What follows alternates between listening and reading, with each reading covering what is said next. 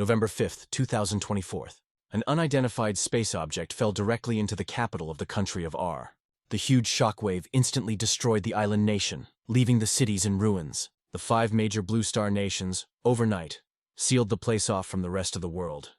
And to find out what happened, they sent their best scientists to the island. Since then, a new era has dawned for mankind, and we're transported 1 year ahead to China, the city of hygiene, where a guy named Sam was bragging to his best friend about his conquests on the love front. Except his friend wasn't interested. And it's not because of jealousy or anything. It's that Jean had just come back from the future. Until a minute ago, he was in the middle of chaos. In the future, some people have awakened new powers and abilities, and some people have changed jobs and become losers. In the new world, there were secret dungeons, and beasts awakened to fight with people. Mortals had only to gather their resources together and fight for survival. Civilizations collapsed in an instant. Only the laws of the jungle remained, where there are only the weak and the strong. To improve their skills, Jean, along with his brother, fought monsters. However, their enemies attracted a ferocious, high-level beast with incredible strength. That day, Eric tragically died trying to protect his brother. His brother sacrificed his life to lead him out of the secret world, but they were attacked by monsters sitting in ambush. And the reason for everything was the Ascension Crystal. The boys couldn't just give it up. In the age of chaos, weakness is the original sin. Going back in time, the first thing Jane asked was today's date, November 12th, 2025. That meant he had been reborn and returned to the day of his awakening, 3 years ago. Judging by the view from the window, it was now morning, and there were still a few hours to go before the ability awakened. Suddenly, the general manager of the company, named Tom, who had come to fire Jean just because he wanted to. Tom was not known for his kindness or politeness. He always used his high rank in the company to manipulate the regular employees. In his past life, Tom transformed into a true monster upon awakening, taking the organs, limbs, and lives of ordinary people in exchange for resources to increase his power. He also forced innocent people into prostitution and did terrible things to please his hideous soul. So when Tom fired him, Jean was happy to leave. After all, it wasn't long before everything was about to change. In a previous life, our hero had beaten Tom to a pulp, which landed him in the police force, and missed the first stage of awakening. And when he came out of the isolation center, almost all people reached the 10th level and above. As for his family, Jean had only a brother, Eric, with whom they spent their entire childhood in an orphanage and survived by stealing. While still in the orphanage, Eric was caught by the police and imprisoned for 15 years. But recently he was released from prison, and then Jean's life became colorful again.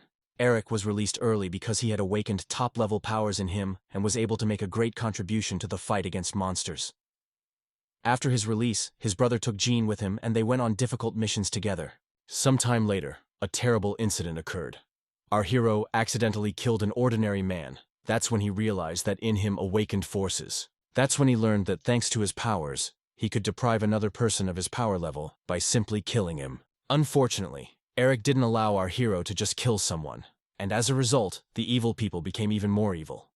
All of which resulted in them losing all of their loved ones and dying. Having been reborn, Jean was determined that in this life he would no longer experience the helplessness and hatred he had felt. If kindness is not encouraged, Jean will turn to justice through the heavens. He will be more ruthless than the most ruthless people.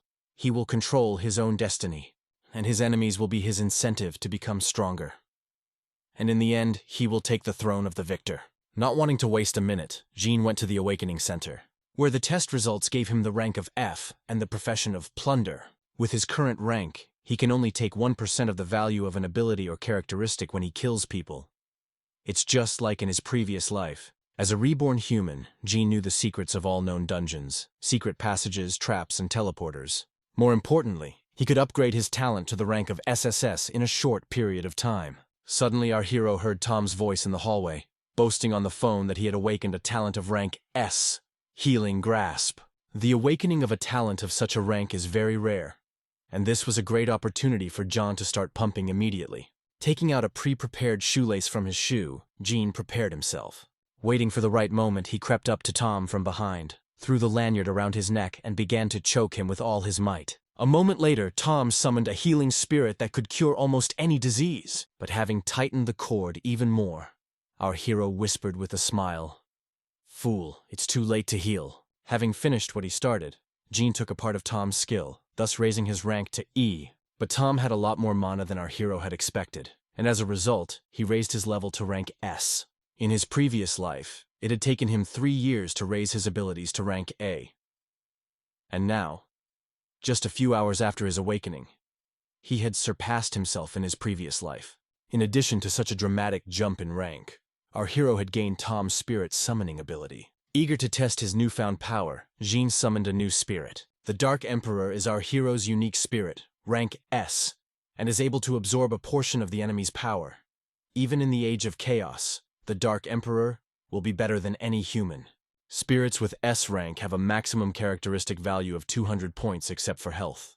And the higher the rank, the higher all the stats are. Currently, the Dark Emperor has 3 characteristics that have the maximum value, and the disadvantages of this spirit are its intelligence, defense, and attack range. But despite these disadvantages, it is the strongest S-rank melee spirit. The Dark Emperor's ability to gather a portion of power doesn't work on other spirits, but our hero's abilities make up for it. Simply put, Jean has just gotten rid of an incredibly formidable foe, and gained an equally formidable ally, and Tom's corpse, the Dark Emperor, was hidden in the toilet on our hero's orders. Now the world is undergoing unprecedented change. Millions of people have awakened unique abilities. Jean's former classmates were no exception. There were 2 guys with high ranks, but the highest rank was a guy named Lu, who had awakened the power of the S rank. In his past life, Lu had a relationship with the Academy's top hottie right after waking up. After that, they killed many innocent people in various ways, and also joined one of the factions. After thinking for a while, Jean decided to do the same thing to him as he did to Tom, to prevent another enemy from appearing. Ironically, most of the S-rank awakened were bastards. Thanks to his awakening, the Lu could summon a spirit to fulfill his master's wishes. The name of this spirit was Lord of Prayers. It was because of her ability that Lu started dating the most beautiful girl in the school. The Lord of Prayers was akin to a genie, except she didn't have a wish-granting ability, and she didn't have a great combat ability. But given her ability to grant wishes, none of that is a problem. Having taken possession of the beauty's mind and body, Lu couldn't wait to take advantage of her. All his high school life, he dreamed of spending the night with her. It's no wonder that after receiving such a powerful spirit, the jerk quickly lost his mind and thought he was all-powerful. Realizing that such power in the hands of a madman is incredibly dangerous, Jean arranged a meeting with him, saying that he too had awakened an S-rank talent. Thinking that our hero wanted to use his power for selfish purposes just like him, Lu was even more excited. 5 minutes later, Jean arrived at the hotel. From the doorstep, the guy began to ask our hero about his abilities, and in general he was interested in our hero's plans. Leaning to the guy's ear, John whispered, "The secret of my skills is that I can summon the spirit of the Dark Emperor." With a sly smile, added our hero. Feeling someone behind him, Lu turned around in surprise, and at that moment, the Dark Emperor hit him with all his strength, knocking out a couple of teeth. The force of the blow was so great that the guy slammed into the wall opposite and lost consciousness. After knocking the guy out, Jean activated his main skill to take his power. But to his disappointment, there were no outstanding abilities for the Lu. But then how was he able to awaken the S rank? Jean thought. Realizing that his power was not hidden in his characteristics, our hero decided to take his abilities. After the successful robbery, Jean got the wishing book. Is a rare skill of rank S, able to apply 3 forms of desire. The first form increases the number of hits by 30% and multiplies experience. The second form increases evasion from attacks by 20%, and the third form increases luck by 10 times. Wish book is a really good ability. It's good for both offense and defense, and it can also increase luck. Like Lu, Jean was able to summon a skill spirit, but with one difference. Since it was a stolen skill, there was a limitation in the difficulty of the wishes being granted. And also, unlike the Dark Emperor, our hero's Lord of Prayers was able to talk to him. Lord of Prayers is a special spirit that can do more than any other. And if the Book of Wishes is in Jean's hands, the spirit will be able to fulfill his every wish. And one more limitation. If our hero makes too many wishes, this spirit will lose all its power and simply die. But in return, the Lord of Prayers can give advice, thanks to a high index of intelligence. If you approach everything wisely, the Lord of Prayers can be the best helper. For example, there is no need to ask him for treasure. It is better to ask him where the treasure is. This will allow the spirit to retain enough strength for emergencies. After all, creating something out of nothing takes a lot of energy. It's much easier to create a winning lottery ticket than it is to create a bottle of plain water. After a little thought, Jean said, Lord, if I want my brother to be released from police surveillance, how much will it cost me? Given Eric's rank, it would take away all of his spirit power, causing him to fall into silence for a while. Also, due to the complexity of the wish, the process may take longer. It turns out that the ability of the Lord of Prayers is not so limitless in the hands of our hero. It seems like the most appropriate solution is to ask for information about other S-rank abilities. While Jean was inquiring about the new spirit's capabilities, the Dark Emperor had already hidden the Lu's body. Suddenly, our hero noticed that in the chest of the spirit hidden watch, the hands of which are in the same position. Seeing the bewilderment on our hero's face, the Lord of Prayers said that the images of spirits are directly related to the abilities and power of the host. It is strange that the Dark Knight does not have a single skill related to time. Perhaps this watch appeared because our hero has traveled through time. But it's too early to draw any conclusions. He left this question, but then decided to use his power and clean up all the dungeons and secret areas. When he left the room, our hero met a beautiful woman, who did not understand what she forgot in this hotel and in such a form. Apparently, since her death, the desire for Lu has been breeding. Going down to the front desk, Jean asked to extend room 414 for a week and canceled all housekeeping. This would be more than enough time to keep the corpse odor from spreading to the other rooms and to draw suspicion away from our hero. Meanwhile, a guy named Derek was trying to find out from his spirit why his time travel had been rescheduled. Sir, when I returned to you, an unknown entity took some of my power. Because of this, there was a distortion of time-space, the spirit answered anxiously. These words made Derek very nervous. After all, he had spent a fortune to avoid any trouble. Derek had awakened an extremely rare ability of rank SSS, time travel. With this skill, he killed one of the gods to break through to another dimension. But unfortunately, he encountered one man from the illogical clan. This mute warrior was able to easily defeat him. So Derek had to activate the time travel skill, using up all of his spirit energy. And this caused the Time Lord to fall into a time loop. He couldn't even think that this could happen. He wanted to return a week before the general awakening, and ended up returning just hours after. And his spirit had lost its power. After a while, a small amount of power returned to the Time Lord, and she discovered that the thief of her power was in Hangzhou. It was good that she was able to detect the missing part of the power, but Derek was worried about the other. Why did this even happen? Going on a search now was too risky. The Time Lord had lost her main ability and she was useless in close combat. And besides, she had suspicions that the thief might be a person from the illogical clan. After thinking it over, Derek decided to go to the dungeon and find his former teammates, to help them find the thief. Meanwhile, in one of Hangzhou's neighborhoods, a gateway to the dungeon has opened, and the newly awakened heroes rushed in, hoping to gain new powers. However, when it came to the question of who would go first, there was no one willing to go. Everyone was very scared. But luckily for them, our genie decided to take on the role of pioneer. Some were delighted with his courage, but others thought he was crazy to go into the dungeon alone. In a previous life, our hero was one of the last ones who dared to enter the dungeon, but this time, it's different. When entering the dungeon, a full body duplication takes place. This is done in order to return the person to their original state after the dungeon is over. That is, all damage received after the passage will be cancelled, and in the case of death, the person will be resurrected. And only after dying 3 times, a person dies for real. In addition, you had to choose one of the 6 main specializations: mage, archer, warrior, guardian, assassin, priest. In his past life, Jean chose the warrior class. This profession is quite mediocre up to level 20. However, this time things are quite different. Our hero has 2 strong S-rank skills. Therefore, he decided to ask the Lord of Prayers for advice. The spirit advised him to choose the profession of mage. Thanks to the 2 high-rank skills, after reaching the 20th level, Jean can gain the profession of mage seer. In addition, using the power of the Dark Emperor, our hero will get rid of the main disadvantage of the mage: close combat. Lord, and what happens if I choose the mage and the skill robbery? Then what profession I will go after the dungeon? Jean asked excitedly. I do not recommend choosing looting, because it simplifies the ability of the mage, replied the spirit.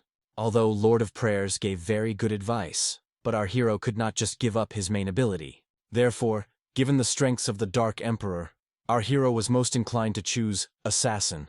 But he was concerned about what profession it will change to when he goes to the next level. Spirit suggested that the profession will change to assassin outlaw, which will be a great combination with the skill of robbery.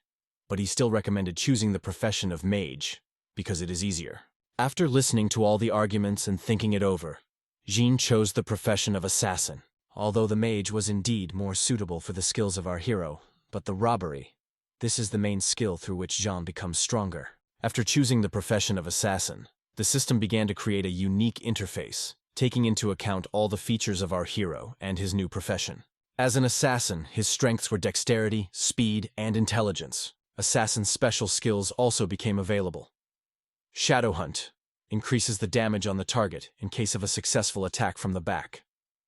Phantom Strike gathers power from the entire body in a single blow, dealing critical damage to the enemy, throwing him backwards. Speed doubles your speed. Swift Strike increases dexterity by 5 units while decreasing stamina consumption. Quick Reaction increases vision in combat by 10%. In addition to the special skills, Jean also received a special assassin weapon, the Rookie's Shadow Blade, which adds 6 points to attack power. The assassin profession was ideal for fighting in a team with the Dark Emperor. After choosing a profession, the system asked for the exact number of people going through the dungeon. And lastly, the system asked you to choose the difficulty level of the dungeon. And of course, Jean chose the hardest. Now, the rank of Dark Emperor equates his strength to that of a warrior of about level 30. That's why our hero was so confident in his abilities. The first dungeon was quite trivial. As soon as Jean entered it, he was met by a whole horde of low-ranked red-eyed goblins. Although they were very weak monsters, they had a good amount of life and an interesting skill that increased their speed. But all of them pale in comparison to the Dark Emperor, enhanced by a special skill. Without thinking long, Jean ordered his spirit to destroy all the goblins in his path. One blow was more than enough to turn the red-eyed goblin into a lifeless pile of meat and bones. For killing goblins, our hero received experience points, which were required to increase the level of the profession. Very quickly, the Dark Emperor filled this dungeon with a sea of blood. Ordinary monsters had no chance of standing against such an opponent. A barrage of powerful attacks turned the goblin squad into mincemeat in seconds. For killing 15 red-eyed goblins, Jean received 2,250 experience points, taking into account the reinforcement of the complexity of the dungeon and the special skill of the Dark Emperor. The experience gained was enough for Jean to reach the 6th level of the profession. Fast passing the dungeon on high difficulty, our hero received a golden treasure chest. In a previous life, the reward for passing this dungeon was quite different. This applies not only to the chest, but also bonuses. Bonus accrual works like this. If a lot of people passed a weak dungeon, they get minimal bonuses. But if people were a minimum, and the difficulty is maximum, the bonus will be appropriate. Simply put, the tougher the dungeon, the higher the bonus. Originally, this mission is low level. Even on maximum difficulty, brought only a chest of black iron. Chests are divided into different types: bronze, black iron, silver, gold, dark gold, diamond, holy, earth, heaven, and immortal. Each species is categorized into 3 minor species: common, rare, and experimental. Thanks to the Lord of Prayers, you can easily get a gold chest. The main thing is to use the hints correctly. As a rule, the higher the level of the chest, the higher quality items it contains. From the golden chest, our hero received several vials of advanced potion, several low-rank items that are worth like trash, 1 fire spell and some coins. But all of that is trash compared to the main reward: 2 top-level items, a light guard armor and a short guard blade. Given his profession, Jean was most interested in the new blade. This dagger has a skill called Bleed, which, when successfully attacked, causes the enemy to lose health points for 10 seconds. And Light Armor Guardian, increased protection from light blows, and compensate for a small part of the damage received from serious attacks. The ideal equipment for Assassin. After clearing the first level of the dungeon, the system asked for a nickname, and our hero came up with nothing better than Dark Emperor. Meanwhile, at the entrance to the dungeon appeared a notice. Congratulations to the player Dark Emperor with the fact that he became the first in the world who single-handedly passed the dungeon on maximum difficulty. The reward is a lucky ticket for 10 rounds of Wheel of Fate. This news got the rest of the Awakened thinking, and Derek, as a time traveler, noticed something unusual.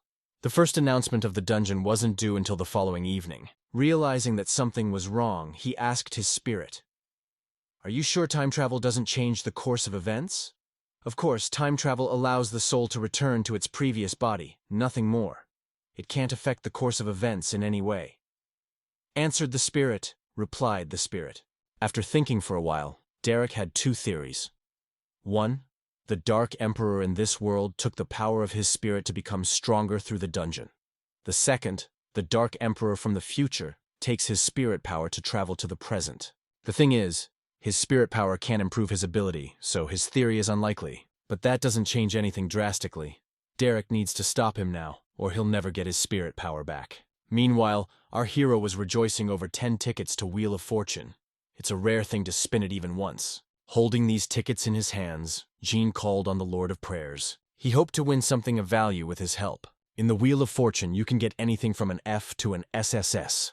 Besides, any way you look at it, it's just a lottery, where the chance of getting really good stuff is practically zero. Simply put, it doesn't matter how many tickets our hero has, it's his luck that counts. Lord of Prayers can help to knock out certain items of the highest rank, but in this case, he will sleep for 6 months. And such a long sleep of one of the strongest spirits will greatly affect the overall fighting ability of Jean. After thinking for a while, our hero decided to ask the spirit to conjure at least 2 items of rank S or higher. That way he wouldn't waste too much energy, and there was a high chance of getting a really good item or skill. At this stage, any high-rank item wouldn't be out of place. Calling upon the Wheel of Fortune, Jean noticed that almost all the useless items had disappeared from it. After activating the Wheel of Fortune, Jean obtained some pretty good items. A high-ranking communication crystal that increases the spirit's range of movement, a true crystal that increases the spirit's energy limit, and an extreme crystal that gives the spirit a short-term boost.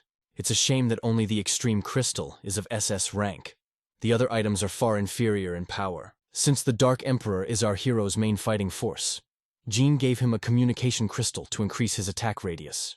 Now, this spirit is able to work within a radius of 6 meters. I know it's not much, but before it was less than that. In addition to these, Jean also received a crystal called Spirit Enhancement, and there was absolutely no description for it. So, to get a better understanding of the matter, our hero asked the Lord of Prayers what they could do. Upon seeing these crystals, the spirit with maddened eyes said, "Sir, let me take these crystals for myself." Since the Dark Emperor had also improved, Jean thought it would be fair to reward the Lord of Prayers as well, so he gave him these crystals. By absorbing them, the spirit increased its total energy and also accelerated its energy recovery, allowing it to fulfill its wishes more often. These crystals were all very good, but our hero was hoping for a crystal that would improve his skills. Even from his past life, he knows that the best item to improve his skills is the Space Crystal. And to find it, you have to go forward. With all the rewards sorted out, he finally left the dungeon. Jean can now be considered the strongest awakened, and this is just the beginning. For he has a plan to get to the top of his game in no time. And to do so, he's going to the Tower of Babel to get his first achievement. One of the features of the Tower of Babel was that there were an infinite number of floors, and the higher the floor, the higher the difficulty. Simply put, it's a great place to level up. But Jean goes there for another reason. For every 10 floors you can get a ticket to the Wheel of Fortune. As soon as our hero came out of the dungeon, a beautiful woman approached him and offered to team up with him. But despite her attractiveness, Jean just walked on by. Even from his past life, he had learned the lesson that teaming up with strangers was a bad idea. The Tower of Babel treats newcomers very well, and on the first floors gives them a chance to prove themselves in a fight with weak monsters. So, our hero, with the help of the Dark Emperor, literally a couple of blows cleared the first floor. And as a reward for clearing the first floor, Jean received 5 fragments of fate. And for being the first awakened person to clear the first floor of the Tower of Babel, the system made another notification about him. On the second floor of the Tower of Babel, there were more serious opponents awaiting him, with greater strength and intelligence. However, this will not help them much in the battle against the Dark Emperor. Interesting facts. Every successful passage of the floor of our hero, the system showed the rest of the awakened. Of course, people quickly wondered who the Dark Emperor was. Having cleared 9 floors in less than 7 minutes, Jeanne finally reached the coveted 10th floor, the only way out of which would be to clear it, or die. In a previous life, the first person to reach the 10th floor had his profession leveled up to level 20. In this dungeon, our hero will have to face a kobold named Ilfin. This is the first boss, Tower of Babel, which has very serious skills. His skill, Crazy Blow, combined with a machete is not the best combination for our hero. One hit would be more than enough to send Jean back. Fortunately, our hero had a Dark Emperor whose power allowed him to inflict incredible damage to the enemy. Despite his increased defense and high health points, the Ilfin could not resist the spirit's onslaught. But even the powers of the Dark Emperor were not enough to kill this boss with a single successful attack. Of course, he was able to take away a good part of the monster's health. But the most important thing is that now Ilfin entered the state of rage. When activating this passive skill, all physical abilities of the boss increases tenfold. But along with this, the intelligence scores are lowered. So dodging such predictable attacks was quite easy. Using his advantage in speed, the Dark Emperor came at Ilfin from the rear and struck a decisive blow. Thus, our hero became the only person who passed 10 floors of the Tower of Babel, while spending less than 15 minutes. As before, the news of the sweep and the reward of 1 lottery ticket was sent to all awakened people. Now people not only wanted to know his name, but also to break his record. Honestly, they were just jealous. The increased activity in the dungeons awakened the magic stone. When the world's first second-ranked player on a level 20 blue star appears, many places around the world will begin to experience grief-level disasters. The scientists were not happy about this information. They didn't understand what exactly would happen, but they knew that nothing good should be expected. So the head of the R Scientific Corps asked them to find the Dark Emperor. Meanwhile, Jean summoned the Wheel of Fortune. Just like last time, he hoped to get something valuable from the Lord of Prayer's abilities. But this time the reward was a little worse, except for 1 S-rank space crystal. Thanks to it, you can return to the real world. This time, Jean took 2 magic crystals to improve his own strength and defense. But he gave the 2 life crystals to the Dark Emperor to make him stronger. By absorbing them, the spirit added 5 points to his strength, 4 points to his defense, and a full 80 points to his health. At this point, our hero still has 2 lottery tickets and 275 shards of fate. The right thing to do is to collect 10 lottery tickets and then make a wish through the spirit. You also need to accumulate a few more shards of fate to then go to the store and exchange them for something useful. Before going further, the guy decided to sell all the equipment that he had in his inventory, because the sooner it will be sold, the more expensive it will cost. Currency in the game and real life is a little different. The current exchange rate is from 5 to 6 yen. Right now, equipment is very expensive. For example, black iron level equipment costs several hundred gold coins. After thinking for a bit, Jean decided to sell 2 rare high-ranked weapons as well as a top-level spell, which he sells for a very high price. But even though the price was very high, these items were sold out in less than a minute. And in terms of real money, he made about 5 million yuan. At that moment, Jean realized that he had underestimated the rich and their financial capabilities. Anyway, he still got good money. Now his main goal is to climb to the 20th level. The Smiling Coffin, Great Tomb, and Baki Society are 3 infamous clans that emerged after the Age of Chaos in a previous life. Bailey, one of the 8 leaders of the Baki Society, carried a knife instead of an umbrella in rainy weather. Among the 10 guards of the Great Tomb, 2 of them, the Blood Witch Sarah and the Icy Fury Torkil, who contributed greatly to the development of the clan. And finally the leaders of the Smiling Coffin, the Grand Masters who have awakened the S talents. At this point, they were all our hero's main targets. With their help, he wanted to go to Sin City. Sin City is a place where people torture each other. It is full of embittered people who can never atone for their sins even if they die 1,000 times. And as for those who killed Jian and Eric, they were people who were hired by monsters who hadn't reached the S rank. Our hero was going to finish off anyone and everyone who had anything to do with their deaths. Meet Xing, responsible for the Villa Crouching Tiger in Hangzhou, and at the same time one of the best hackers in China. And believe me, this scumbag doesn't use his abilities for the good of the people. He used to be in jail for hiring people for illegal work in Central Asia. When he got out of prison, he decided to go back to his old business. Only this time, he wanted to blackmail people into joining his crew. Meanwhile, our hero has successfully made it to the 11th floor. The monsters here are a little stronger than before. They're skeletal soldiers armed with rusty swords. On the previous 10 floors, you could only get shards of fate for mopping up. Starting from this floor, you can get equipment here. In his past life, our hero spent many hours in this dungeon with his brother, hoping to get high-ranked ammunition. The Dark Emperor was able to deal with ordinary skeleton warriors as easily as the monsters on the first 10 floors. However, at the end of this floor, our hero was waiting for a mini-boss, a skeleton general of level 17. Despite its appearance, a very dangerous opponent, especially when you consider that John is now only at level 13. But skeletons of all ranks had one weakness that our hero was well aware of. They are not immune to stealth attacks from the back. And for Jean, as an assassin, that kind of attack was one of the most important. So killing the skeleton general was quite easy, even though there was a difference in levels. Besides, in his previous life, our hero had killed thousands of skeletons. So even without the assassin profession, he would be able to handle him. After another 8 minutes, Jean finally reached the 20th floor, where he had to fight the boss, Skeleton Lord, Tedemir. Unlike the previous boss, all of his stats were much higher, and his skills more varied and dangerous, which is not surprising considering the floor. About his most dangerous ability is the summoning of uncleanness.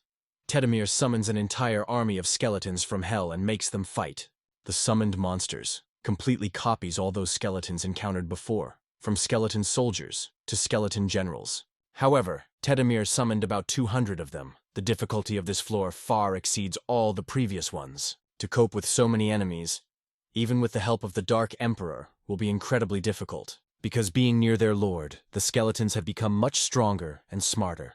But despite all these enhancements, ordinary skeletons couldn't take more than one hit. The main threat was the boss of this dungeon, so the Dark Emperor concentrated on killing him. Given his spirit characteristics, it shouldn't be too hard to defeat Tedemir. In the meantime, Jean drew the attention of the small skeletons to himself so that they would not interfere with the Dark Emperor's battle. Very quickly, our hero realized that this was a rash decision. His strength was not enough to deal with an entire army. Realizing that he was likely to die, Jean called upon the Lord of Prayers. Before entering the 20th floor, he wished for the Dark Emperor to deal double damage to the target upon activation. Given the current situation, now was the time to activate it. After amplifying the Lord of Prayers, the Dark Emperor began to emit an incredibly powerful aura, which suppressed some of Tedemir's powers and scared the hell out of him. Feeling elated, Jean began slicing up the skeletons one by one, and the Dark Emperor, with renewed vigor, rushed into battle against the dungeon boss. From the first blow, an incredibly high column of dust rose up and covered the entire battlefield. When it cleared, the Dark Emperor was nowhere to be seen, and Tedemir didn't have a single scratch on him. Had Jean lost? He hadn't. Dark Emperor took advantage of the dust cloud to conceal his presence and take a favorable position to attack. When the moment was right, the spirit struck a powerful blow, paralyzing the boss. Now that the enemy is completely helpless, it's just a matter of finishing him off. Given his incredibly large health points, it took the Dark Emperor about 5 minutes to kill him. At that moment, Jean realized how powerful the Dark Emperor and the Lord of Prayers could be. After defeating the boss, Jean gained a whole bunch of experience and rose to level 14. As before, all the people in the real world found out about it. They generally did not believe that a person is capable of such a thing. But our hero was not going to stop there. He continued to conquer this belly of the Tower of Babel. After clearing 9 more floors, Jean reached level 5.5. He'd climbed that high just to raise his level. But the boss room was closed to those under level 20. But to be honest, that wasn't really a problem. The Dark Emperor had forcefully opened a gateway to the 30th floor. On this floor, our hero awaited a boss named King of the Minotaurs, an extremely dangerous monster. In a past life, it took a group of 5 S-Rank awakened to defeat him. To be honest, Jean entered the Tower of Babel just for him. He wanted to rob him. The thing is, this centaur possessed a skill that no other human being in the world possessed. And what exactly this skill is, we'll find out a little later. First, we have to defeat him. Before you can fight the centaur, you must pass through his labyrinth, where the awakened die all the time. But Jean, from his previous life, had learned all the moves and passed this trap in a matter of minutes, surprising the boss. The level of this monster is twice the level of our hero, and is about the same level as the Dark Emperor. In this fight, Jean no longer has such a strong advantage. His only trump card is the Lord of Prayers. In his previous life, our hero learned the hard way that it's not a good idea to quickly traverse floors 21st through 29th, as the monsters the awakened fought will be reborn and come to the king's call to support their boss. In a previous life, thousands of awakened died for this stupid trap. Jean himself might have been one of the victims, if not for his brother. But now, knowing that, he has a plan that takes into account his strengths. First, the Lord of Prayers was to strengthen our hero and the Dark Emperor, helping him deal double damage. Now, the spirit's blows would do a lot more damage. With one powerful combination, the Dark Emperor almost killed the Minotaur. But John stopped him a second before he did. He needed the boss to summon his subordinates and attack. Waiting for the right moment, Jean activated his loot skill and ordered the spirit to attack again. Using all the available reinforcement skills, the Dark Emperor still managed to finish off the Minotaur. And at that moment, Jean finally accomplished what he had planned. He stole the boss's skill. Submission. And just at that moment, a loud stomping of hooves came from the dungeon gate. It was the army of monsters that the boss had summoned before his death. Which was just in time. Raising his hand to the top and releasing a huge amount of mana, Jean shouted, "My warriors! At my command, retreat!" Given the low level of our hero, there was a high probability that the obedience would not work. He would still have to fight monsters. But luckily for him, it worked perfectly. The centaurs recognized him as a strong leader and obeyed his will. But the best part is that the submission skill works on all living things. The main condition for successful activation is the ratio of levels. If the enemy is superior to you, it will not be possible to subdue him. Meanwhile, in the dungeon for beginners, the secret kingdom of mushrooms, a newly awakened guy was hunting. He was incredibly lucky, and he was awakened with a power of rank SS, which was identical to the power subjugation, except his skill was named Divine Eye. Surprisingly for this guy, he was followed by Derek. Seeing the guy's ability in person, Derek said, "I've heard a lot about you, Mr. Teruo. Who are you? And why aren't you afraid of my Eye of the Emperor?" Mr. Teruo asked rudely. "How rude of me. My name is Derek. I am a man who lives outside of time, and I am also someone who can make you stronger," answered the boy. Of course, Derek seemed like an ordinary weirdo. However, he could sense how strong Derek was, so he decided to listen to him. Derek wanted to make a deal. He wanted Teruo to use his divine eye to subdue someone. Meanwhile, our hero was making the most of his newfound power. For fun, he made a whole bunch of centaurs sing his favorite song from Desperate Housewives. But when he was done having fun, he ordered the Dark Emperor to kill all the centaurs. I'll be honest, it's kind of cruel to make the monster centaurs kneel, then mock them, and finally kill them. But be that as it may, this way of farm was incredibly effective. Jean himself felt that he had done wrong, but the age of chaos was getting closer every day, and he had to become stronger. In just a few minutes, our hero had risen from level 18 to level 22. While people were admiring the result of the Dark Emperor in the Tower of Babel, Jean discreetly left it, so as not to attract unnecessary attention. Now that he has reached the desired level, our hero can reach a completely different level of power. After leaving the Tower of Babel, Jean went to his favorite cafe to regain his strength. The next dungeon he's about to go into is much more dangerous and difficult than the one he's already been through. And the experience from his previous life can't be used, so he must eat and drink well now. When all of a sudden there was some kind of scandal at the next table. As a result, some guy punched a girl right in the face. Upon closer inspection, our hero realized that these guys were his former colleagues. The whole time he worked together. These idiots insulted Jean, calling him scum and trash. And in the future, they would be the ones who would kill people for profit. When the girl was on her knees, she tearfully begged for forgiveness. "You're a fool! There's no point in apologizing when you've already ruined everything," one of these guys shouted angrily and kicked the girl. Judging from their conversation, it looked like they had lost some person who was apparently already dead. After beating the girl half to death, these cretins ordered 3 bowls of noodles and the restaurant's specialty. Coughing up blood, the girl whispered, "When the captain was here, you didn't treat me like this." Brushing a lock of hair away from her face, one of those guys replied, "Do you still consider yourself a supervisor? And where is now your favorite supervisor?" Now it's getting more or less clear. Now that this girl has lost some power, these assholes are trying to pay her back for the past. From their behavior, it looked like after the restaurant they wanted to use her body and then kill her. It's funny that they were all friends before, but now the world has changed, and their attitude towards each other has changed. After awakening, they formed a strike team to go through the dungeon. And on a previous raid, the captain of their squad was killed. So now they're actively searching for another member of the team. But then one of these guys spots our hero. Something inside him urged him to come up to John and talk to him, and the girl cried at the sight of our hero. She realized that he could save her from them, but it is unlikely to do so, given how she treated him before. Scooting over to Jean and putting his arm around him, the guy said, "Where have you been since everyone woke up, huh, buddy? I've missed you." To be honest, our hero was very surprised. I mean, they'd never talked to each other before, but this sweet talk was just part of the act. This guy wanted to find out what ability Jean had awakened, and if he did, to offer him a chance to join their team. In a previous life, our hero was detained for 10 days for beating up Tom, but when he got out, Patrick contacted him. Then Jean told him the whole truth that he had only awakened as an F rank, and then they blew him off, beating him up and robbing him. And since then, our hero has learned some lessons, so this time he didn't even talk to Patrick. Just thanked him for the spicy rice and said he wasn't looking for a team. "So you're gonna go through the dungeon alone? You are crazy. You will never become like the Dark Emperor," Patrick shouted with laughter. But Jean decided to just ignore his words and walk away. But at that moment, Scarlet screamed his name. The girl grabbed his leg with all her strength and tearfully begged him to save her. And in return, he could do whatever he wanted to her. To be honest, Jean was ready to agree. It had been a long time since he'd had a girlfriend. But common sense prevailed. And our hero refused her offer. The age of chaos is getting closer and closer. There's no time to do things like this. And with all this going on, Patrick was literally insane. He was ready to kill Scarlet on the spot. "You're a dirty girl, selling your body for nothing. You think this trash is strong enough to save you?" he shouted at the girl.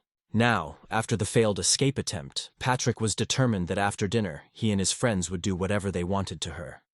He also mentioned Jean's family, his parents, and his brother, to which our hero replied in a creepy voice, "I wouldn't advise you to open your stinking mouth on my brother." "Really? What are you gonna do to me? Steal something from me? Don't make me laugh. You were trash and you still are," replied Patrick. "You realize that it's too risky to draw attention to yourself now." Jean decided to just leave the situation and go away. But the thing is, he had a temper. And now he was doing his best not to attack Patrick and rip his head off. But this guy had a different view of the situation. He didn't want to leave it alone. He wanted to show Jean what he could do. After waking up, Patrick and his dogs had gotten some pretty good powers that made them think they were kings of the world. So they rolled up their sleeves and went at Jean with their fists. A normal awakened person would probably die from such a blow. But our hero had already had time to seriously pump up, and such blows do not affect him. And he in turn had something to answer. Literally one blow, he took down 2 grown men at once. Our hero was itching to kill these assholes. But if he did, there's a good chance he'd end up in jail. Which he can't do. After seeing 2 of his team's strongest damagers lose, Patrick started to panic. But despite that, he wasn't going to back down.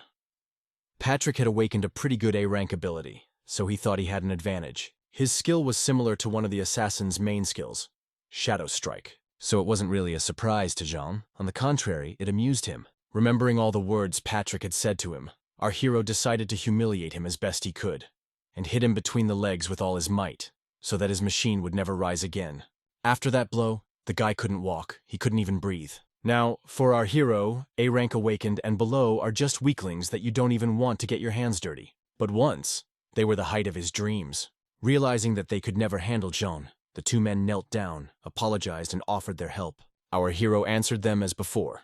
He didn't want a team, but he wasn't going to kill them either. All the while, a very interesting man was watching. His name is Bailey, and he is one of the 8 founders of the Great 8 clan, an awakened S-rank. After what he saw, Bailey wanted one of his men to look after our hero. In the end, Jean decided to let these guys go, making them promise not to racketeer anymore. And Scarlet, seeing how strong he was ready to get her wet panties off right now. Before Jean left, the girl tried to stop him again and said, "I know I was mean to you before, but I was forced to say it. I'm sorry." "Whatever you say, I don't care," replied our hero. Realizing that she would always be safe with him, Scarlet tried to seduce Jean again. But Jean was serious. He wasn't about to change his mind. Scarlet was determined to get his attention. Our hero's rejection had hurt her female ego. And then one of the guys said, "Don't you forget? That idiot is head over heels in love with Alice. Even your big tits couldn't help." "What's wrong with me? I'm much prettier than that chicken Alice," Scarlet said with anger and a touch of despair. The thing is, the girl our hero is in love with is the exact opposite of Scarlet, in the sense that she's kind and sensitive, and the only thing that attracted people to Scarlet was her promiscuity and her gorgeous body. Waiting for Jean to leave, the guys wanted to take advantage of the moment and have some fun with the girl. And surprise, surprise, after a fight with our hero, the guys lost their powers, so now Scarlet can fend for herself. The girl had awakened her D-rank healing abilities, and didn't have any outstanding combat characteristics. However, compared to ordinary people, she was still incredibly strong. Therefore, beating up 2 idiots wasn't much of a problem for her. Bailey, too, turned his attention to Scarlet. He found her quite interesting. He even had the idea of inviting her to join his team, since the rest of the group complained that there were hardly any girls on the team. Besides, with Scarlet's help, Bailey wanted to know more about Jean, what he did for a living, and what his weaknesses were. After beating her former co-workers to a pulp, Scarlet finally felt safe and invincible. When suddenly, an unassuming man with glasses came up to her and asked her if she knew anything about the Great 8 clan. After talking for a while, Scarlet accepted the stranger's offer and joined the clan, all to get Jean. She didn't want to get him now, but to show him who he'd lost. From now on, Scarlet becomes part of the G8 family. Her problems are their problems, and their problems are her problems. After making a formal deal, the stranger starts asking the girl about our hero. After learning that they used to work together, the stranger said, "I think he hurt you badly. Maybe he has some weaknesses so we can get back at him." Without thinking long, Scarlet replied, "His weakness, one woman named Alice." Leaving the cafe, Jean decided to walk the empty streets of the city and think about his next steps. And as soon as he left the building, the Great Eight immediately assigned a spy to him to gather all the information. By the way, Bailey brought Scarlet into the clan for one reason, so his men could have fun and do a better job. Of course, Jean immediately noticed the surveillance, but he didn't take any action. He wanted to find out who it was and what he wanted, and having found out what our hero's main weakness was, the Great Eight had already started working on finding Alice. They wanted to do it for one purpose, to control Jean, seeing that even after an hour of surveillance, this guy wouldn't leave. Our hero went to extreme lengths to trap him. "I suppose you have something to tell me?" John said with a wry smile, turning to his pursuer. Passing the guy, our hero did not recognize his face. That meant they'd never seen each other before, which means that the guy is not acting of his own free will, he's just part of some system. And to find out which one, our hero decided to resort to the best kind of interrogation. Interrogation with a beating. With his first blow, the Dark Emperor slammed the guy into the wall opposite, leaving him no chance to resist, thus showing the stranger his advantage. A demonstration of strength can tell you much more than mere words. Jean wanted to know who this guy was working for. "What are you doing? I was just passing by." Coughing up blood, the guy replied. "Don't lie. You followed me as soon as I left the cafe," Jean added. Noticing a small earring on his left ear, our hero realized that this guy was from the Clan of Eight. According to the events of the past life, the Clan of Eight should not have appeared so early. After thinking for a while, Jean gave the guy just one chance to tell the whole truth. But the guy denied everything. There's a strict hierarchy in the Great Eight clan, and it's also a violent clan.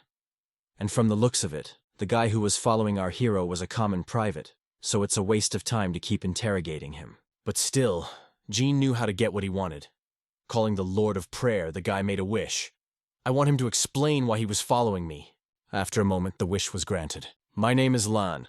I am a member of the Eight clan, under the leadership of General Bailey. Recently, an awakened one joined us and told us all about one of the best awakened ones named Jean. So the general ordered me to keep an eye on him. And then he assigned me to investigate a girl named Alice. I managed to find out that it's Alice who is Jean's greatest weakness. General Bailey plans to use her to blackmail him. The general wants to make him one of his warriors." "Under the spell," said the spy. "In a past life, in the third year after the beginning of the Age of Chaos, when one of the leaders of the Great Eight killed Alice, Jean wanted to avenge her death. He constantly risked his life to improve his abilities. But in the end, he didn't have time to accomplish together and fell at the hands of the monster. Now, the most logical move seems to be to kill Bailey before the Eight clan finds Alice. After finding out what he wanted, our hero killed the guy and ordered the Dark Emperor to dispose of the body. And the spirit had no better option than to hide the body in a dumpster. After thinking for a bit, our hero summoned the Lord of Prayers and asked, "If I wish for the Clan of Eight not to attack Alice, how long would it take?" "Lord, with my current strength, about 24 hours, replied the spirit. Before killing Bailey, our hero must have time to change his profession, and 24 hours should be enough time. Now that Alice is relatively safe, it's time to go to a more serious dungeon. This dungeon was called the Secret World and informally belonged to the League of Assassins. Upon entering, our hero was confused by the fact that the place was absolutely quiet. There was no one, and already entering the dungeon, Jean felt some kind of unease in his soul, but still hoping that everything would go smoothly.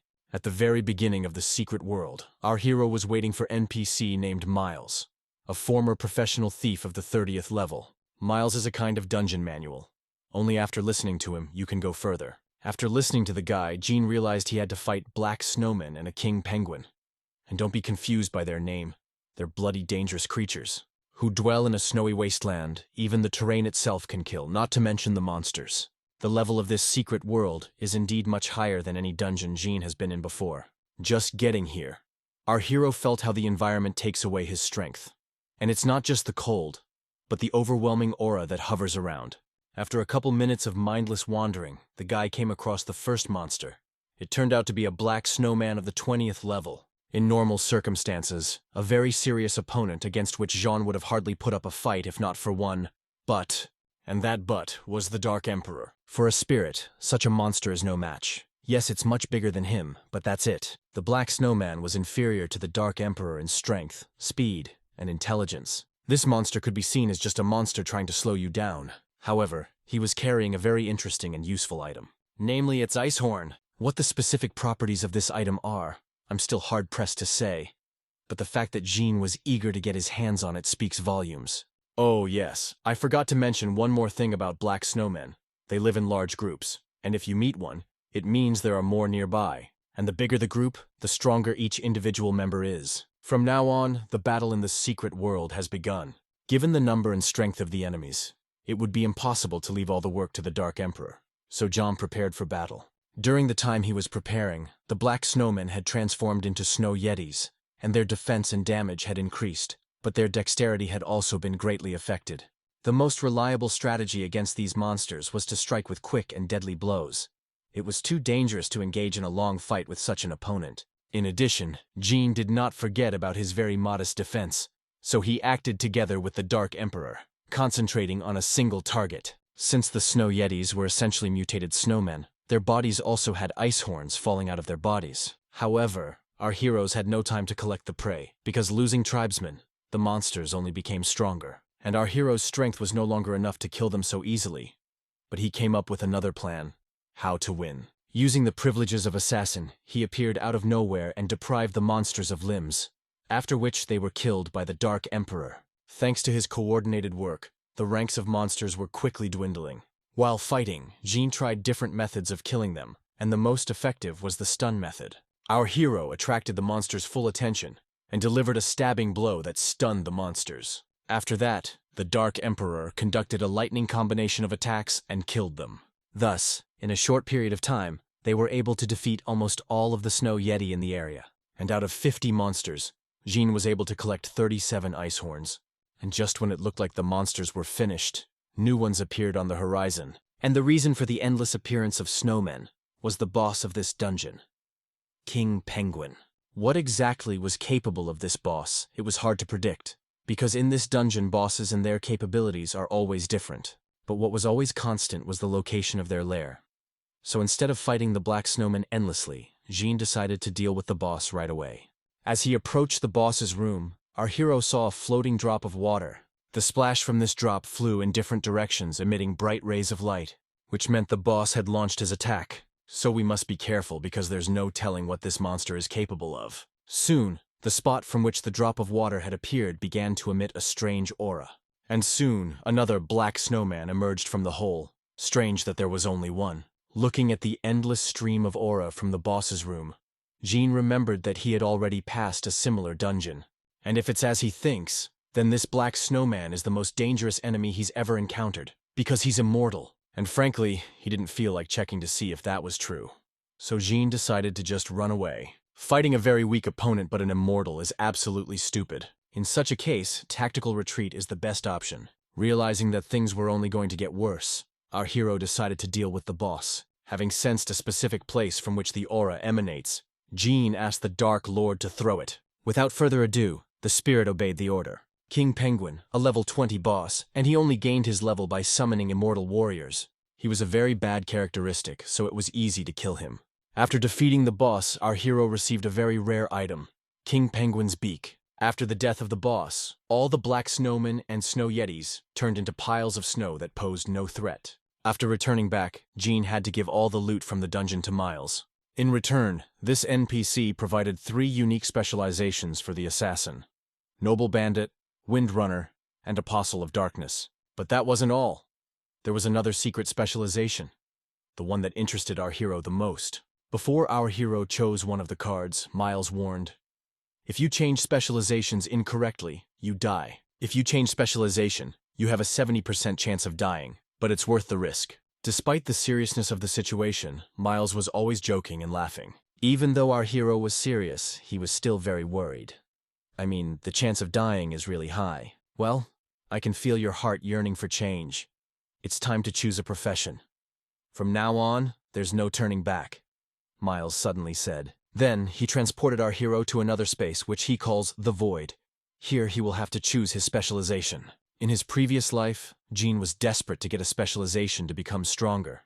But when it came to choosing one, he got cold feet and left. But when he was reborn, he was determined that this time he would do anything to change the future. And gaining a new specialization is another step towards his goal. Our hero had heard about this place from other awakened people, but he never believed them when they said it was completely empty. But when he found himself in the Void and saw everything with his own eyes, he realized that they were not lying, but telling the absolute truth. While wandering through this void for some time, John came across a strange object that looked like a hockey puck.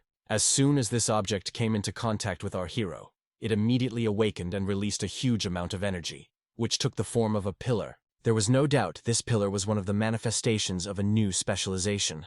And following the red pillar, two more appeared. A blue pillar and a purple pillar. To understand what specialization each pillar represented, it was enough just to touch it. Behind the red pillar was the specialization Dissident. Choosing it, Jean will get a small increase in strength and stamina, as well as agility. But the most interesting is the skill Impunity, which helps to avoid responsibility for the crime. This is the specialization the Lord of Prayers recommended our hero choose. Behind the blue pillar was a specialization called Shadow, which gave more serious enhancements to the same traits. And of the skills was Shimmering Shadow, which created a shaft of illusion.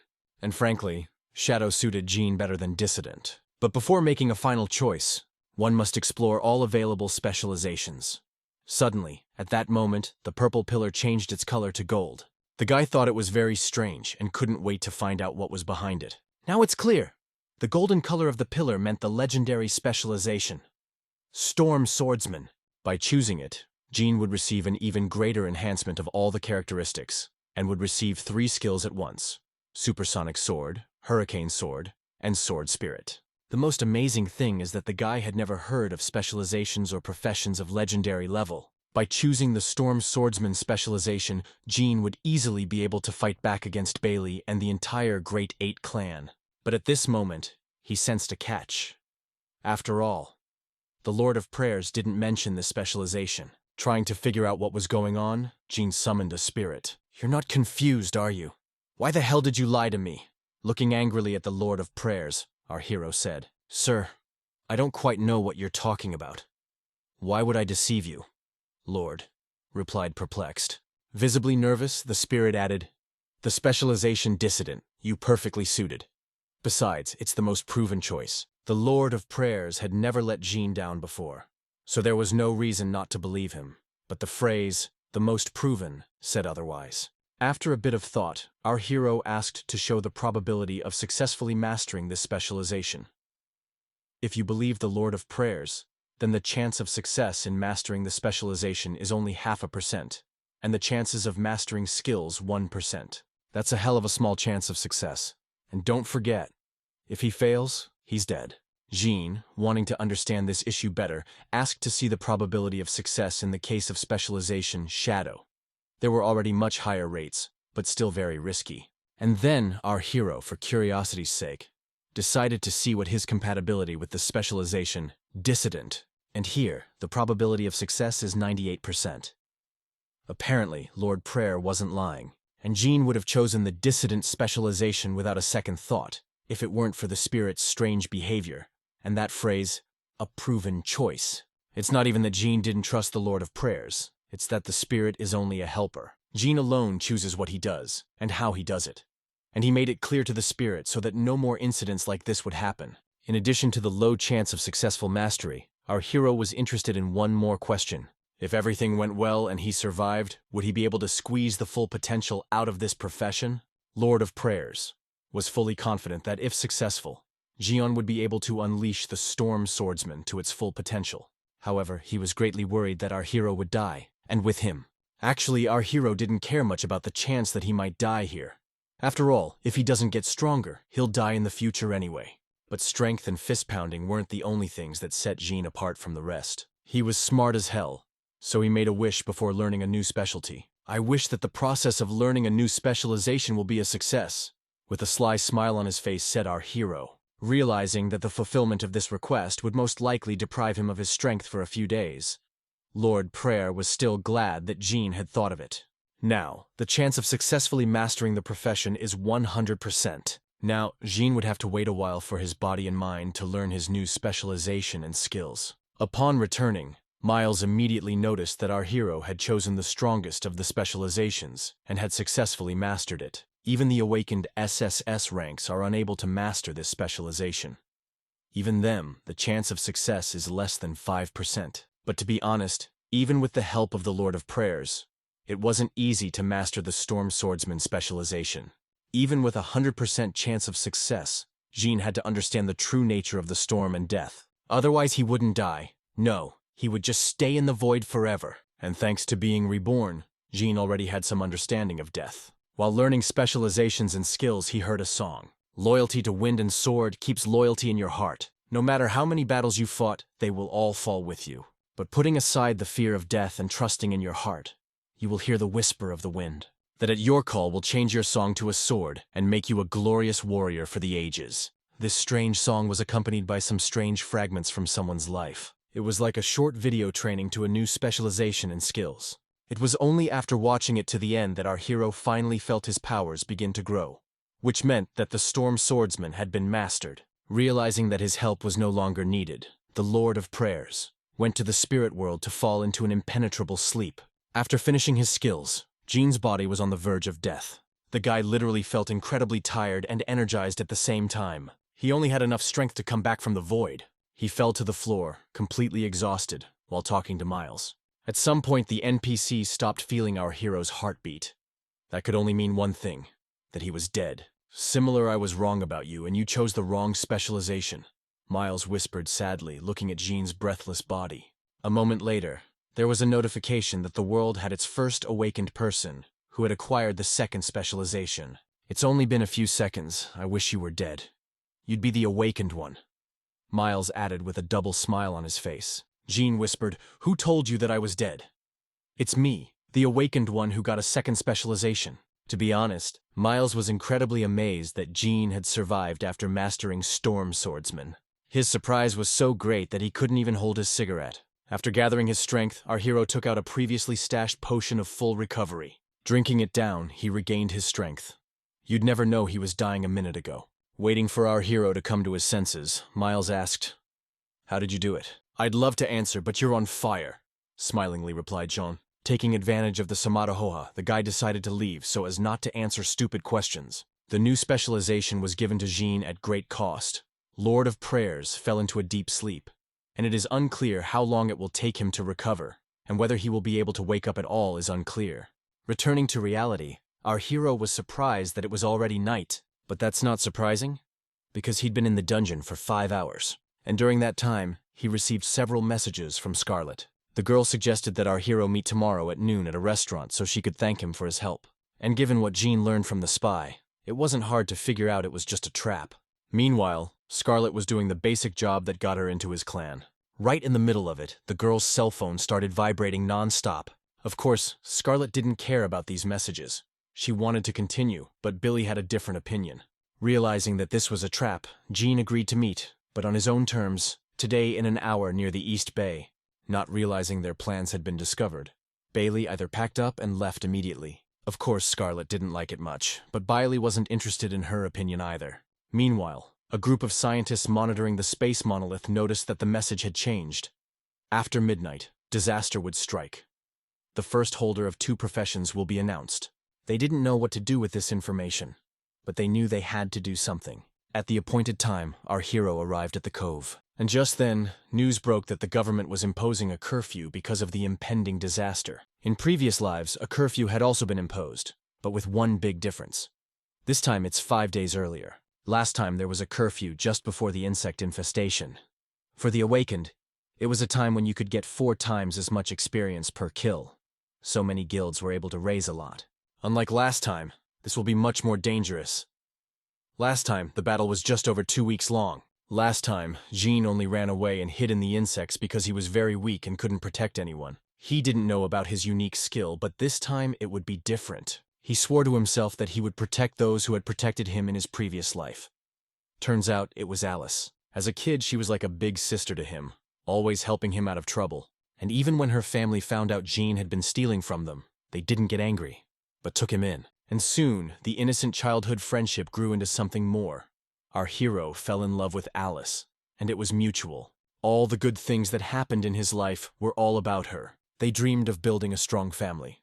But when she needed his help, Jean wasn't there for her. So now our hero's main goal was to finish off Alice's killer, Bailey. Meanwhile, the head of the Great Seven was on his way to his death. The atmosphere in the car was very tense. Bailey received a phone call that made him nervous. When he answered the call, he just waved his head approvingly and occasionally said something. Scarlet was surprised that there were people who made Bailey so nervous. Voice from the phone. The engagement of Princess Yoshiko and Miyamoto will take place next month. Get ready. Miyamoto has awakened his SSS-Rank abilities. Therefore, he believes he has the power to reclaim his country. S-Rank ability holders need to gather power crystals soon to raise their levels. That was the end of the conversation. Bailey was clearly not happy with what he heard, as he suddenly whispered angrily, "You vile worm Miyamoto, how dare you steal from me? Princess Yoshiko is mine, and mine to you as well." In light of recent events, Bailey realized that he needed to find all the crystals before the end of the month to raise his rank to SSS level. He didn't have time to search for crystals himself, so he wanted to entrust this job to our hero as soon as he recruited him. After thinking for a while, the guy said, "Scarlet, increase the surveillance on Alice. As long as we control her, Jean will be forced to work for us." Bailey wouldn't go to meet our hero. He gave the task to Scarlet. The guy wanted her to convince our hero to join their clan. At the agreed time, Scarlet showed up at East Bay where Jean was waiting for her. Having seduced Bailey, the girl was fully confident in her abilities. She planned to pull the same trick on our hero. When she got a little closer to him, the girl started running towards him, screaming how happy she was to see him. The plan was quite simple. She wanted to jump on top of him, so that her breasts would be right in his face. And then I see. But the moment she jumped, Jean just pulled back, and Scarlet fell face first into the sand, staining her white blouse. The first thing our hero said when he saw Scarlet, "Where's that Bailey now?" The girl tensed up when she heard that name, for he had clearly given her the task of keeping Jean from finding out about him. Scarlet made a cute face and pretended that she was hearing that name for the first time. For the last time, Bailey is the man who leads the Great Eight clan. Where is he?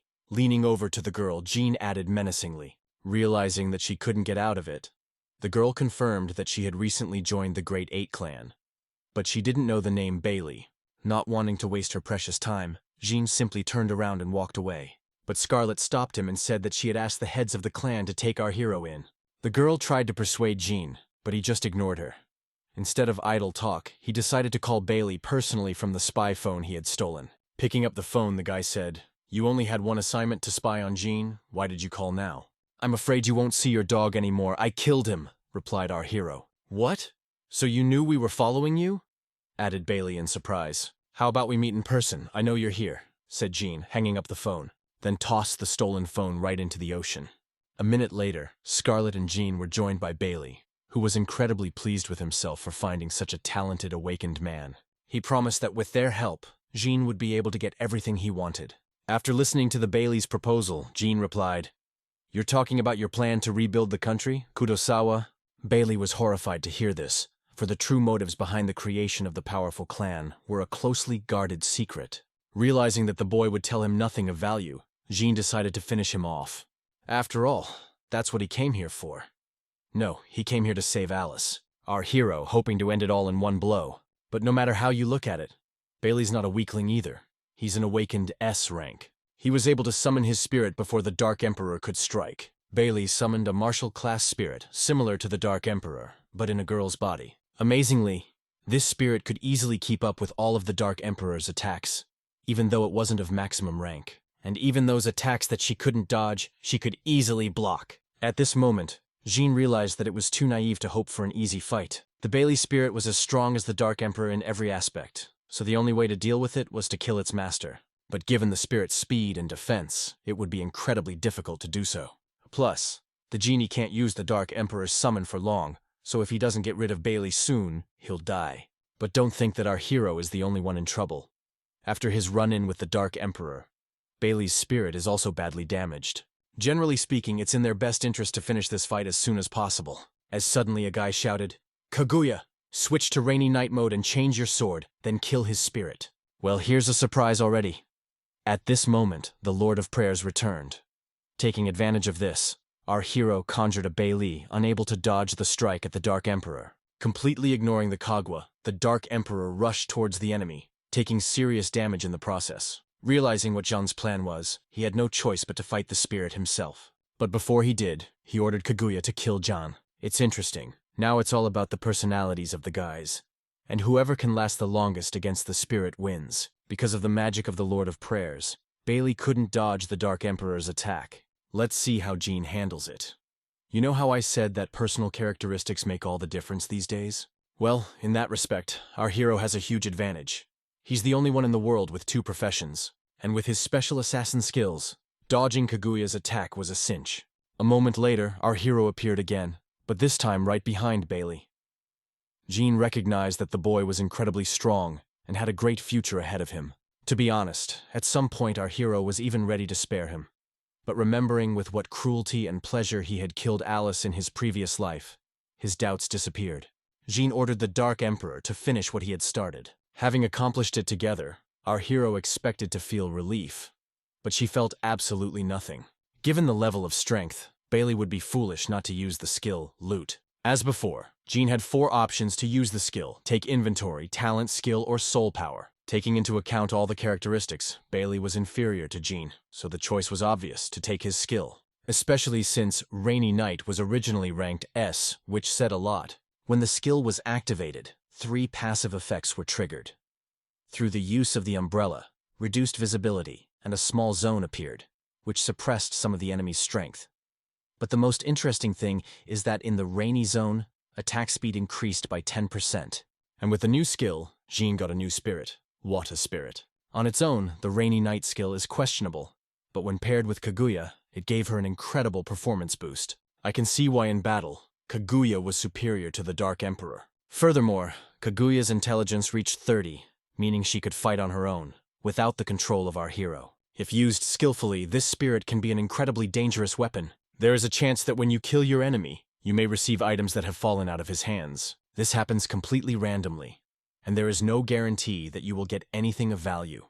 But after killing Bailey, from his inventory, our hero was able to get 1 lottery ticket for the Wheel of Fortune, which was just in time. However, there was one problem, and for the frequent fulfillment of wishes, the Lord of Prayers was again inaccessible.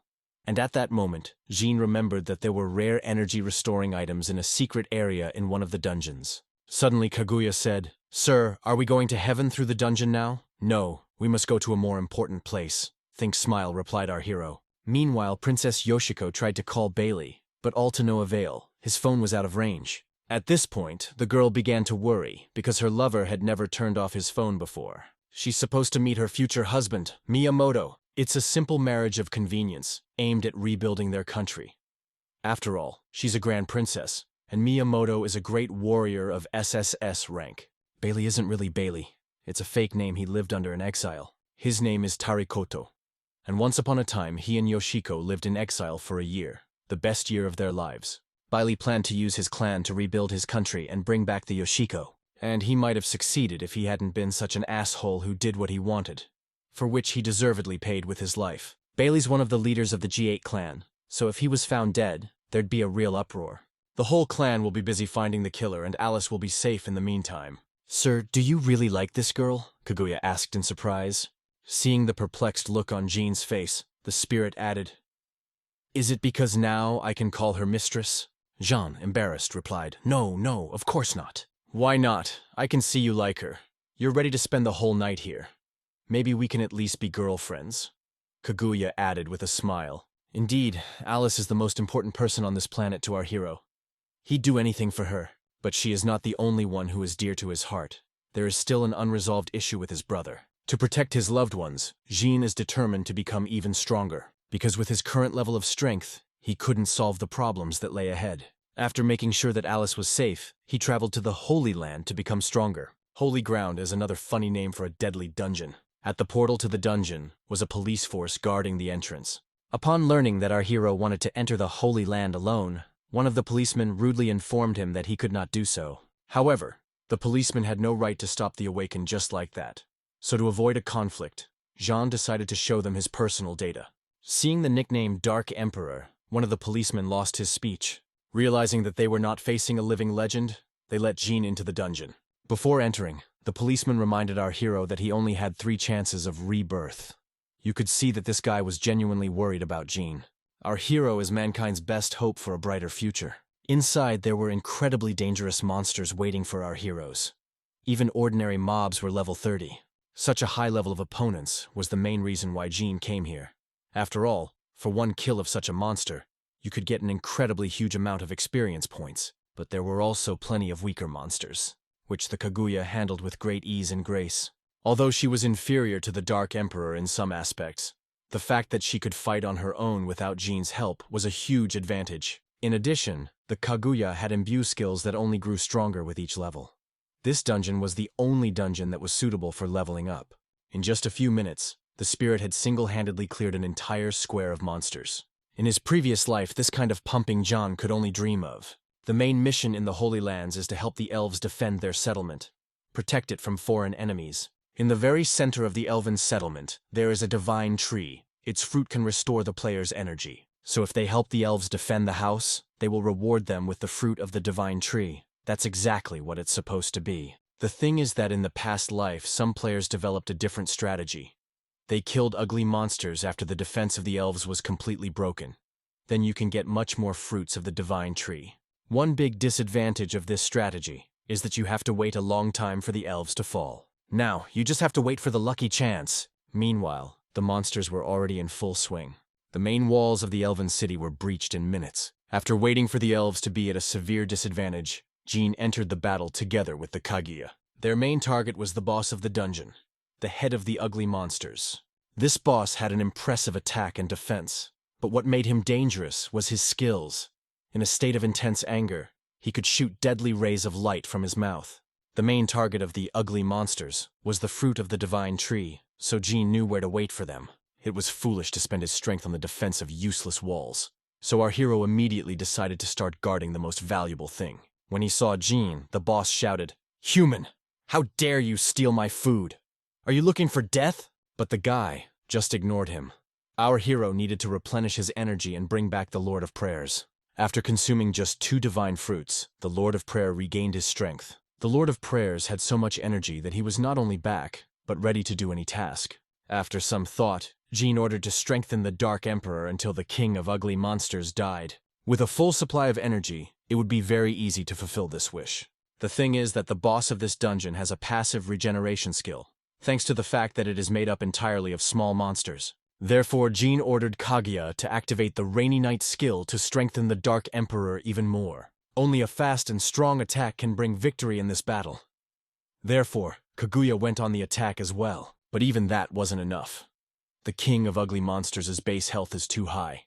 Of course, they were able to inflict quite an impressive amount of damage on him, but if they didn't continue attacking, it would all be for nothing.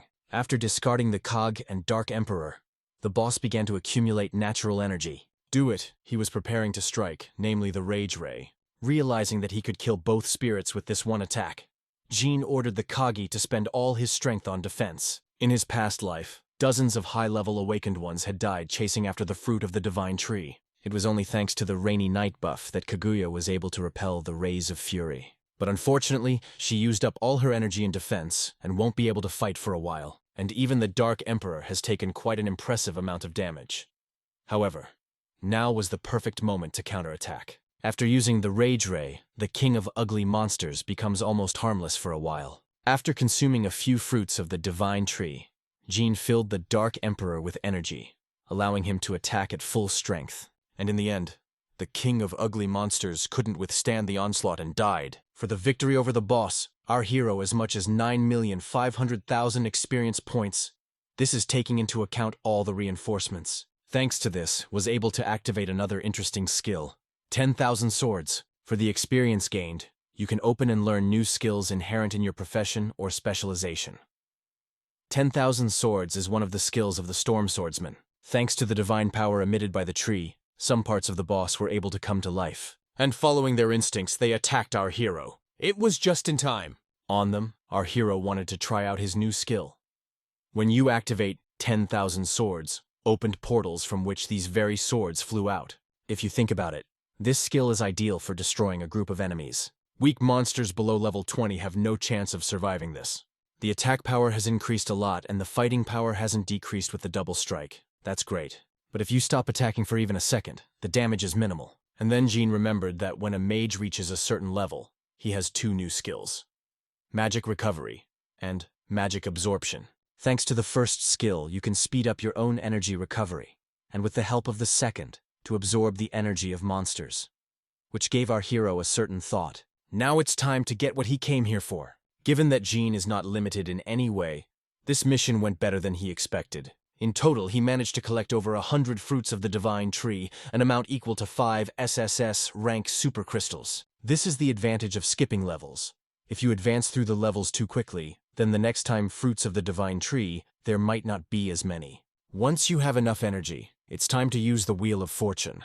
But before making a wish, our hero asked him to eat 2 life-extending potions. That way, he would be able to make a difficult wish, and not send the Lord of Prayers into a long sleep. Calling on the Wheel of Fortune, Jean made a wish. The next 10 spins must necessarily appear items above the S rank. For our hero, every spin of the Wheel of Fortune was incredibly exciting, but this time especially so. On his first attempt, he received a SS-ranked Chilling Crucifix. It allows him to reduce the time it takes to regain his strength after a battle. Considering the intensity with which Jean fights, this crystal was perfect for him. Next was the S-rank Intelligence Crystal.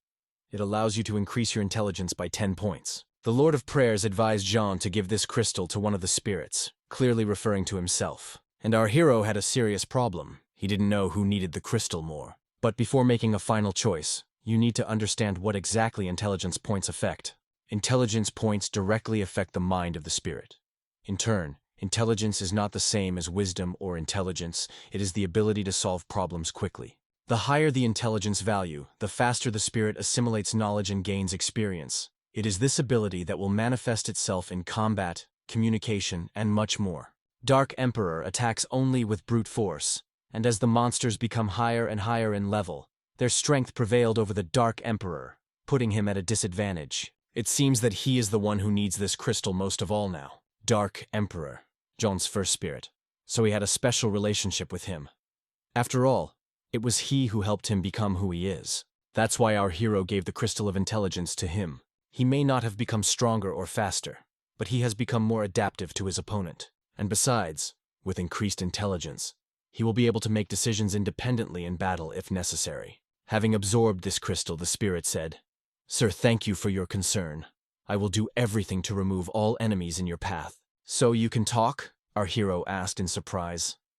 Although the Dark Emperor had become smarter, his intelligence was still not high enough for him to fight on his own, when suddenly Jean said, "The increase in experience points is never as fast as with direct robbery."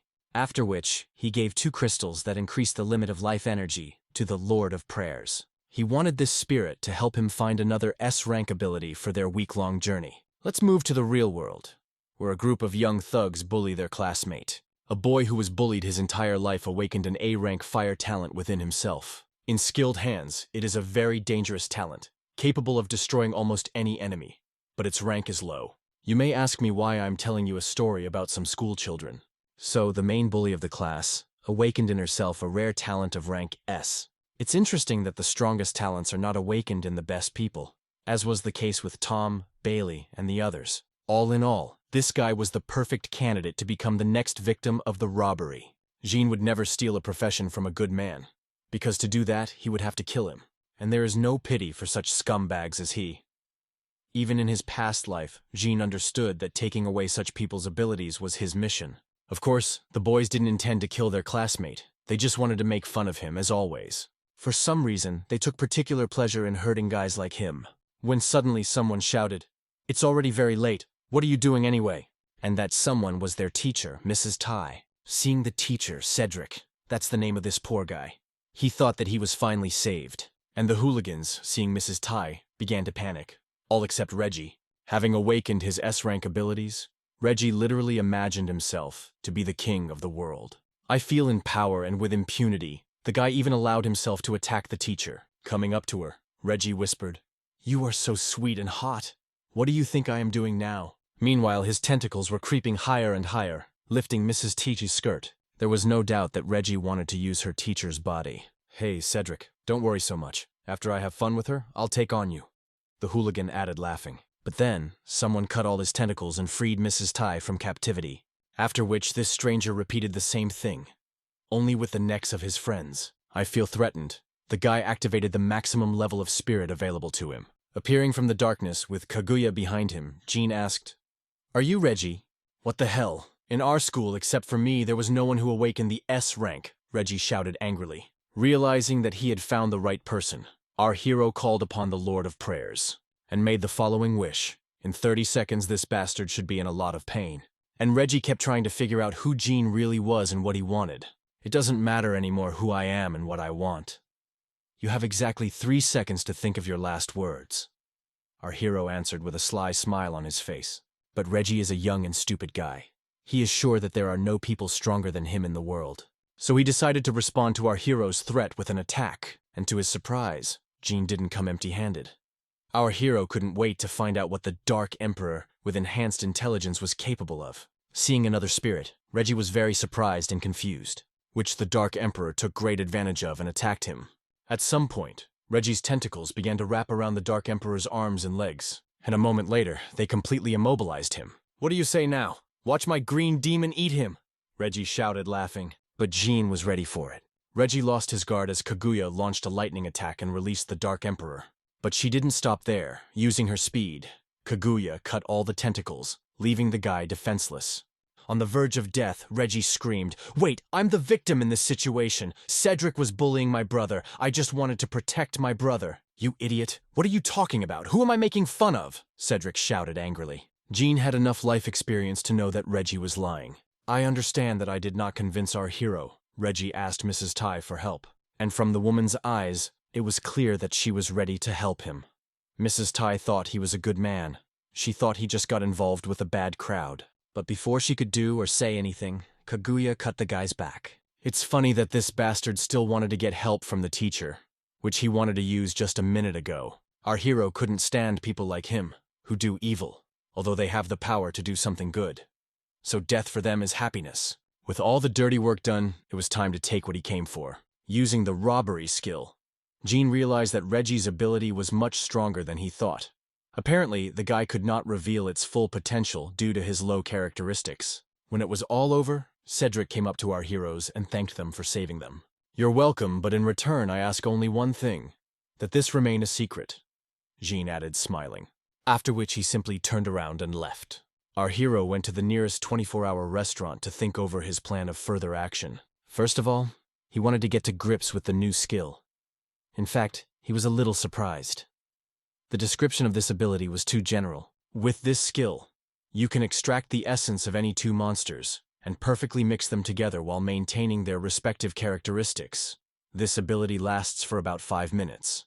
Now it's clear why when Jean received this skill, he felt as if he had acquired 10 new abilities at once. Plus, this skill has a passive ability called Elastic Skin that reduces damage taken from blunt objects by half. This explains why the Dark Emperor's attacks were useless, but Kaguya was able to kill Reggie with one blow. But the Dark Emperor has many interesting attacks and a special level of defense against spells, so he can also be considered a good fighting spirit. After thinking for a bit, as a sign of his gratitude, our hero decided to treat his spirits to fried chicken. Of course, they don't need food at all, but they love to eat delicious food. Why not make them happy then? A couple of minutes after our hero had placed his order, the waitress came up to him and said, "Good evening. Were you the one who ordered 300 chicken rolls, 300 spicy burgers, and 200 slices of tender beef?" "Yes, that's right," John answered. "Excuse me, but our restaurant doesn't have that much food," the girl answered confusedly. "Then bring as much as you have," our hero added. Such an unusual order was due to the fact that in about 6 months, there will be big problems with food. And the space crystal can store food from the moment it is placed in it, so it is worth stocking up in advance. While waiting for his order, Jean couldn't help but notice how the weather outside had suddenly gotten worse. Something similar happened in a past life. So Jean knew that this was the beginning of a catastrophe, a plague of insects that had flown in from another dimension. Last time, about 1.5 million people died because of these monsters, and people barely managed to win. When suddenly, a woman with a child in her arms ran into the restaurant where our hero was sitting. She begged for someone to save her child. But at that moment, the spider grabbed her by the jacket and dragged her out into the street. And if no one helps her, then she and the child can be considered dead. But luckily for her, the cafe was home to the strongest awakened at the moment. Jean literally snatched the girl from the clutches of the monster. Apparently, it won't be possible to have a quiet dinner. In a past life, our hero has already met similar monsters. Summoning the Lord of Prayers, Jean wished for the white fog around them to dissipate. After all, there could be even more monsters hiding in it. Without thinking for a second, the guy pounced on the largest spider to deprive the monsters of their leader. These insects have a strict hierarchical system, so without a leader they are relatively harmless. Despite its gigantic size, this spider was only level 7. This means that its stronger relatives are even larger. Of course, for killing such a monster, our hero did not receive any additional reward, only a little experience. For Jean personally, fighting low-level insects was useless. But for the Dark Emperor and Kaguya, this was the perfect chance to easily level up. Thanks to her ability to levitate, Kaguya dealt with flying insects with ease. Well, the Dark Emperor, even without the ability to fly, was not inferior to her. The fight with these insects was more like training, for which you could get 4 times more experience than usual. By the way, all this time, someone was watching our hero. The whole time that Jean was leveling up and was in the dungeon, Derek was gathering a squad of the strongest awakened. In addition to Teruo, during this time the man was able to find 2 more team members. But now, they weren't going to fight Jean. They wanted to take advantage of the disaster to raise their levels.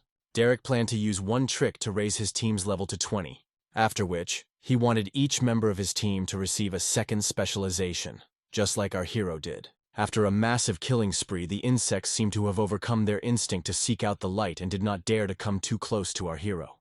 But this is all temporary. Since it was now the middle of the night, the 24-hour restaurant was a strong attraction for all the insects. And at the moment, this was very profitable for our hero. And in the meantime, Jean decided to pick up his order.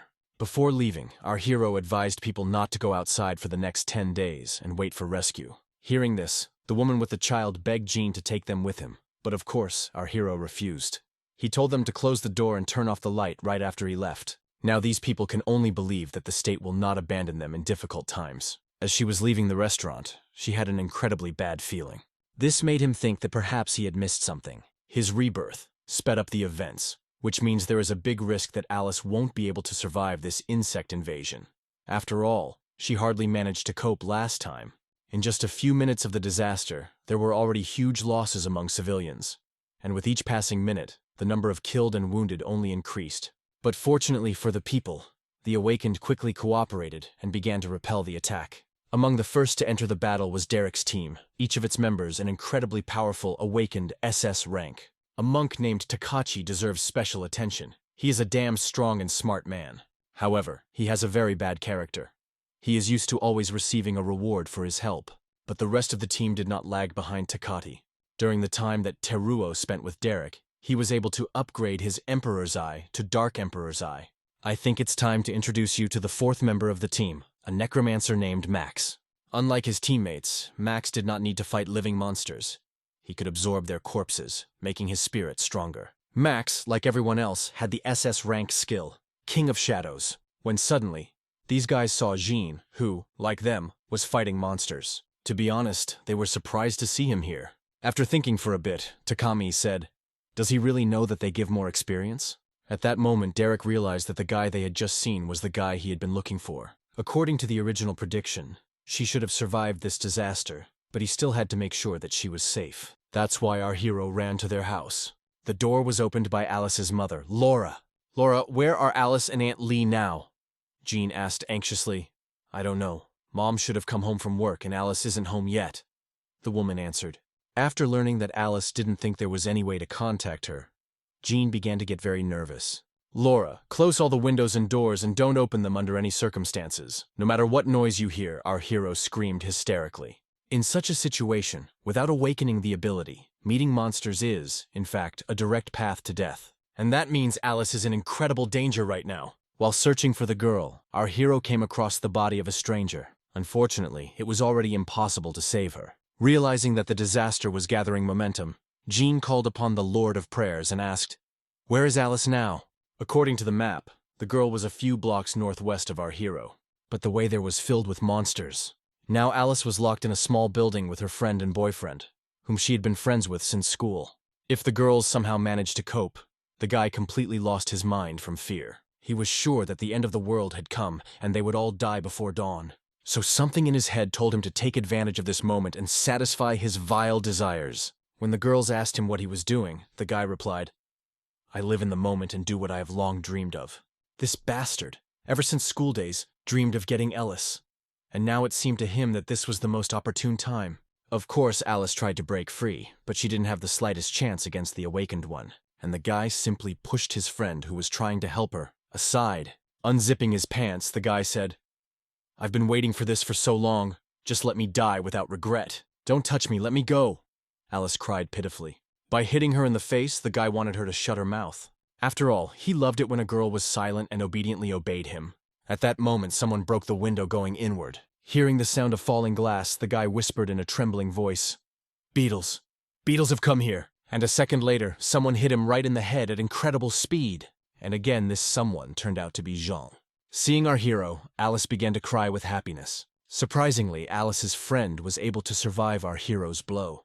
In addition, the guy offered Jean to use the girl together. Well, in response, our hero summoned the Dark Emperor and grabbed this bastard by the neck. Jean didn't kill him for only one simple reason. He wanted the guy to tell everything that happened. "You fucking bastard, I'll kill you!" the guy screamed. "Dark Emperor!" "Squeeze his neck hard enough to break all his bones," Jean added. "Stop, I'll tell you everything!" The guy felt pressure on his throat and screamed. After the Dark Emperor let him go, this idiot threw himself at Jean's feet and begged him to spare him, because he hadn't done anything to Alice. Well, of course, our heroes didn't care. He knew perfectly well what would have happened if he hadn't intervened. So Jean gave the guy two options. Either our hero would kill him, or he would go out into the street and meet his death with dignity. Don't think for a second, the guy chose the second option, because this way he has at least the slightest chance of surviving. Jean also understood this perfectly well, so he called upon the Lord of Prayers and asked that 200 beetles attack the guy in a minute. Our hero simply could not leave him alive after what he wanted to do. This idiot wanted to break a large window so that the bugs would tear Jean, Alice, and her friend to pieces, and he himself wanted to hide in a safe area nearby. But our hero is not such an idiot as the guy thought he was, and he prepared everything in advance. An ordinary D-rank awakened had no chance of surviving against such a horde of monsters. Now that Alice was finally safe, Jean felt calm. "Brother, did you really let him go?" Alice asked with tears in her eyes. "Of course not. How could I let him go after what he did?" Jean answered, "You can be sure he is no longer alive. The monsters tore him to shreds," added our hero. Blushing a little and leaning towards Jean to kiss him, the girl whispered, "Thank you." But at that moment, Kaguya appeared and cried out enthusiastically, "Sir, will she become your girlfriend?" Embarrassed, Alice pushed herself away from Jean, and our hero shouted, "Kaguya, shut up!" Perplexed, the spirit added, "Why should I remain silent? You said that you like her. Or did you lie to me and you don't like her? I don't understand." Kaguya added, putting Jean in a very awkward position. Got very nervous, our hero said that Kaguya misunderstood him and he was indifferent to Alice, which of course was absolutely a lie. And at that moment, the friend came to consciousness. "You will see that everything is fine with her," Alice, not holding back her emotions, rushed to hug her. "Everything was fine with my friend, but because of the strong blow, she had a severe headache." Seeing Jean, the girl screamed, "Your mother, another one, what do you want from us?" "Sister, don't worry, this is my friend Jean.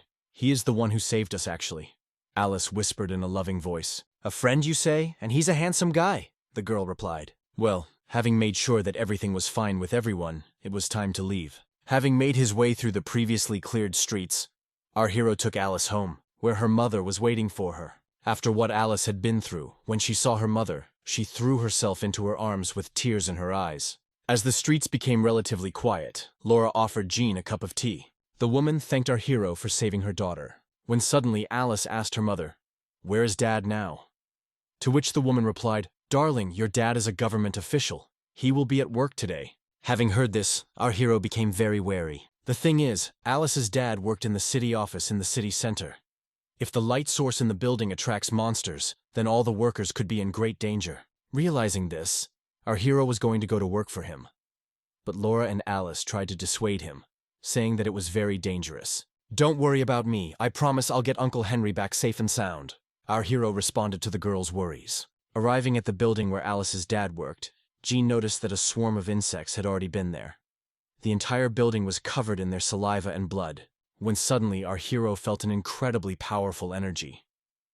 Even in the most dangerous dungeons, he had never felt anything like this before, which was quite unexpected because the monsters in this disaster reach a maximum of 20 levels, so they cannot emit this kind of energy. While Jean was trying to understand what was happening, an explosion thundered on the second floor. The feeling of that very energy became only stronger. This meant that the progenitor of the catastrophe had appeared. If we were to classify this disaster by rank, it would be rank E because the monsters here are quite weak. However, if a progenitor appears nearby, the monster's level will be higher than that of the disaster itself. Such monsters are called guardians of the progenitor. Only by killing such a monster can a catastrophe in a certain area be stopped. In a past life, before entering the era of chaos, the government decided to deal with those who surrounded and suppressed the guards. Those who completed the task received a generous reward. Don't think that it was he who met the so-called boss, whose level is clearly higher than 30. I don't even know whether he was lucky or not.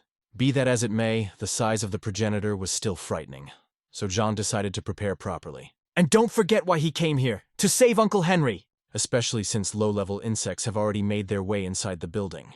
There were no awakened people among the city office workers. After all, keeping people with superpowers in such a job would be too stupid. The only thing the workers could do was barricade the doors and hope that someone would come to their aid.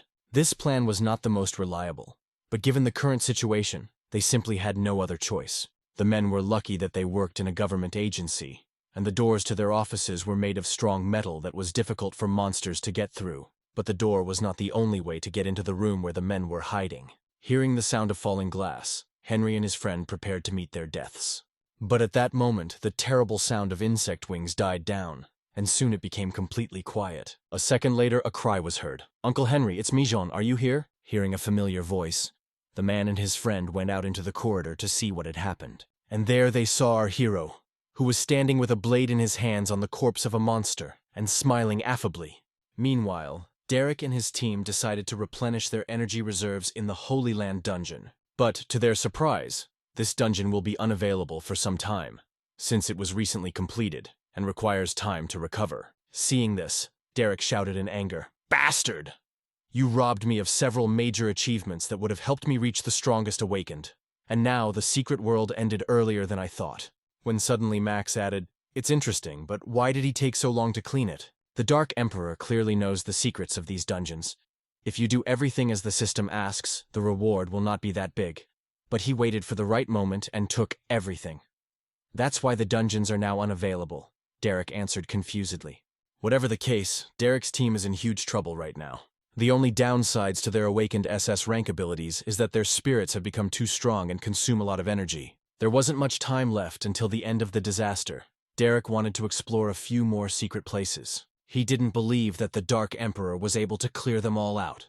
Meanwhile, our hero brought Uncle Henry back home, where Laura asked him about what had happened to him.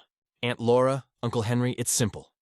I have developed an S-rank talent," Jean answered when asked about his new abilities, which Alice's parents were very surprised about, because they also awaken powers in themselves, but are still considered ordinary people. After all, Henry simply has increased endurance, and Laura has intelligence. I think it's worth clarifying that many more people have awakened powers in themselves than you might think. It's just that most of them have awakened powers that are so insignificant that they are considered ordinary people. Only talents of rank A and above are truly considered awakened. For example, Alice awakened the abilities of rank A, Sounds of Nature. This ability can make her singing even more beautiful. It also gives the ability to restore physical strength and improve old skills. When suddenly Aunt Laura asked, "Jean, what talent have you awakened?" Noticeably nervous, our hero began to mumble something unintelligible under his breath. But then Alice interrupted him and said, "Mom, you can't ask about such things, especially when he has such a high rank." "You're right, I ask too many questions. It's just that I remember Jean as a child, and now he's so strong it's hard to get used to it," Laura added. "Don't worry, you are like family to me, so I can tell you. My ability, Heaven's Justice, has awakened. It gives me incredible attack power," Jean answered. Naturally, our hero couldn't tell the whole truth that he gets his power by killing people. After all, it could greatly affect his relationship with Alice. You know that with such power comes great responsibility, don't you? Uncle Henry asked anxiously. Of course, I understand everything. Besides, I would like to take Alice with me to one of the dungeons, if you don't mind. Jean answered with a smile on his face. I don't think she's in any danger with someone like you, so I don't mind. We have a spare guest room, you can stay the night, Henry answered with a heavy sigh. Our hero was unsure whether he should stay the night at their house, but Alice just took him by the hand and dragged him along. Once upon a time, Henry lost contact with a boy who lived in an orphanage for many years. But today, this boy saved his family. In this life, Jean has already saved Alice, but he can't stop here for long because he still has to save his brother. If everything were different, and under different circumstances, our hero would never have left this house, because living with Alice and her family is his dream. But now the most important thing is to improve the characteristics, and find another one to Nora rank S. And here's the perfect candidate, a man named Dean. In his youth, he was a copycat of a famous serial killer, but was never caught. And in the era of awakening, he received the ability of the rank SS. Bloody Harvest. When activated, the spirit Lord of Terror appeared. It is not yet known what specific abilities this spirit possesses, but one thing is clear. It feeds on the despair and fear of people. The more a person fears him, the stronger he becomes. Dean had a little 3-year-old daughter, for the sake of which the man was capable of anything, and given his past, anything in the literal sense. Thanks to his robbery skill, Jean had already taken away the skills from Lou and Bailey. But besides them, Jean knew of the existence of 2 more awakened ones with high ranks who would become real monsters in the future. And one of these awakened ones was Dean. Unaware of his true abilities, Jean made him his next target. From this moment on, the ghoul hunting season is declared open again. Meanwhile, Dean and his spirit hunted insects, leveling up one after another. But the Dreadlord had one peculiarity. The longer you use it, the angrier you become. At that moment, one began to curse his dead wife because she abandoned him with their small child. But then, Lord of Terror said, "Human, listen, these monsters bring very little strength. I need more fear to strengthen my teeth." "But where can we get so much fear?" asked Dean in surprise. "People! Only the fear generated by your souls can fill me with strength," the spirit answered. Even though Dean was a real bastard before, he has changed a lot since the birth of his daughter, and has come to understand the value of human lives. But the influence of the demonic aura of the spirit once again awakened in the man the former thirst for killing people. Especially since if he kills someone during the disaster, it is unlikely that anyone will investigate the matter. Bursting into the first house he came across, Dean came across a newlywed couple with a baby. At that very second, the Lord of Fear became many times stronger. With every cell of his body, the spirit felt how scared these people were. The man desperately rushed towards Dean with a knife in his hands to save the family. He didn't even have time to run a couple of meters before the Lord of Fear pierced him with his finger.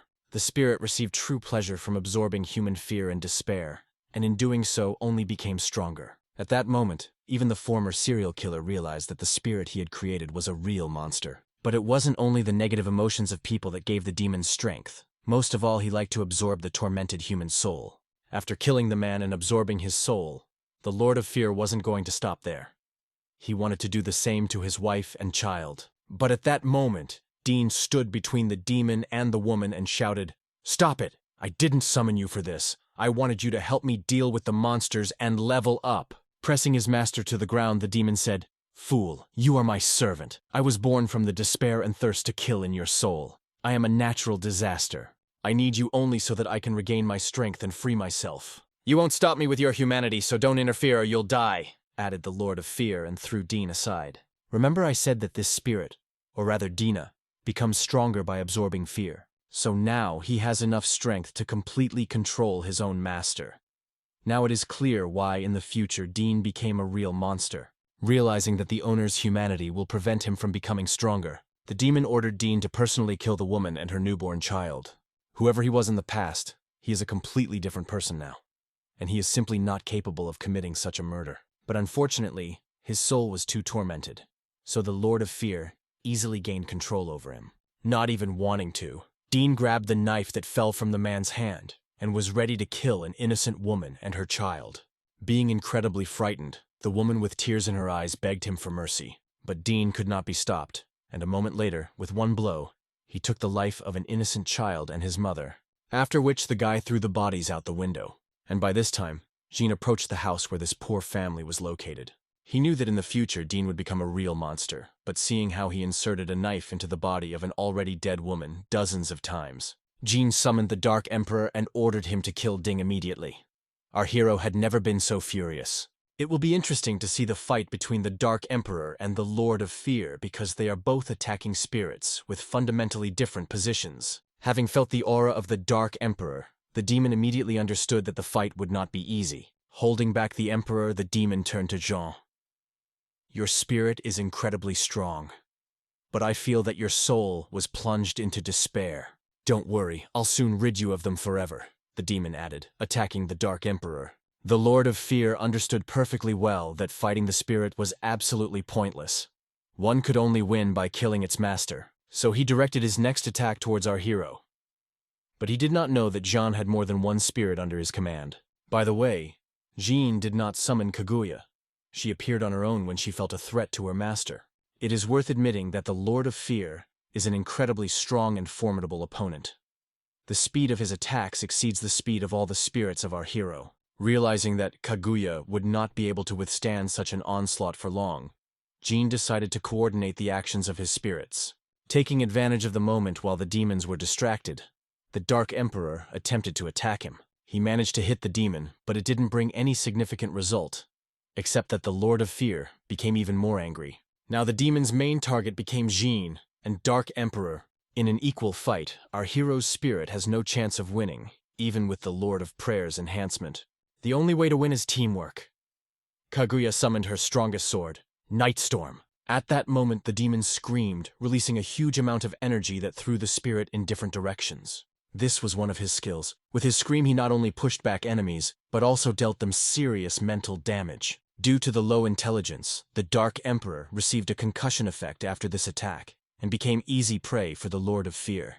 Realizing that he could lose one of his strongest spirits, our hero summoned the green demon that he stole from Reggie. It won't be possible to kill the Lord of Fear this way, but it is quite possible to immobilize him and save the Dark Emperors.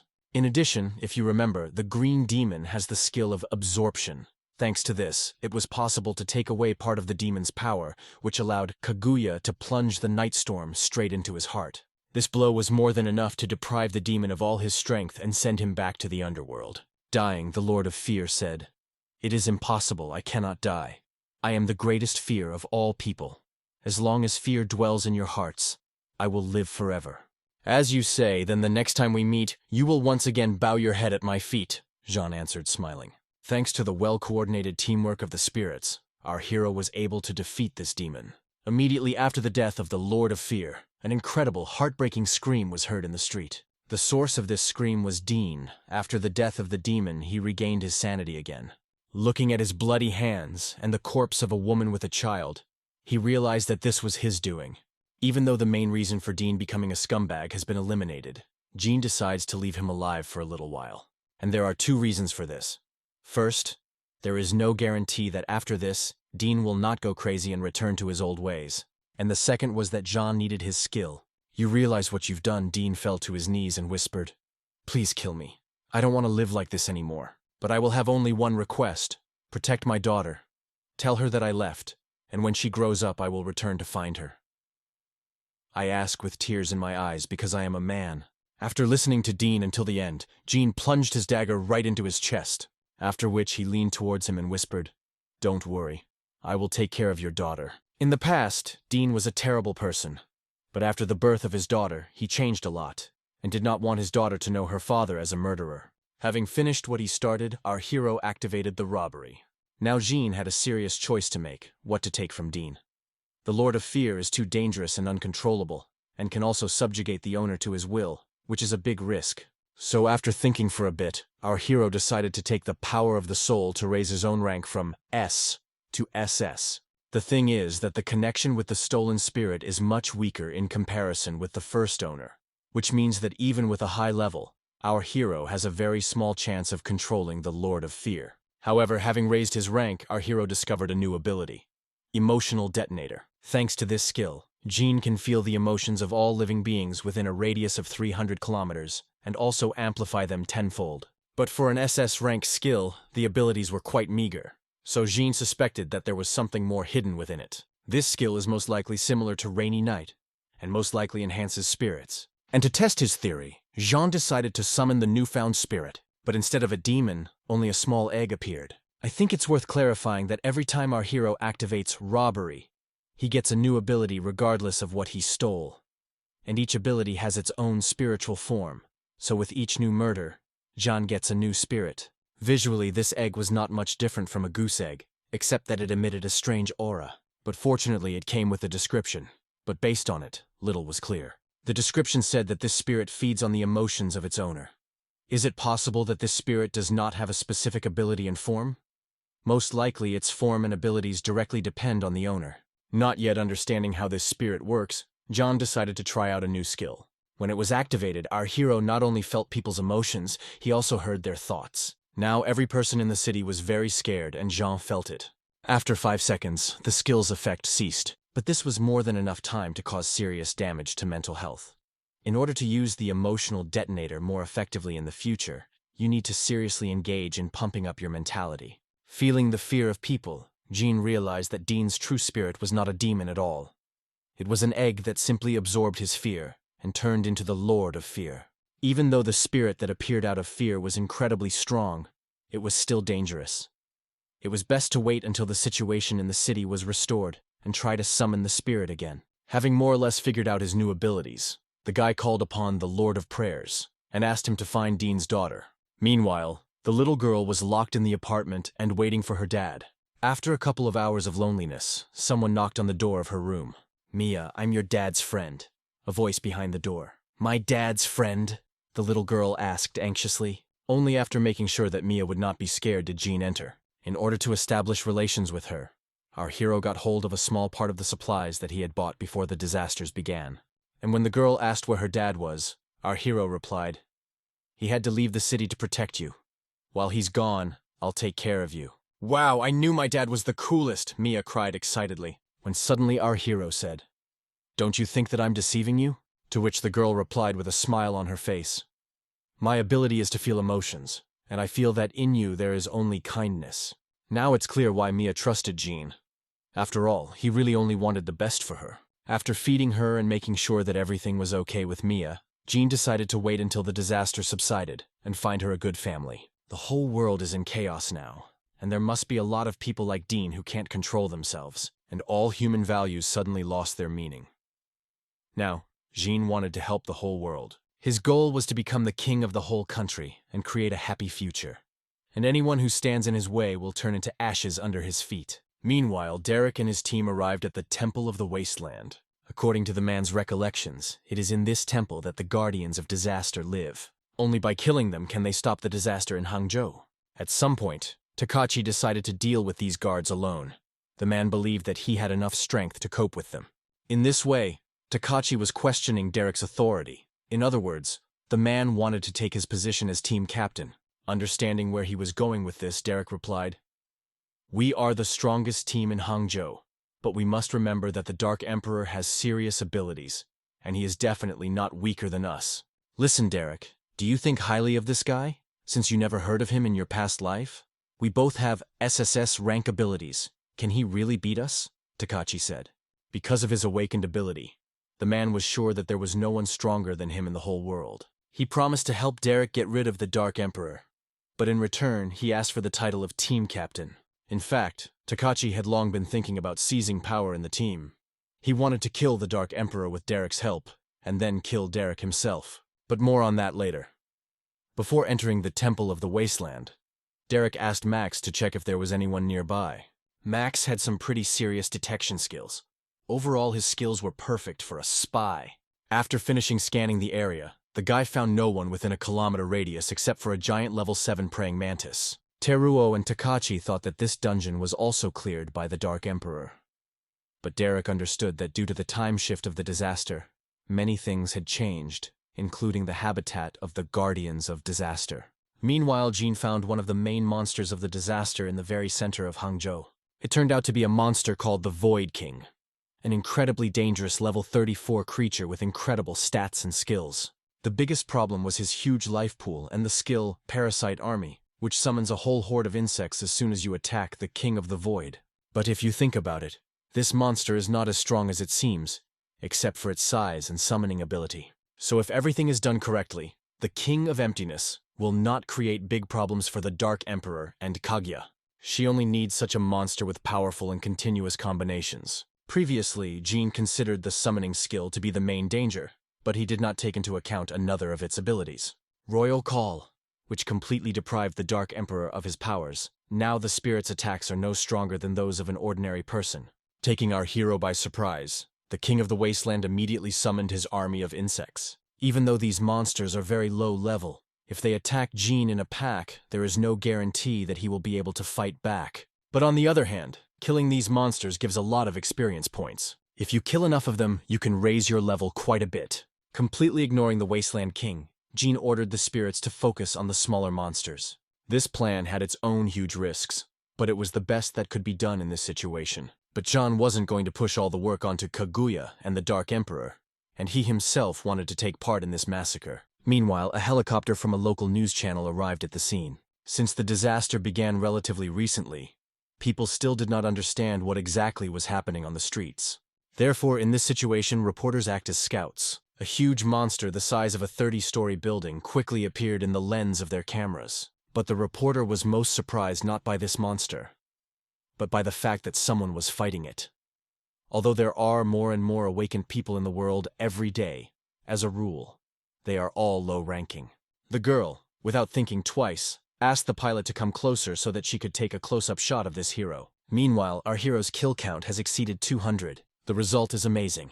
And all this is thanks to only Dark Emperor and Kaguya.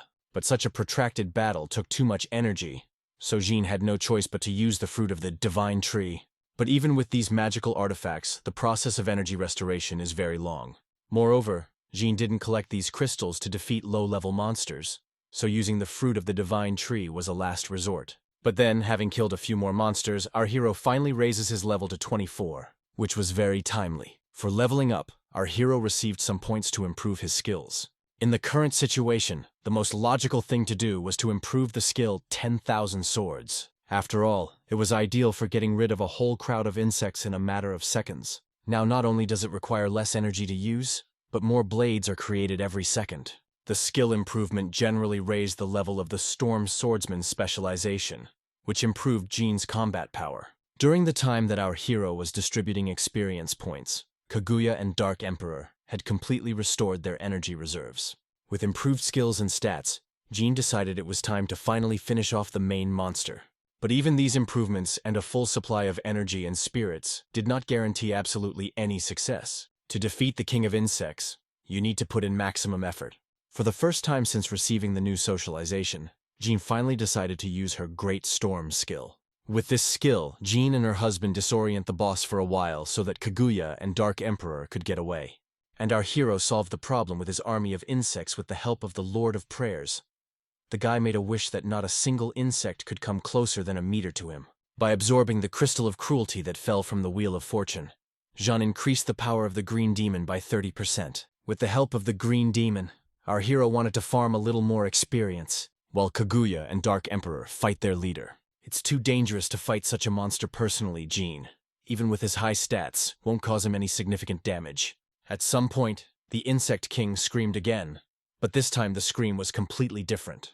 This time, by activating the King's Call, he strengthened his army twice, but at the same time deprived himself of 30% of his health points. This means that it will be more difficult for Jean, but it will be easier for the Dark Emperor and Kaguya. All this time, our hero is being followed by reporters in a helicopter. They would like to help him, but unfortunately their helicopter is not equipped with any weapons, so they can only watch. Journalists considered it their duty to show all the heroism of our hero, so that every person in the country knew him by sight.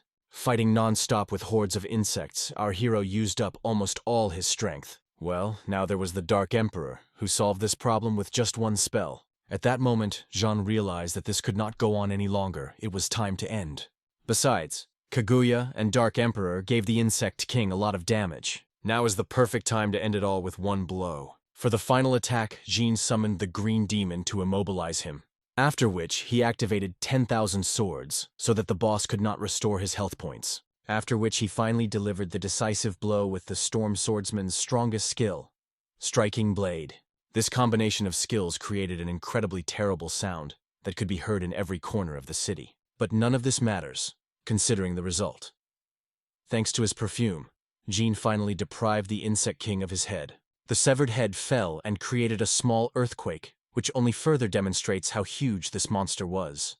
But given his skill, a severed head did not guarantee his death. So to make sure the insect king wouldn't rise again, Jean stabbed him straight in the head with a dagger. After this, world news broke that the Dark Emperor had become the first person in history to kill the insect king, and as a reward for this, he received 10 tickets to the Wheel of Fortune. Seeing this, the reporter realized that the Dark Emperor that everyone has been talking about lately was the same guy she had been filming all the time. She was filled with pride that the strongest man on the planet was from her hometown. Jean knew that he was being filmed the whole time, and he didn't mind at all. There was no point in hiding anymore. In addition to the Wheel of Fortune tickets and crystals, our hero also received 43,200,000 experience points and raised his level to 27. Crystals of Destiny that dropped from the Insect King are ideal for crafting equipment, but they can only be used to their full potential with high-quality equipment, so Jean decided to deal with them later. After the death of the king, the insects gradually began to leave the city, and the white fog will remain for some time. Kaguya was very worried that the celebrity could interfere with our hero in further raids. Maybe so, but Jean did it on purpose. He was sure that after what he saw, the city authorities would find out about him, and this would help him free his brother.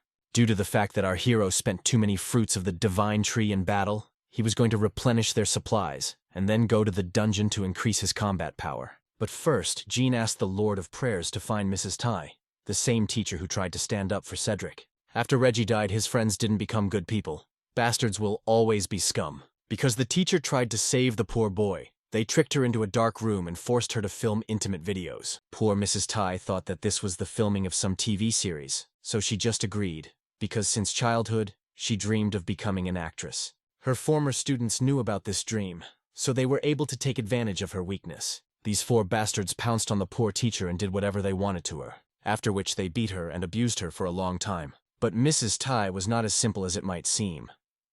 She, like many, awakened abilities in herself, but unlike the others, she was afraid to use them. And in the meantime, our hero had already driven up to the building where, according to the Lord of Prayers, Mrs. Tai was. Jean found it strange that the spirit led him to one of the abandoned warehouses of the local factory. And besides, the chains on the doors were broken. Realizing that something strange was going on here, our hero asked the Dark Emperor to open the door in order to inadvertently fall into a trap. Luckily, there were no traps or anything like that inside.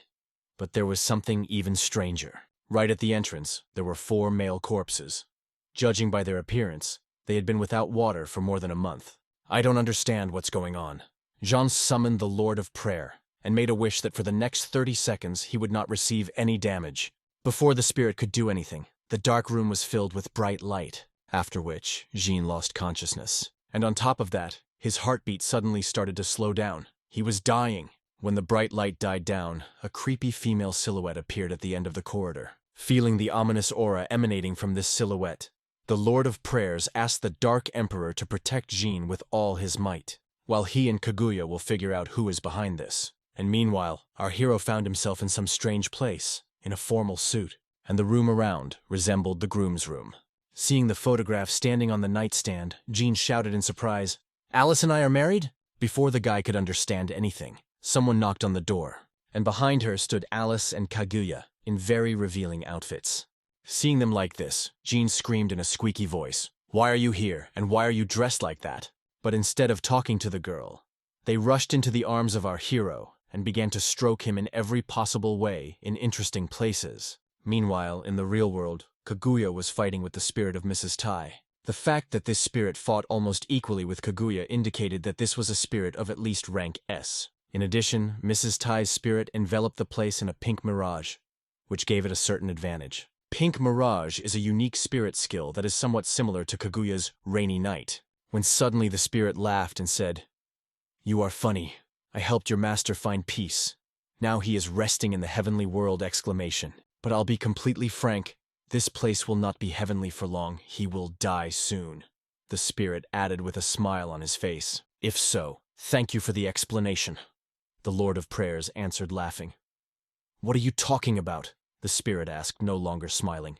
Without explaining anything, The Lord of Prayers summoned the Book of Wishes. With the help of his skills, he wanted to pull Jean out of the world of sweet illusions.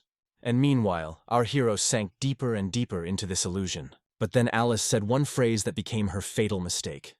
"Jean, finally my dream has come true." And her mistake was because Jean knew her too well and knew that Alice would never have made the first move herself. And immediately after realizing this, Jean returned to the real world. Immediately upon returning, Kaguya pounced on our hero with tears in her eyes, screaming about how happy she was to see him. And then the spirit of Mrs. Tai asked, "How did you manage to get out of my pink mirage?" "So you are a spirit. Is this illusion you're doing?" Jean asked indifferently. Without waiting for an answer, he ordered the Dark Emperor to deal with this spirit as quickly as possible. In an equal fight, this spirit has no chance against the Dark Emperor under the control of our hero. Coming out of the illusion, our hero thought that this spirit could be very useful. Having dealt with the spirit, the Dark Emperor found its owner, who had been hiding in the closet all this time. Realizing she was in trouble, Mrs. Tai screamed, "Please don't kill me, I didn't mean to hurt you." "Don't shout like that. Just answer a couple of questions." "Did you kill these guys?" asked Jean. "No. More accurately, yes. But they tricked me into coming here. And then they did horrible things to me," Tai replied with tears in her eyes. "Please spare me. I can do anything you say. My mouth is capable of incredible things." The girl added in a seductive half-whisper, "It's interesting how it works. I feel like you're trying to put pressure on me, but it won't work." "Kaguya," our hero answered, after which Kaguya pierced the girl with her sword. At this moment, Tai desperately screamed, "Why?"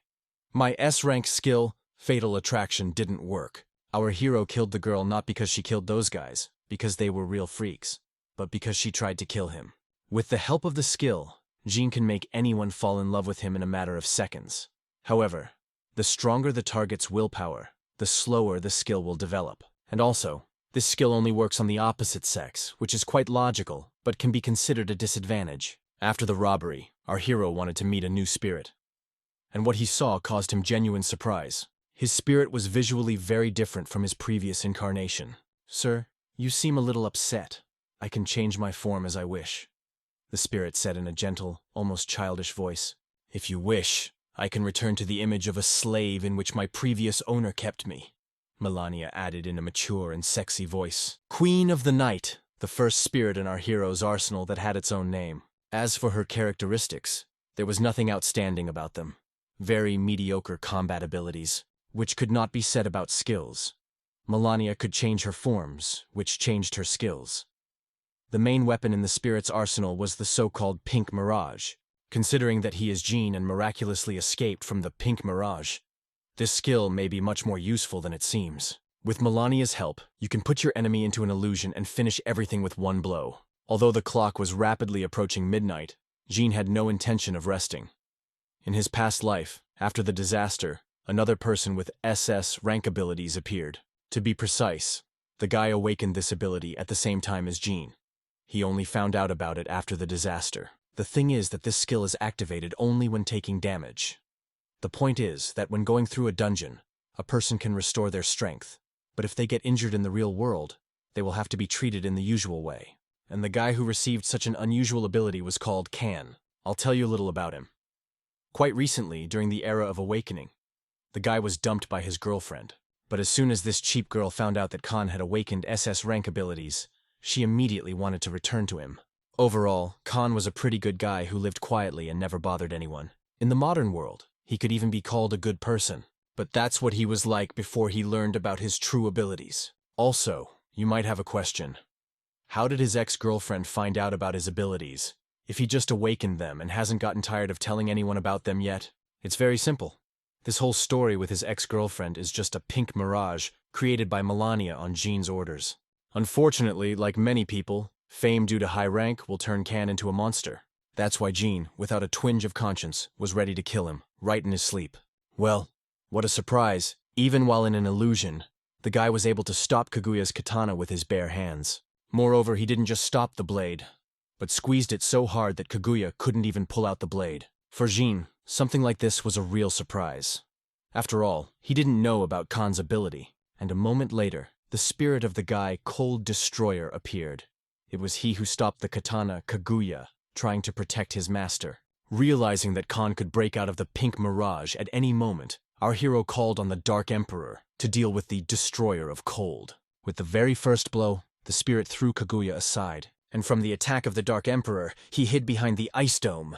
Fortunately, the Dark Emperor's strength was much higher than the Ice Dome's defensive ability, so the spirit was able to simply break through it.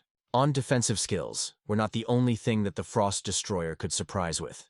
He also had a binding technique called Frost Chains, with which he grabbed the Dark Emperor and began to drain his strength. Possessing a high intelligence stat, the Cold Destroyer understood that the spirits would fight as long as the master was alive. So he aimed his next attack at our hero. Although the speed of the Cold Destroyer's attacks was quite astonishing, Kaguya was still faster. She managed to protect Jean. All this is only due to the fact that our hero managed to activate the Rainy Night in time, which increased the spirit's characteristics. After thinking for a bit, the guy ordered the Green Demon and the Dark Emperor to retreat, to which the Destroyer of Cold said with a smile on his face, "Are you scared? Are people really such cowards? Am I the one who's afraid of attacking?" "I didn't think that spirits could joke," Jean answered laughing. "Stupid man, you will pay for laughing at me," shouted Destroyer of Cold. Jean ordered his spirits to retreat for one simple reason. He saw that the Cold Destroyer was trying to lure him into a trap, but he himself did not attack first. Moreover, it was very difficult to fight this spirit since its rank was SS. Even working together, our hero's spirits are unlikely to be defeated. But in such a case, Jean has an ace up his sleeve, a rank S skill, Perfect Fusion, through which Kaguya and Dark Emperor will merge their souls together, creating one powerful spirit. In such a merger, the strengths and weaknesses of each spirit are taken into account. As a result, you can obtain an ideal fighting spirit of rank S++, devoid of any serious shortcomings. The resulting spirit had the appearance of a Kaguya, dressed in the characteristic armor of the Dark Emperor. One of the skills was a very interesting robbery sword, which with each successful attack took 30% of the enemy's energy. The characteristics were also at a very high level. In combination with the armor of the Dark Emperor, the main disadvantage of Kaguya is compensated: her fragility. Now our hero has a huge advantage over the Cold Destroyer. We are not a spirit, surpassed this Ice Demon in almost everything. Feeling the enemy's incredible superiority, the Cold Destroyer attempted to trap the spirit in his icy prison. But with enhanced characteristics, Kaguya destroyed the ice barrier with just a few swings of her sword. Previously, the Cold Destroyer had an incredible advantage due to its astonishing speed. But now this advantage has been nullified. Realizing that he couldn't hold out against such an enemy for long, the Ice Demon decided to take extreme measures. After spending a huge amount of his spiritual energy, he activated his strongest sealing technique, Ice Coffin. Ice Coffin is capable of holding monsters of level 30 and above, but after fusing with the Dark Emperor, Kaguya is comparable to level 50 monsters, so even such a powerful barrier was not able to hold her back. Having broken through all of the Cold Destroyer's defensive techniques, Kaguya was ready to deliver the decisive blow. In close combat, the Ice Demon has no chance of winning. However, for such a case, the spirit Kena had a trump card hidden away, the strongest S-rank skill, Ice Blood, which turns the spirit's body into a solid and incredibly strong piece of ice, which even Kaguya is unable to penetrate. Could it be that such a swift attack failed? Not at all. Kaguya had another skill, Liberation Power.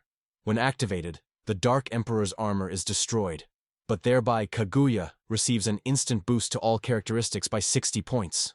And only after that, the spirit was finally able to cut the Ice Demon in half. "This can't be. I'm the legendary Ice Demon," the spirit whispered as he died. "I will protect my master until my last breath, otherwise I am not Princess Kaguya." "Kaguya," answered the dying words of the Destroyer of Cold. Having dealt with the spirit, it's time to deal with its owner. After completing the mission, our hero gave his spirits a small energy crystal so that they could restore their strength. In Can's case, Jean had no idea what exactly to take from him. After what he saw, the guy wanted to get the Cold Destroyer at any cost. In addition to the new skill, Jean also received an improvement in all basic characteristics. After a successful robbery, our hero received a skill of rank SS, Personal Mask. This skill completely copied the Khan ability, which was quite surprising, but meant that it only worked when Jean was in danger. At first, our hero thought that this was some kind of mistake in the description, so he tried to summon a new spirit. But after a couple of unsuccessful attempts, he realized that there was no mistake. Falling to the floor, Jean screamed, "Damn it! I finally got a rank SS spirit, but I can't use it." But relying on a spirit you know nothing about in a critical situation is too dangerous. So Jean had an idea. He wanted Kaguya to start beating him up. Naturally, the girl refused to do so, for to attack one's master is absurd. However, Jean gave her a sensitive order which she could not resist. Moreover, you need to attack with full force to ensure that the spirit appears. Kaguya, without holding back her strength, aimed her katana straight at Jean's neck, and stopped just a few millimeters from his vertebrae. But the spirit never showed up. When suddenly, the Lord of Prayers said, "Sir, I think that our colleague simply did not sense the danger. Because Kaguya did not intend to kill you. There was logic to it, but fighting Kaguya seriously was too dangerous. So our hero asked the Dark Emperor to attack him and try to kill him. And unlike Kaguya, the Dark Emperor did not need much persuasion. He began to act in the same second. And exactly 1 second later, the Dark Emperor froze like a statue. And along with it, everything around froze. Time stopped. After which, Jean heard a voice. There is no willpower in your heart to resist. You want to go more than a dozen ways. From today on, I am all you have. Forget your previous goals and desire to change the world for the better. With my name, we will destroy this world," added the spirit. Finally, he has shown himself. Now it's time to call him. This spirit bears the name Savior, because of its unusual abilities. Feeling threatened by the Dark Emperor, the Savior was going to kill him. And at that moment, the time dilation effect stopped, and the Dark Emperor was able to repel his attack. After which, the Dark Emperor said, "You have funny wings. Let's see how they will be in hell." Before their quarrel went too far, Jean stopped them. It would be bad if the spirits were on bad terms with each other. "Hey, since when can you do anything without my permission?" Jean shouted menacingly. "Excuse me, sir," the Dark Emperor answered timidly. "Master, I will do everything for you. I await your next orders." The new spirit answered. The Savior surprisingly had excellent manners. Our hero was glad that he was not like the Demon King because, in essence, they are very similar. As befits an SS-Rank spirit, its stats are much higher than all previous S-Rank counterparts. Besides, his skills are incredibly amazing. Besides the life-saving skill, he has a good ranged skill. It is much more powerful than Cold Destroyer. After studying the description of the Savior, Jean said, "What does Patron of 23% of reincarnation mean?" Adjusting the collar of his shirt, the spirit replied, "Sir, it is because of the danger you have just been exposed to. I have calculated that 23% of my powers will be enough to protect you." Milan suddenly intervened in the conversation and shouted in surprise, "So you want to say that you can block the iron block of the Dark Emperor using only a small part of your power?" "Not exactly. For him, even 2% of my strength is too much," the Savior answered pompously. Not wanting to tolerate the insults addressed to him, the Dark Emperor, without Jean's order, rushed at the Savior. Our hero sighed heavily and shouted, "Stop!" And you, Melania, stop setting them against each other. Jean also added angrily, hitting the girl on the forehead with his finger. After this, Melania, all in tears, threw herself into his arms, complaining that our hero was treating her cruelly. But even despite the order, the relationship between the Savior and the Dark Emperor is still tense. Our hero's team now has too many spirits, which makes it too difficult to control them. In addition, each of them has a high intellect and has their own individuality. And in the future, this can lead to not the most pleasant consequences. After thinking for a moment, Jean said, "Listen carefully. If I temporarily lose consciousness, you will all obey the Lord of Prayer.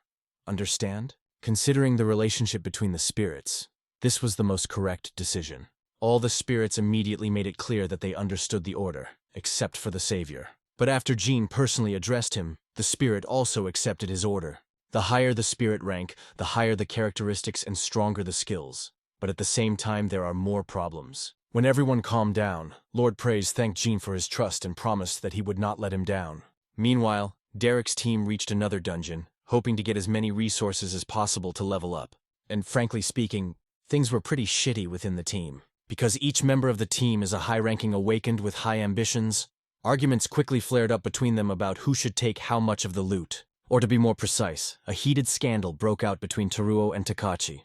Luckily or not, they had Derek, who was many times stronger than them, and therefore had authority in the team. Realizing that he would not be able to maintain harmony for long, Derek decided the following. From now on, in addition to common affairs, everyone will act independently. And on general missions, the distribution of loot will be discussed anew each time, in order to avoid unforeseen conflicts. Of course, such a decision could cause even more controversy among them. But Derek hoped for their common sense. There are a total of 30 secret dungeons in Hangzhou County, And in addition to the Holy Land that our hero captured, there are still 12 left. Derek takes 4 dungeons for himself. Each team member gets another dungeon, and there are 4 secret dungeons left, which they will distribute among themselves. When suddenly Takati asked, "I like your idea, but what if I need your help?" "In that case, I'll take 10% of the profit from you," Derek answered. Although this distribution of the dungeons among themselves had certain risks, it still eliminated a number of problems. Therefore, the rest of the team agreed to these conditions. Having resolved all the issues, the team finally decided to go into the dungeon. At that moment, Derek realized that at this rate, his power in the team would not last long, and to maintain his current power, he was going to become stronger. But first, he wanted to find his old teammates. Meanwhile in Hangzhou, the white fog after the disaster finally cleared. Now Jin's priority goal was to find another secret dungeon that was located right in the city in order to restore his energy. This dungeon was called the Weeping Grave. The legend said that the souls of real heroes were buried in this dungeon. And the purpose of the dungeon was to deliver supplies to the camp of the 6th Legion. In his past life, most of the dungeons rich in energy were captured by guilds, so Jin had never been to such places. And it's hard to even imagine what to expect in the Weeping Grave. But even if he suddenly finds himself in mortal danger, he will definitely be able to survive thanks to his spirits. In unknown worlds, the main thing is to act carefully and calculate all the risks. The beginning of the Weeping Grave was right at the foot of a huge canyon far, far to the north, which made Melania incredibly cold, as she was wearing a light nightgown. Jin was concerned that extremely low temperatures could negatively affect the perfume's capabilities. But the thing is that the Dark Emperor didn't feel the difference in temperature at all, and the clothes of the Lord of Prayers warmed him up quite well. And for Kaguya, cold is generally beneficial. Jean suspected that sooner or later he might come across a winter dungeon, so he prepared warm women's clothing in advance. So as a caring owner, he dressed Kaguya in a light raincoat, and Melania in a warm dress. While exploring the Weeping Grave, Jin and the Lord of Prayers did not sense any monsters at all, as if the dungeon was completely empty. However, their loneliness did not last long. After a while, there was a loud noise. Jin hoped that it was monsters. He was eager to try out his new abilities in battle. Seeing the enemy army on the horizon, Jean ordered the Dark Emperor to fight in the vanguard while he prepared the rest of the spirits for battle. For the spirit, it was only a pleasure. Besides, he was glad that Jean still needed her. While the Dark Emperor holds back the monsters, our hero decided to use his trump card. He wanted to spin the Wheel of Fortune, but first he made an interesting wish to the Lord of Prayers. By absorbing 1 spiritual energy crystal to temporarily increase his spiritual energy, Jin wished for 1 SSS-Rank item. As expected, our hero received the highest rank reward, the Spirit Ascension Crystal. But for the rest of the cool, our hero received very mediocre, but still useful crystals. Spirit Ascension Crystal combines the power of doubles. It is said that it is the real miracle. It is worth at least 1 billion gold coins on the item market. However, this crystal can only give 70 ability experience points and still can't raise the robbery to rank SS. So after thinking a little, Jin decided to give this crystal to his brother so that he could use it at the right moment and save himself. But all the other crystals our hero gave to the Dark Emperor to increase all his indicators. Although each of the crystals individually was of low rank, together they provided a very significant increase to all characteristics. And before absorbing the powers of these crystals, the Dark Emperor easily dealt with these monsters. And now he kills 3 at once with 1 blow. Well, now that everything is more or less clear with the enemies, we need to come up with a strategy that will allow us to get the maximum profit. Players will have to help the 6th Legion, which has arrived to investigate and explore the Tomb of Spirits together with the Legionnaires. And they will also have to meet the necromancer of the witch cult. The easiest way to go would be to kill this necromancer and receive a reward from the head of the Legion. It's very easy to do this, but the final profit will be very low. After thinking for a while, Jin came up with a more dangerous plan, but one that would ultimately bring much more. Well, before, Jin ordered Kaguya to help the Dark Emperor deal with all the monsters, but Jin himself was not going to stand aside. The faster they finished here, the faster they could go further. From the very beginning, as Jean entered the dungeon, he was watched by the same necromancer from the witch cult. This necromancer was the main boss of this dungeon. But he is not the only one in the Weeping Grave who was incredibly dangerous. Feeling a threat in our hero, the necromancer decided that he needed to be eliminated immediately. Meanwhile, the column of the 2nd Legion passed through the area known as the Canyon of Oblivion, and at the head of the column walked the commander of the Legion, Reinhard. He brought his warriors to this valley to cleanse it of the witch cult. From intelligence data, Reinhard knew that the first enemies were waiting for them in the Canyon of Oblivion. At the entrance to this canyon, the Legion met our hero, who politely introduced himself and said that he had information about enemies who were somewhere ahead. Map was genuinely surprised to see a person here. After all, ordinary people stay away from this place. Thinking that Jean was a mercenary, Reinhard said, "Boy, tell me everything you know, and I will give you a reward that matches the level of your information." "Of course, but to be honest, I didn't get this information. My service did.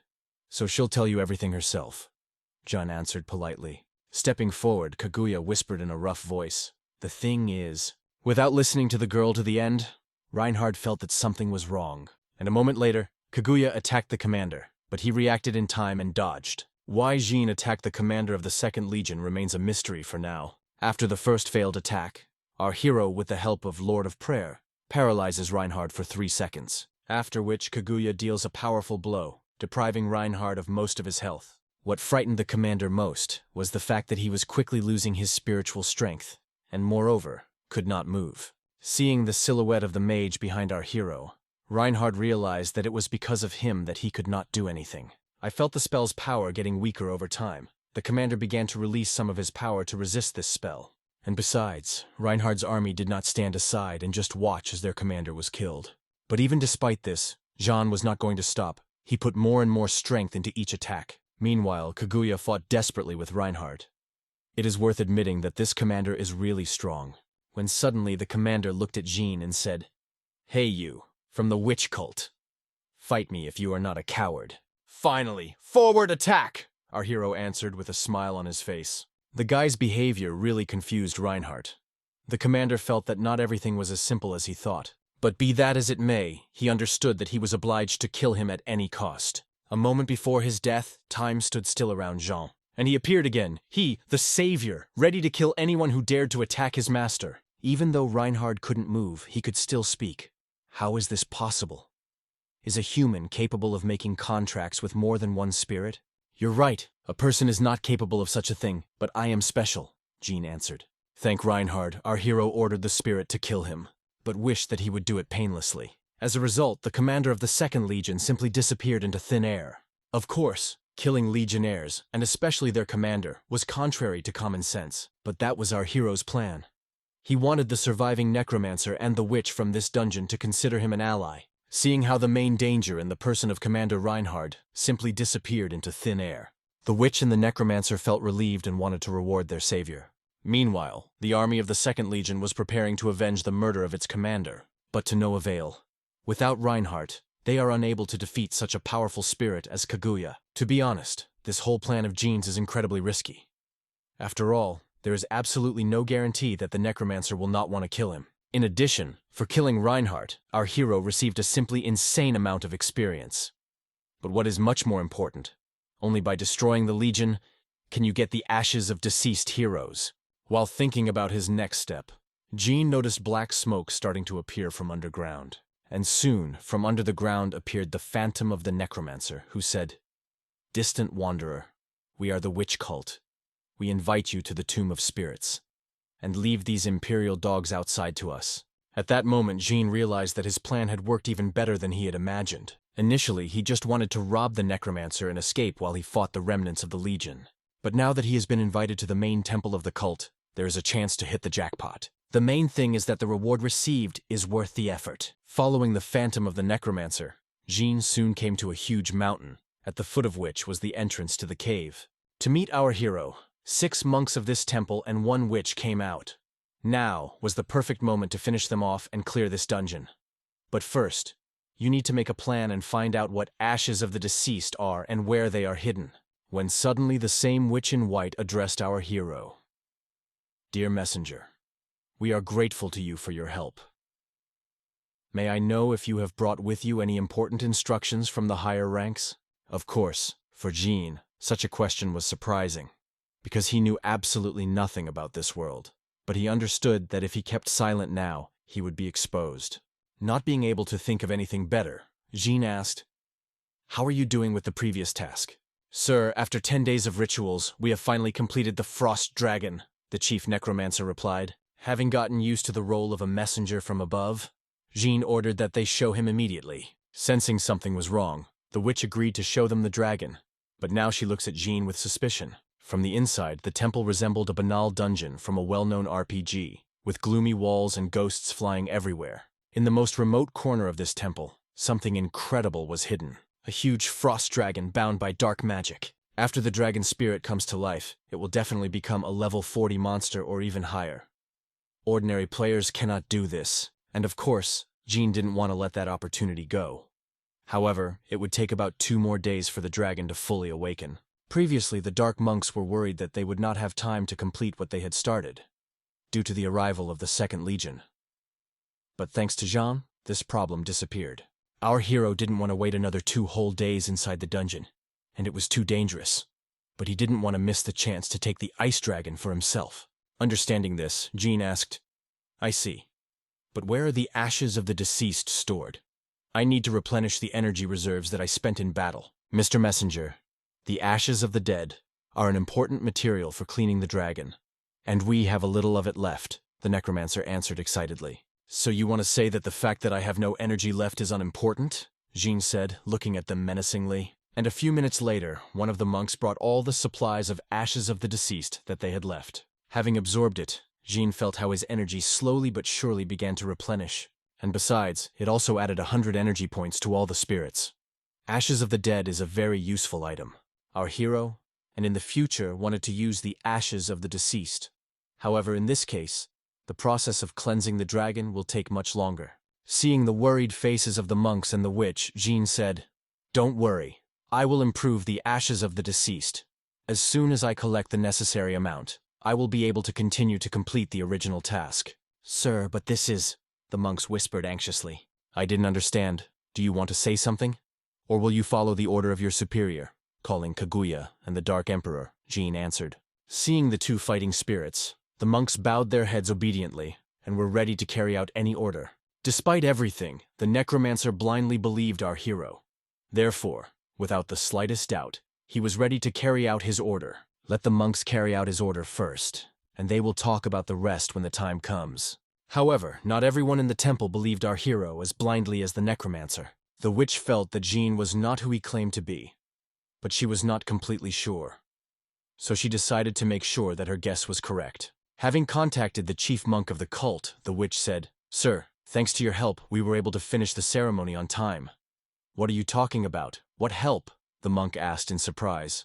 "Well, didn't the main temple send us a messenger to help?" the witch asked in surprise.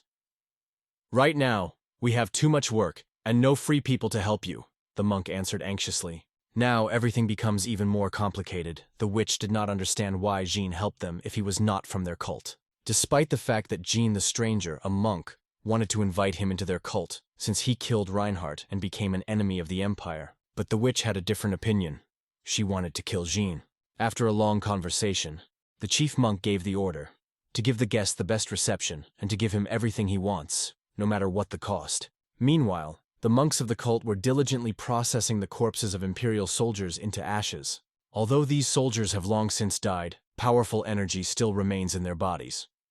Through necromantic magic, the monks are able to create dust of those with power. If everything goes smoothly, Jean will be able to achieve energetic freedom very soon. Seeing the witch, Jean asked her to come over and asked why she wasn't working with the others, to which the witch replied, "I know that you are not who you say you are, so you are a cat.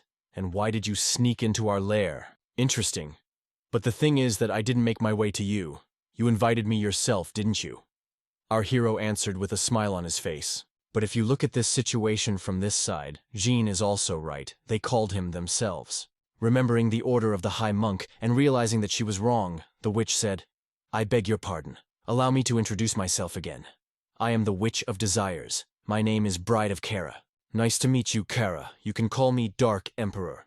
Our hero introduced himself in response. The witch was surprised to hear his name, because she knew all the strong heroes and not only them, but she heard this name for the first time.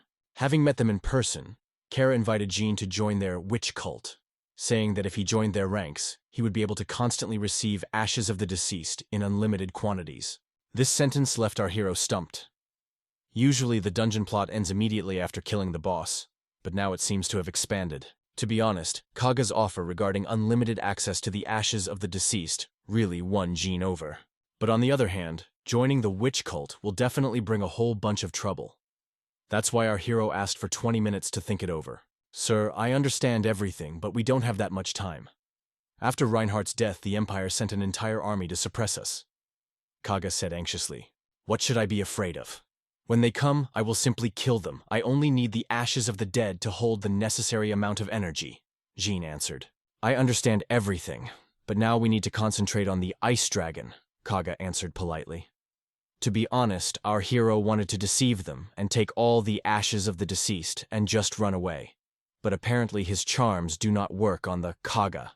Not wanting to lose a large batch of ashes of the dead, Jin tells the witch that he agrees to join their cult. But right after that, he stabbed the hair right in the heart of Kaga. Moreover, he did this right in front of all the monks of the cult, having exposed himself. Understanding the whole situation, our hero called on the Dark Emperor and Kaguya to deal with the monks. Naturally, joining the witch cult was absolutely pointless.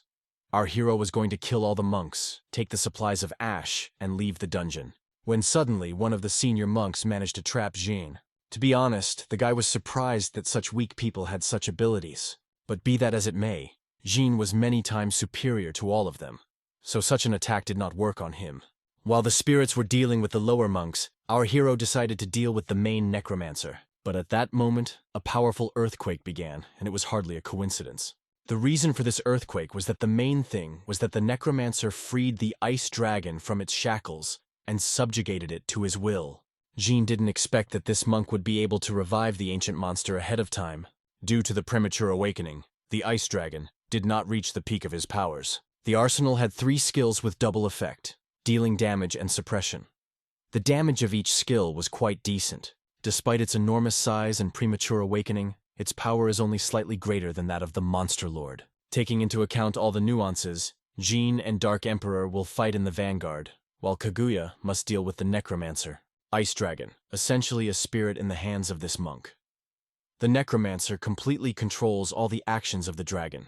Our hero was betting that it would be difficult for the Necromancer to simultaneously control the Ice Dragon and defend against Kaguya's attacks. Despite the reduced stats, even the Dark Emperor with his high defense stats had a hard time holding back the Ice Dragon's attacks. In this fight, the spirit plays the role of a tank, and Jean is the main damage dealer. Having waited out the icy waves behind the Dark Emperor, our hero went on the attack. With his very first blow, Jean was able to hit the dragon's vulnerable spot and inflict quite a decent amount of damage on it. After which, the Ice Dragon was stunned. And then the Dark Emperor also went on the attack. Although Yi's attack was quite effective, this monster had too much health, so it was impossible to kill it. Having become enraged, the Ice Dragon only became stronger. The lower his health became, the stronger and faster his attacks became. But our hero had the perfect weapon against the boss's ice techniques, 10,000 swords combined with the fiery spirit of the Storm Swordsman. As he rained down a continuous barrage of fiery attacks on the dragon, Jean shouted, "Kaguya, don't let the Necromancer rest!" "Got it!" The girl screamed and rushed into battle with renewed strength. The Necromancer didn't stand a chance against such a master of the Kaguya sword, so it didn't take even 5 seconds for her blade to pierce the monk through and through. Seeing this, Jean ordered all spirits to concentrate on the dragon. Our hero attacked the monster from above, Kaguya attacked from the right, and the Dark Emperor from the left, giving him the maximum lesson. No matter how many health points this boss had, he was not able to survive such a barrage of attacks. Of course, for killing the Ice Raycon, our hero received a whole bunch of experience. But more importantly, he was able to raise his level to 28. Jean decided to invest the characteristic points for the level he received into his own dexterity, and the ability points into the skill 10,000 swords. As this skill continues to improve, the energy consumption will decrease, eventually resulting in maximum damage with minimal energy consumption. However, experience and various ability points are not the only reward given for the boss of this dungeon. As a rule, monsters of level 30 and above contain hidden items, and the Ice Dragon was no exception in this regard. Although John was very worried that there would be no additional reward due to the premature awakening, he nevertheless took out a huge sword from the monster's skull. According to the description, it was a diamond rarity sword called Heart of Destruction. Honestly, this sword is simply amazing. It not only increases attack power by more than 200 points, but also all additional skills. It can be said that this is the best weapon at the moment. In addition, the Heart of Annihilation had passive skills that worked to immobilize the enemy during combat. It was surprising that such a sword was found in a mid-level dungeon. This may be due to the fact that in previous times, Jean fought only one spirit, and this time, two. As the difficulty increases, so will the reward. Having received a new sword, Jean decided to check if the ice dragon was hiding any more treasures. And as it turned out, our hero did it for a reason. In addition to the sword, the ice dragon also contained several medicines, a magic scroll, personal equipment, and a lot of coins. And if you don't count Heart of Destruction, the best loot could be considered Ice Dragon Horn. Thanks to it, you can summon a level 35 monster and make it a living shield. But our hero was not going to say goodbye to the Weeping Grave at this point. He wanted to return here for an improved batch of Ashes of the Deceased. Well, now, having taken everything he could, Jean finally leaves this dungeon. And about half an hour after the guy left the dungeon, Takati entered it. This isn't the first time Jean has snatched the spoils from Derek's team. And now, Takati has set himself the goal of defeating the Dark Emperor. Well, now I'll introduce you to a local police inspector named Tari. All his life, he was an ordinary guy. But at the age of 16, he discovered in himself a talent for solving crimes. So he went to study to become a detective. But on the day of the Great Awakening, a new S-Rank ability, Future Modeling, awakened within him. The description said that this ability gives him the right to decide what will happen next in the world. However, as soon as Tari tried to activate the skill, he saw a message from you in the future, which said that he would soon die. Of course, the guy didn't agree with his fate. So, Tari decided to study the future diary and try to fix it. From the diary entry, he knew that a guy with black hair and purple eyes would come for him. By rewriting the scene of his death, the result did not change. Only the method of his murder became different. After which, he again tried to change the future, but the result remained the same. Of course, Tari, like any normal person, did not want to die, so he began to go through all possible options. But each of the scenarios he came up with ended the same way. This stranger was killing him. Having tried more than 1,000 different options for the future, the result was always the same. Tari understood that death was inevitable, but that didn't make it any easier. We moved to the present day. The remains of the insect army still terrorized the city. At some point, several monsters managed to get inside the police station. If you believe the future diary, it is from this moment that the last minutes of Tari's life will begin. Looking through the broken window, the guy saw his killer on the neighboring roof. Everything was just as it was written in the future diary. Unfortunately, Tari was on Jean's list of victims, as was Dean. In the future, this cute-looking guy will become the most bloodthirsty awakened. After watching the police station for a while, Jean noticed someone climbing out of a second-floor window. Understanding what kind of skills Tari possessed, Jean said, "Lord Prayer, it looks like our goal is clear. Send the beetles back to the shelter." In an attempt to survive for at least a few more minutes, Tari tried to hide in a dark alley. To our hero's surprise, the guy didn't even try to hide.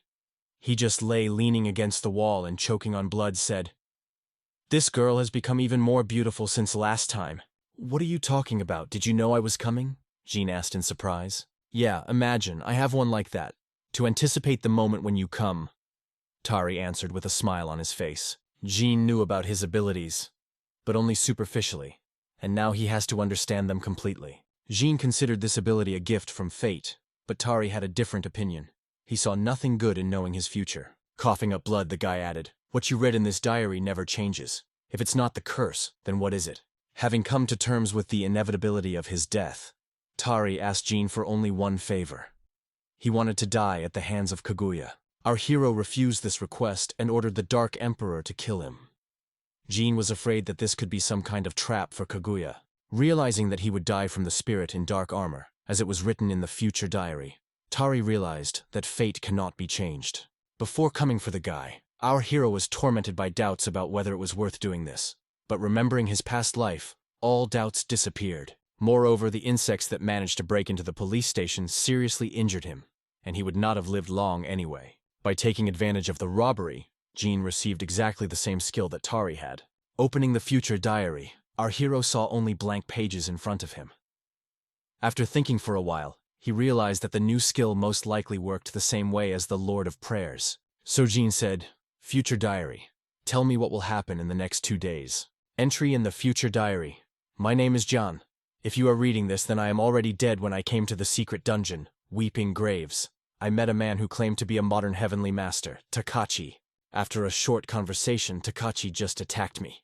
Of course, I wouldn't hurt him. But I didn't expect that the Dark Emperor and I were no match for him. In the end, I died from his lightning spell.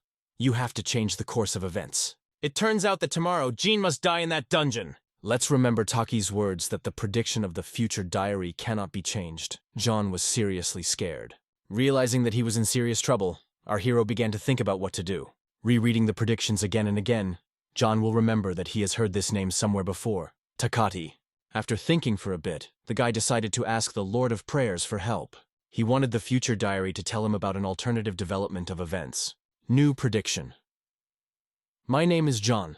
If you are reading this, it means that I am already dead. After I found out about the future diary, I went to the weeping grave to find answers to my questions. But there, I met a man who was against me.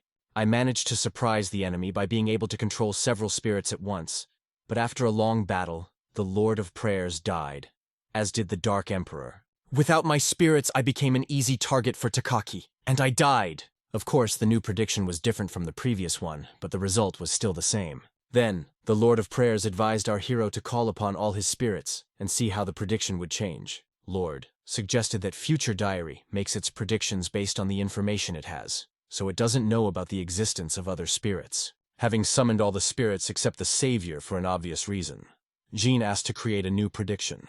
Third prediction. My name is John, and if you are reading this, then I am dead. Having learned about my future, I decided to change it. In the dungeon, I met Takati. Wait, why do I have 5 spirits? My opponent is probably the strongest enemy I've ever faced. So I combined all the spirits and launched an incredibly powerful attack. But after a long fight, I still died. This Takati is incredibly strong with his SSS-Rank skill. Our hero couldn't believe his eyes. He was sure that 5 S-Rank spirits could defeat 1 SSS-Rank. When suddenly Lord Prayer cried out, "Dark Emperor, kill our master!" It was absurd, but in this way they were able to call upon the Savior. Having appeared, the spirit once again asked Jean for permission to punish the Dark Emperor. But instead, our hero asked the future diary for another prediction. But even with the appearance of the Savior, the situation did not improve. In the finale, Jean dies. Covered in cold sweat, our hero whispered, "Do I really have to retreat? No, there must be a way out." After collecting his thoughts, John added, "Lord of Prayers, what tactics should I use to defeat the Takati?" Based on all the predictions, the Lord of Prayers thought that the last hope was an unborn moving fetus. And indeed, as soon as Jean took out the egg, the prediction in the diary of the future began to change. A new prediction. If you're reading this, it means I'm dead. What? I already have 7 spirits. My name is John. If you're seeing this message, it means I'm still alive. When I met Takati, I fought him, merging with my spirits. It was only through the power of all my spirits that I was able to win. Unfortunately, Takati managed to escape. Nevertheless, I had an incredible experience and survived. Now our hero is faced with a question. Which emotion should he choose as the source of the birth of the moving fetus? After learning that he could win, it wasn't enough for Jean. He wanted to kill Takashi. To find out how to do this, our hero made a wish from the Lord of Prayers. Opening the wish book, the spirit said with a puzzled look, "I'm sorry, sir, but your wish will take all my energy, and I will go into silence." Of course, the gap between S-Rank and SSS-Rank is too big, and judging from the future diary, the Takati must have some other methods of fighting. John must prepare well for the fight. Well, for now, they will go to the prison to give the Ascension Crystal to our hero's brother, so that he can rise to the S-Rank. About 20 minutes later, City Prison Number 1 was attacked by a swarm of insects, just like what happened to the police station. After killing the boss disaster, John gained the ability to control small insects. The panic created by the monster attack created the perfect conditions to infiltrate the prison. Of course, it was possible to leave the guards to the monsters and sneak in unnoticed, but our hero chose another way. He realized that these people were not to blame for his brother getting into trouble, so there was no point in killing them. "Save the cops," Jean said. "I'm Eric's little brother. I need to see him." The police reported the incident to the warden, who authorized the visit, but asked that our hero come to his office after meeting his brother. The last time the brothers saw each other was in the last life, when Eric saved Jean from death. Upon seeing Eric, our hero whispered in a trembling voice, "Brother, it's so good to see you." "Jean, I heard that there are monsters in the city. Are you hurt?" If anything, call someone for help, replied Eric excitedly. Brother, don't worry, I'm fine, sadly added our hero. Hey, don't be sad, I'll be out soon and we'll solve all the problems, said Eric. Eric, as an older brother, was very worried about Jean. After all, he had been his father and mother, and his whole family since he was a child. In addition, the warden offered to commute Eric's sentence if he agreed to his terms, and Eric was willing to agree to those terms, all so he could get out of prison at least a little sooner. Seeing how worried his brother was, Jean said, Brother, believe me, no one will hurt me. I also brought you a present that will get you out of here soon. What? What gift? Eric asked in surprise. He didn't notice the spirit appearing behind him. A second later, the Dark Emperor shoved the Ascension Crystal into Eric. When the cops saw this, they ordered Jean to put his hands in the air and tell them what he'd just done. Hey, take it easy. I gave my brother a substance that disappears as soon as it enters the body. Nothing dangerous or forbidden, John replied with his hands up. Meanwhile, Eric was undergoing a very painful upgrade. Having risen to rank S, he had unlocked the skill Red Guts. From the outside, it looked as if the guy's entire body was covered in fire, and the hysterical scream of pain only emphasized it. And along with his new rank, Eric received a new spirit. Red Lotus Knight. Not to say his characteristics were outstanding, but they weren't exactly lousy either. After everything, Eric couldn't believe his eyes. He is the possessor of a high-rank spirit. Jean was sure that with the help of the Red Lotus Knight, Eric himself could break out of prison. At the same time, there was no need to escape from prison. There was a special program for prisoners who had awakened abilities. Eric was grateful to his brother for the gift, but he didn't understand why Jean didn't take the crystal for himself. But frankly, it didn't matter. What happened was caught on the security cameras and attracted the attention of the warden. He found it very interesting that our hero was able to raise the level of another man. Not 5 minutes into the meeting, the guards invited Jean to the warden's office. In parting, our hero said, Brother, don't worry. No one will dare to touch us again. I'll come visit you again. For now, be good and try to get out of here early. When Jean asked the guard why the warden wanted to see him, the warden replied, The master has an offer for you and your brother. From the very beginning, our hero knew that this whole promotion thing would catch the warden's eye. Jean had met this man more than once in his past life when he was trying to free his brother. Even then, he noticed that Dwayne had incredibly huge ambitions and would never miss a chance to get stronger. Simply put, our hero knew that after what had happened to Eric, he could make a deal with the boss about anything. Jean, you know your brother is no angel, but do you know what's going on with his case? What do you mean? Is there something wrong with the investigation? Jean asked Echidna. Why do you think your brother's case has been under investigation for 15 years? Eric, a common victim, he was just used as a weapon. Mr. Duan, please tell me everything you know, and in return, I will help you get rid of the monsters and protect the prison, Jean shouted excitedly. There is no need for that. The monsters will be killed sooner or later, Duan replied with a laugh. I saw you helping Eric to awaken the spirit, and don't deny it. It was caught on the security cameras, added the warden. Jean was hoping to help the prison get rid of the monsters, but it looks like that old fox has his eye on the Ascension Crystal. Realizing what Dwayne was getting at, our hero said, I don't think your information is worth what you want. After all, I can eventually find out for myself. Of course you can find out for yourself, but don't forget that I'm the one who can commute your brother's sentence. If you give me that magical artifact for awakening, it is my husband and I who will discuss what you came for. Dwayne replied, I understand what you want, but first you must tell me what is behind my brother's case. Jean added politely, Well, you're a good guy. I think I can trust you. Eric was framed by the Van Group Corporation, Duan said nonchalantly. After learning about it, our hero had one question. Why did the police knew about everything and kept an innocent man in jail for so long? You're right. But without hard evidence, we can't do anything. And everything we could get pointed to your brother. That's why we sentenced him to such a long time. Duan replied indifferently. It wasn't until years later that the chief of police found out by accident that Group 1 was behind the whole thing.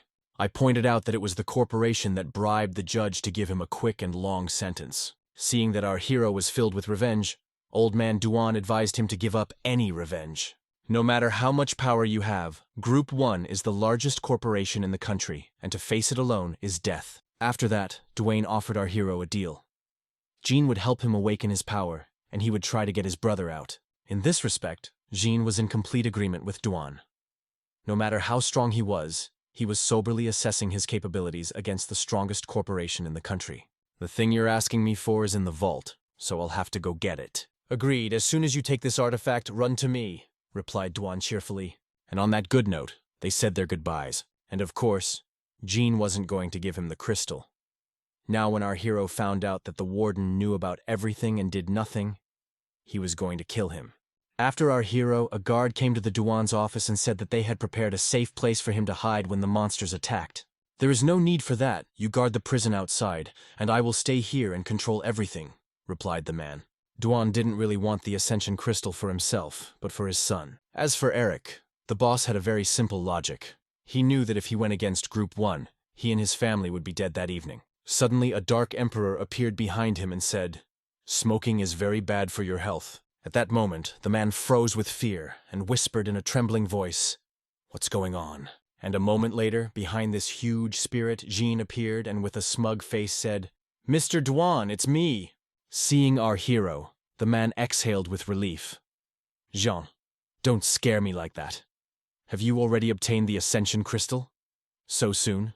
"Of course, I'll do anything for my brother," Jean replied politely. "But you won't get the Ascension Crystal. Dark Emperor forward," added our hero, after which the spirit grabbed the warden by the throat. But Jean didn't want to kill him quickly. He wanted Duan to suffer as long as possible, just as his brother had suffered in prison all those long years. The man tried to call for help, but it was pointless. Before coming, Jean had wished that no sound would penetrate beyond this room. And finding himself face to face with the Duan, our hero asked the Lord of Prayer, "I want this man to tell only the truth." But before the interrogation could begin, Jean decided to beat the Duan properly for trying to deceive him. Perhaps our hero is doing the wrong thing. But is it right to keep an innocent man in prison for 15 years? After breaking a couple of bones, Jean finally stopped beating him. After waiting for Lord Prayer to cast a spell, Jean said, "Tell me, who in the Van Group framed my brother, and why?" "It was done by the second youngest master of the Van Group.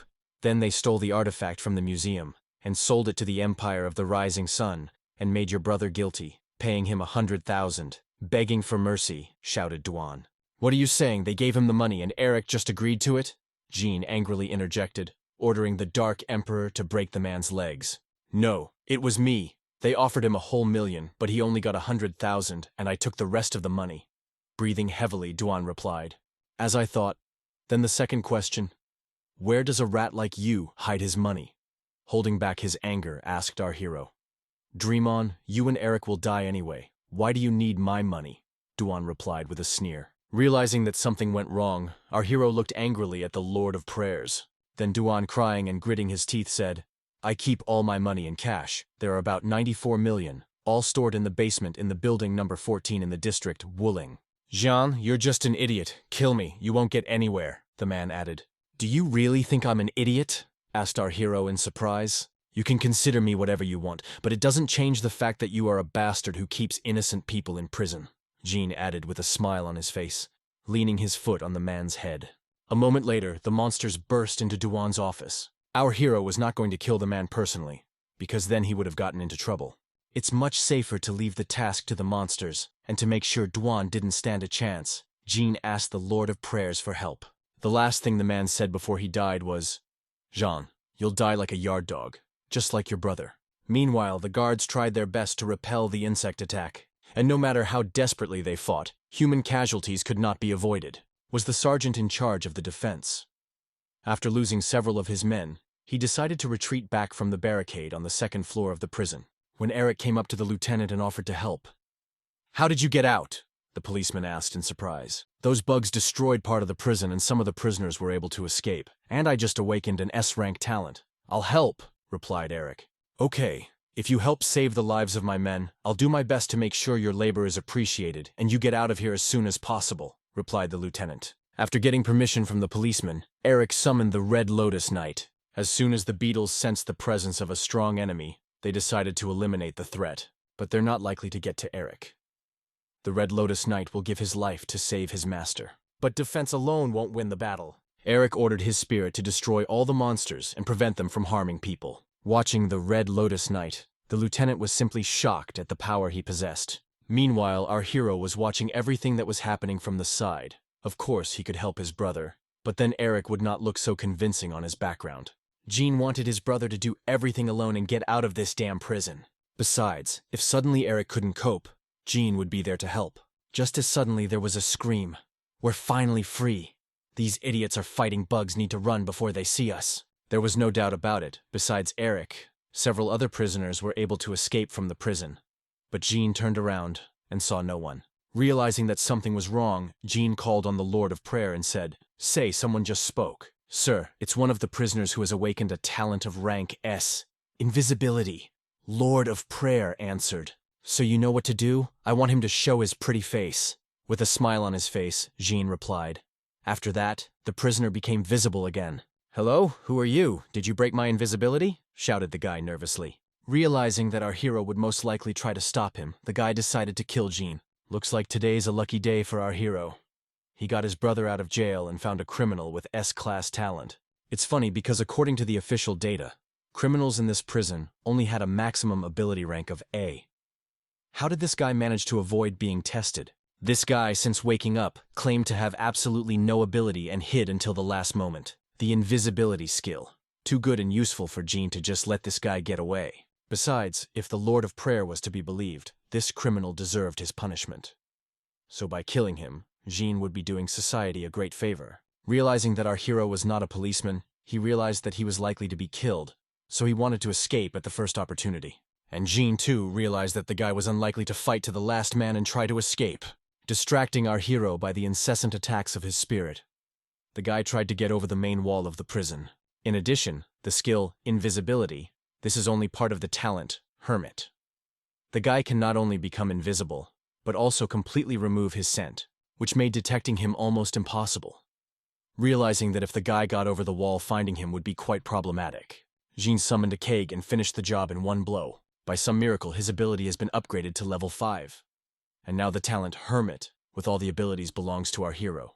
Thanks to this new skill, Jean can enter a state of invisibility for 2 seconds right before an attack. This increases his chances against the Takati. But unfortunately, this effect lasts only an hour, and after a hidden attack takes a full day to recharge. Perhaps the effect of this skill will improve if our hero raises his rank to SS. But in addition to invisibility, talent Hermit still had a skill, Shadow of the Purple Vine, on the principle of application, something similar to the Green Demon. And in addition, this skill quite well compensates for the shortcomings of invisibility, because it is very powerful and numerous. Suddenly Jean felt a severe headache, but soon the pain was replaced by a daze. Then, he received a notification that the skill looting is temporarily blocked. Apparently, the presence of 9 S-rank abilities is a limitation for looting at the current rank. Jean knew that something like this would happen sooner or later, so he had already made a plan for it. After prison, our hero went to a dungeon, Wolf Valley. It's a dungeon with very weak monsters, but it's one of the few places where you can get lottery tickets. Our hero took 400 lottery tickets from Dwan, and in this dungeon he got 100 and only 500, plus the energy Jean got from the Weeping Tomb. All of this should be enough to raise the loot to SS rank. Calling upon the Wheel of Fortune, Jean made a wish at the Lord of Prayers. The winnings he received should be enough to raise the Dark Emperor to the SS rank. He also asked for his luck to increase to the maximum and for the Lord of Prayers to not have energy hunger. Given the reserves of Ashes of the Dead, this shouldn't have happened. But our hero decided to reinsure himself. What we need most right now is the Spirit Ascension Crystal to strengthen the Dark Emperor, because the difference between the S and SS ranks is enormous when it comes to combat power. Considering that our hero has as many as 500 lottery tickets, the chance of getting the right items is very high. After stopping the Wheel of Fortune, Jean received 1 Ascension Crystal of Diamond quality, 1 crystal of Gold quality, and as many as 3 crystals of Rare quality. On top of that, there were 51 S-grade crystals. Considering the number of lottery tickets, more than 10% yielded very good items, which could be considered an amazing result. As he planned, Jean gave all the Spirit Ascension crystals to the Dark Emperor, so that he could definitely raise his rank. As the spirit absorbed the crystals, it could feel all of its characteristics increasing rapidly, but this did not guarantee that it would be able to raise its rank. Jean did not know exactly how many Spirit Ascension crystals were needed to raise the Dark Emperor's rank. However, after a moment, it was clear that it had all worked out. After all, our hero had received a notification that the loot had attained the rank of SS, although it did not give new opportunities to increase the rank. But now Jean is able to get as many as 19 other people's skills. Among other things, Our hero also received another Crystal of Ascension for himself. With its help, he can reach the limit of his talent, or help someone to awaken, as it was with Eric. As for the Dark Emperor, it's not clear yet. He was still going through the amplification process. 5 minutes later, the process was complete. And now, the Dark Emperor is the second spirit in our hero's arsenal with the rank of SS. After upgrading the rank, the spirit received an increase in all 6 of the main characteristics, and even received 2 new skills: Fist of Aggression and Flame of the Black Emperor. However, the next promotion requires a whole 1,000 experience points. But with the loot talent of SS rank, this shouldn't be much of a problem. After upgrading the Dark Emperor, Zhang still had some Spirit Ascension crystals left, which he decided to give to the Lord of Prayers. The remaining crystals weren't enough to raise the spirit's rank, but they were enough to raise its characteristics a bit. After upgrading the spirit, our hero has increased the chance of inflicting non-critical damage to the enemy, and given his new sword, Heart of Destruction, the probability of inflicting a critical blow is equal to 50%.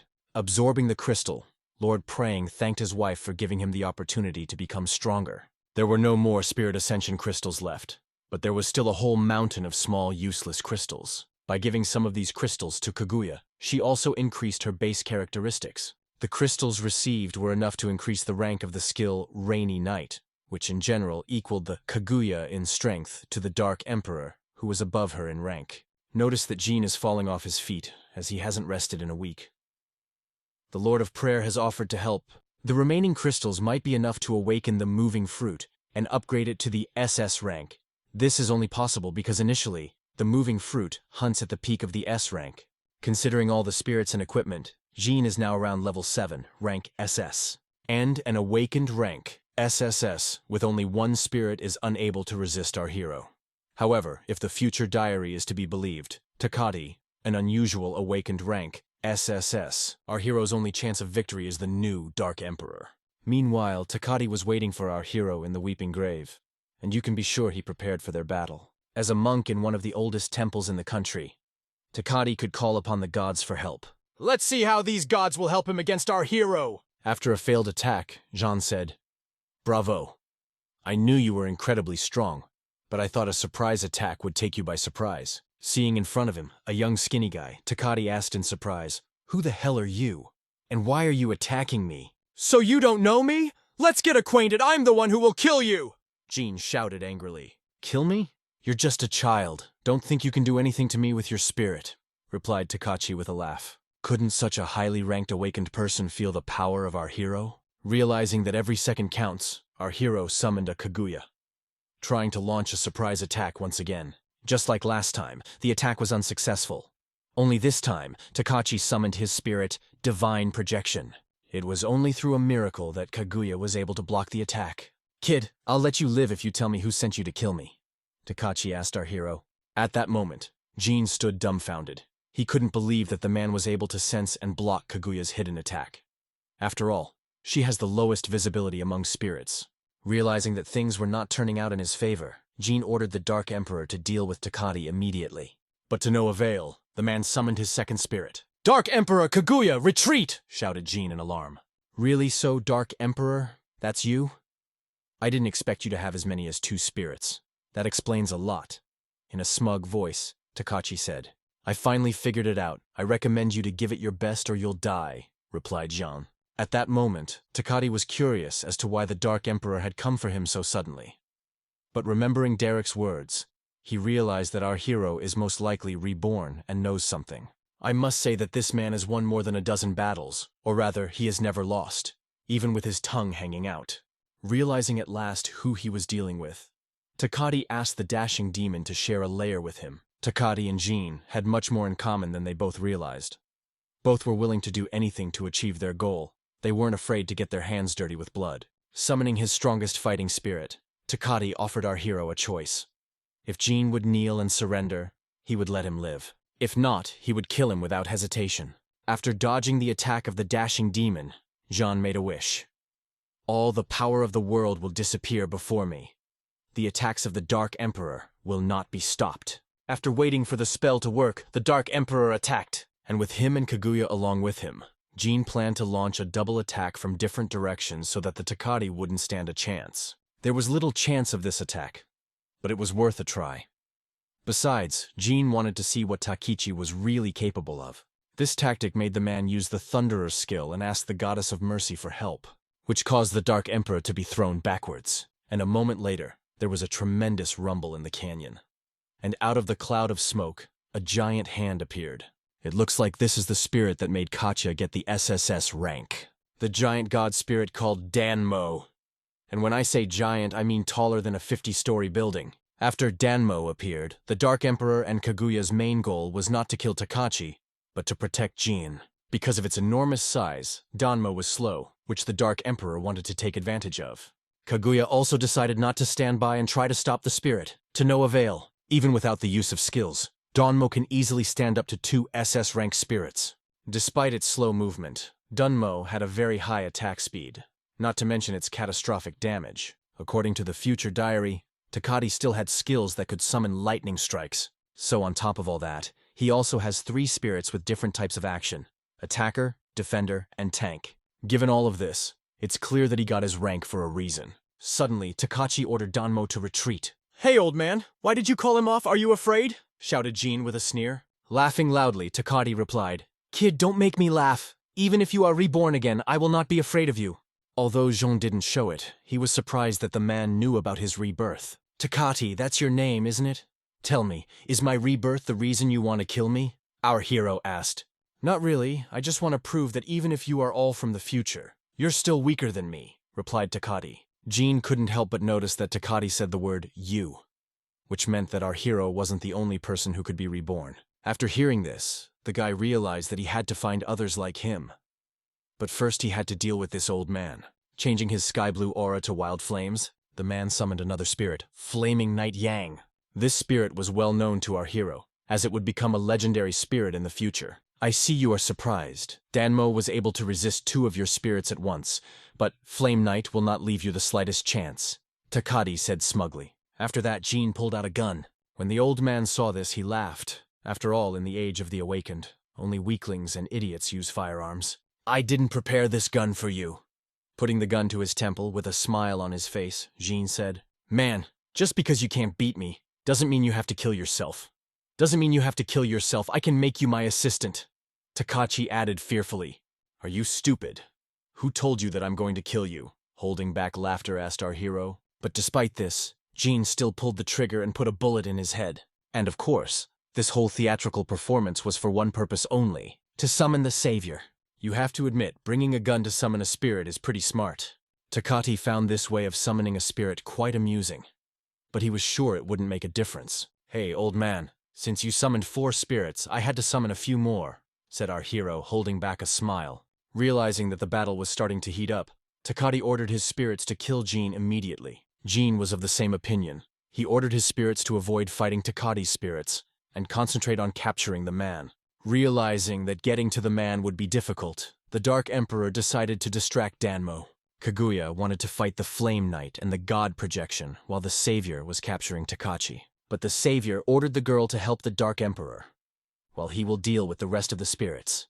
Besides, he's the only spirit in our hero's arsenal that can more or less fight on an equal footing with the Flaming Knight of Yang. Still, we shouldn't forget that the difference between SS rank and SSS is incredibly big. But a big difference in strength doesn't mean that the Savior can't fight against the Flame Knight. The Savior surpassed the Knight in intelligence, and in battle it was evident. He succeeded in trapping the spirit, but unfortunately it did not bring any significant result. When Takati saw that the Flaming Knight was trapped, he sent another spirit to help him.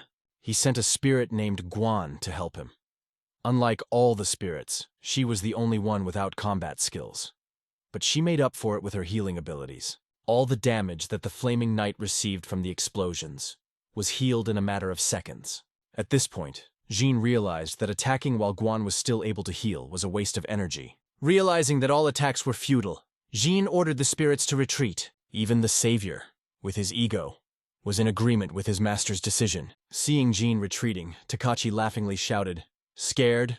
Realize there's too much difference between us." And the old man counterattacked. The situation was the same as the prediction in the Diary of the Future. Remembering the last prediction, our hero decided to activate the perfect fusion. Thanks to his higher rank, Jin can merge 3 spirits at once. Kaguya was taken as the basis of the merged spirit, dressed in the armor of the Dark Emperor and imbued with the aura of the Savior. The resulting spirit was given the rank of SS+++. This spirit is fully comparable to a spirit of the SSS-Rank. 4 spirits, 2 of which were SSS-ranked spirits, were up against one reinforced Kaguya. The first to attack was the God Projection. Let's see who's stronger than heaven or hell. With her first blow, Kaguya broke the Holy Staff, the strongest weapon of the Takati spirits. Next in her path was the Flaming Knight and Danmo. They would be much harder to deal with than the God Projection. After all, they are both spirits of the highest rank. Takati suddenly said, "Dark Emperor, I admit you're strong, but you can't beat me with these tricks. Let me show you what the strongest monk can do," added the man, taking out a small gold bar. Raising this artifact above his head, Takati began to recite a prayer in the dead language of Ishi, which frankly frightened Jean. After all, it was unclear what to expect. January 11th, 1821st year, the 56th generation of monks of the Temple of Heaven performed a true miracle. They single-handedly defeated the Wild Hunt, which had been doing evil for years, wiping out entire towns and bringing death wherever they set foot. And 116 years after those events, the holy artifact that defeated the Wild Hunt was inherited by the next monk. The previous owner of the artifact entrusted the holy treasure to his successor to free the land from chaos. And after another 56 years, this holy artifact was given to a Takati for the same purpose. In the heavenly temple, there was an ancient scroll with a prediction that the age of chaos would begin at the beginning of the 21st century. The Council of High Monks placed the burden of saving the people on the shoulders of the Takati, and this holy artifact the man prayed to was summoning the souls of all the previous owners. Simply put, Takati had just summoned 12 high-ranking spirits. No matter how much Jean wanted to, he couldn't handle such an army. Kaguya fought off the monk spirits with all her might, but there were too many of them. While Kaguya fought off the spirits, other spirits activated the holy sealing technique. The angel bell is designed to seal all living beings without exception. Takati was sure that the fight was already over. He promised to keep our hero alive if he would bend the knee and surrender. "After you, I'll take on Derek, because you've both come back from the future. That'll be my team. I'm sorry to disappoint you, but you've already lost. Tonight I'm going to destroy everything you believe in," Jean replied with a smile on his face. At that moment, a look of genuine bewilderment appeared on Takati's face. By activating the emotion detonator, our hero was about to grow a moving fruit. The diary of the future had made it clear that only with his power could Jean win. If Jean chose the wrong emotion to awaken, this fruit could harm him. That's why our hero activated the emotion detonator to find the right material for awakening. But in the range of the skills, there was only fear, terror, anger, and despair. But all these emotions didn't fit. Suddenly, 100 kilometers away, Jean saw something interesting. The head of the city police was rewarding a reporter for a job well done. She had filmed the battle between the Dark Emperor and the boss of the disaster. And now, the recording of this battle want to include on all TV channels to show people that these monsters are not invincible. Encouraged by our hero, the people took a fighting spirit and were ready to repel their city and the insects. Hope. This is the emotion that makes the moving fetus be born. Hope, an incredibly powerful emotion that can endow a spirit with absolute capabilities. Having absorbed the hope of a city of many millions, the fetus finally began to awaken. First, wings as white as the light of the sun emerged from the egg, and soon a beautiful angel of hope emerged from the egg, who was ready to help Jean overcome all difficulties.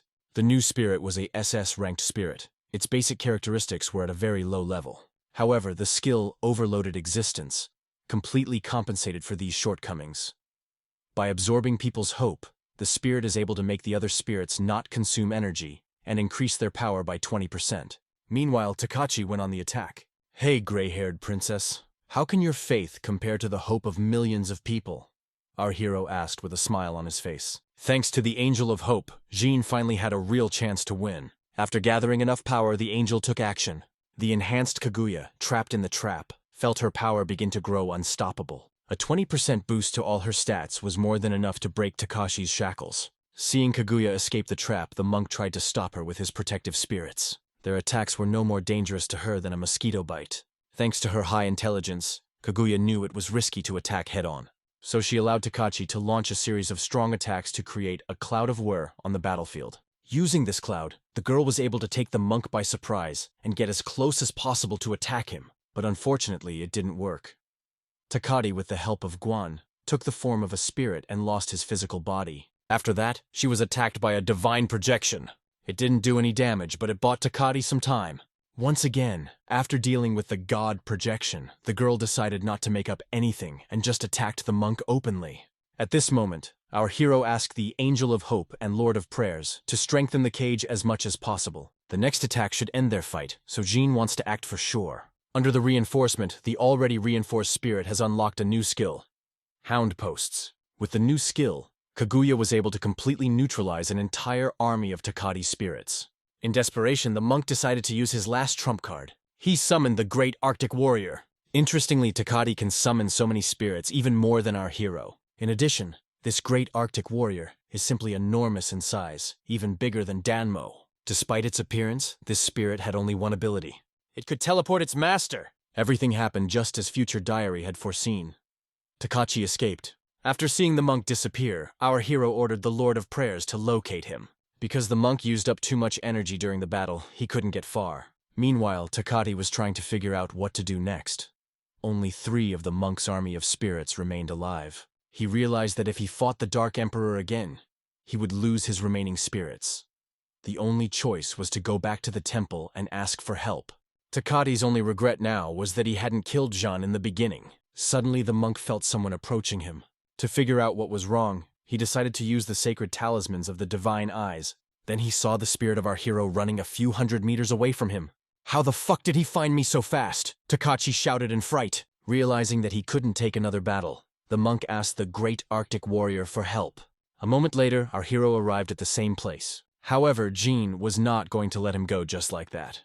The guy asked that the Lord of Prayers constantly track his movements. Of course, our hero could let Takachi go, but he realized that sooner or later they would meet again, and then there would be no guarantee that he could win. While hiding, the monk tried to understand how our hero could possess so many different skills at the same time, because Derek said that there were no such people in the future. Suddenly, Takati met a military man who asked for his help. The thing is that while clearing the city, the military came across a huge boss, which even awakened S-Rank cannot cope with. But at that moment, the man felt someone approaching him again. Realizing that it was once again Jean who had come for his soul, Takati pushed the military man away and continued to run wherever his eyes could see, leaving defenseless humans to be torn apart by monsters. Or not. Luckily for the military, there was our hero, who, unlike Takati, decided to help them. "Hey kid, are you okay?" asked our hero. Seeing Jean, the eyes of the military man almost fell out, after which his shaking voice shouted, "Impossible! It's you!" But time to talk to the guy. Our hero had no time. He had to kill all the monsters, so that they do not hurt people. Watching the Dark Emperor crush his monsters, the military could not believe that he could survive the night. After seeing that, the soldier begged Jean to help them deal with all the monsters. After all, ordinary monster automatons are harmless. "You just don't worry, as long as I'm here, no one will harm you," replied our hero. Of course, fighting monsters, there is a high probability of missing Takati.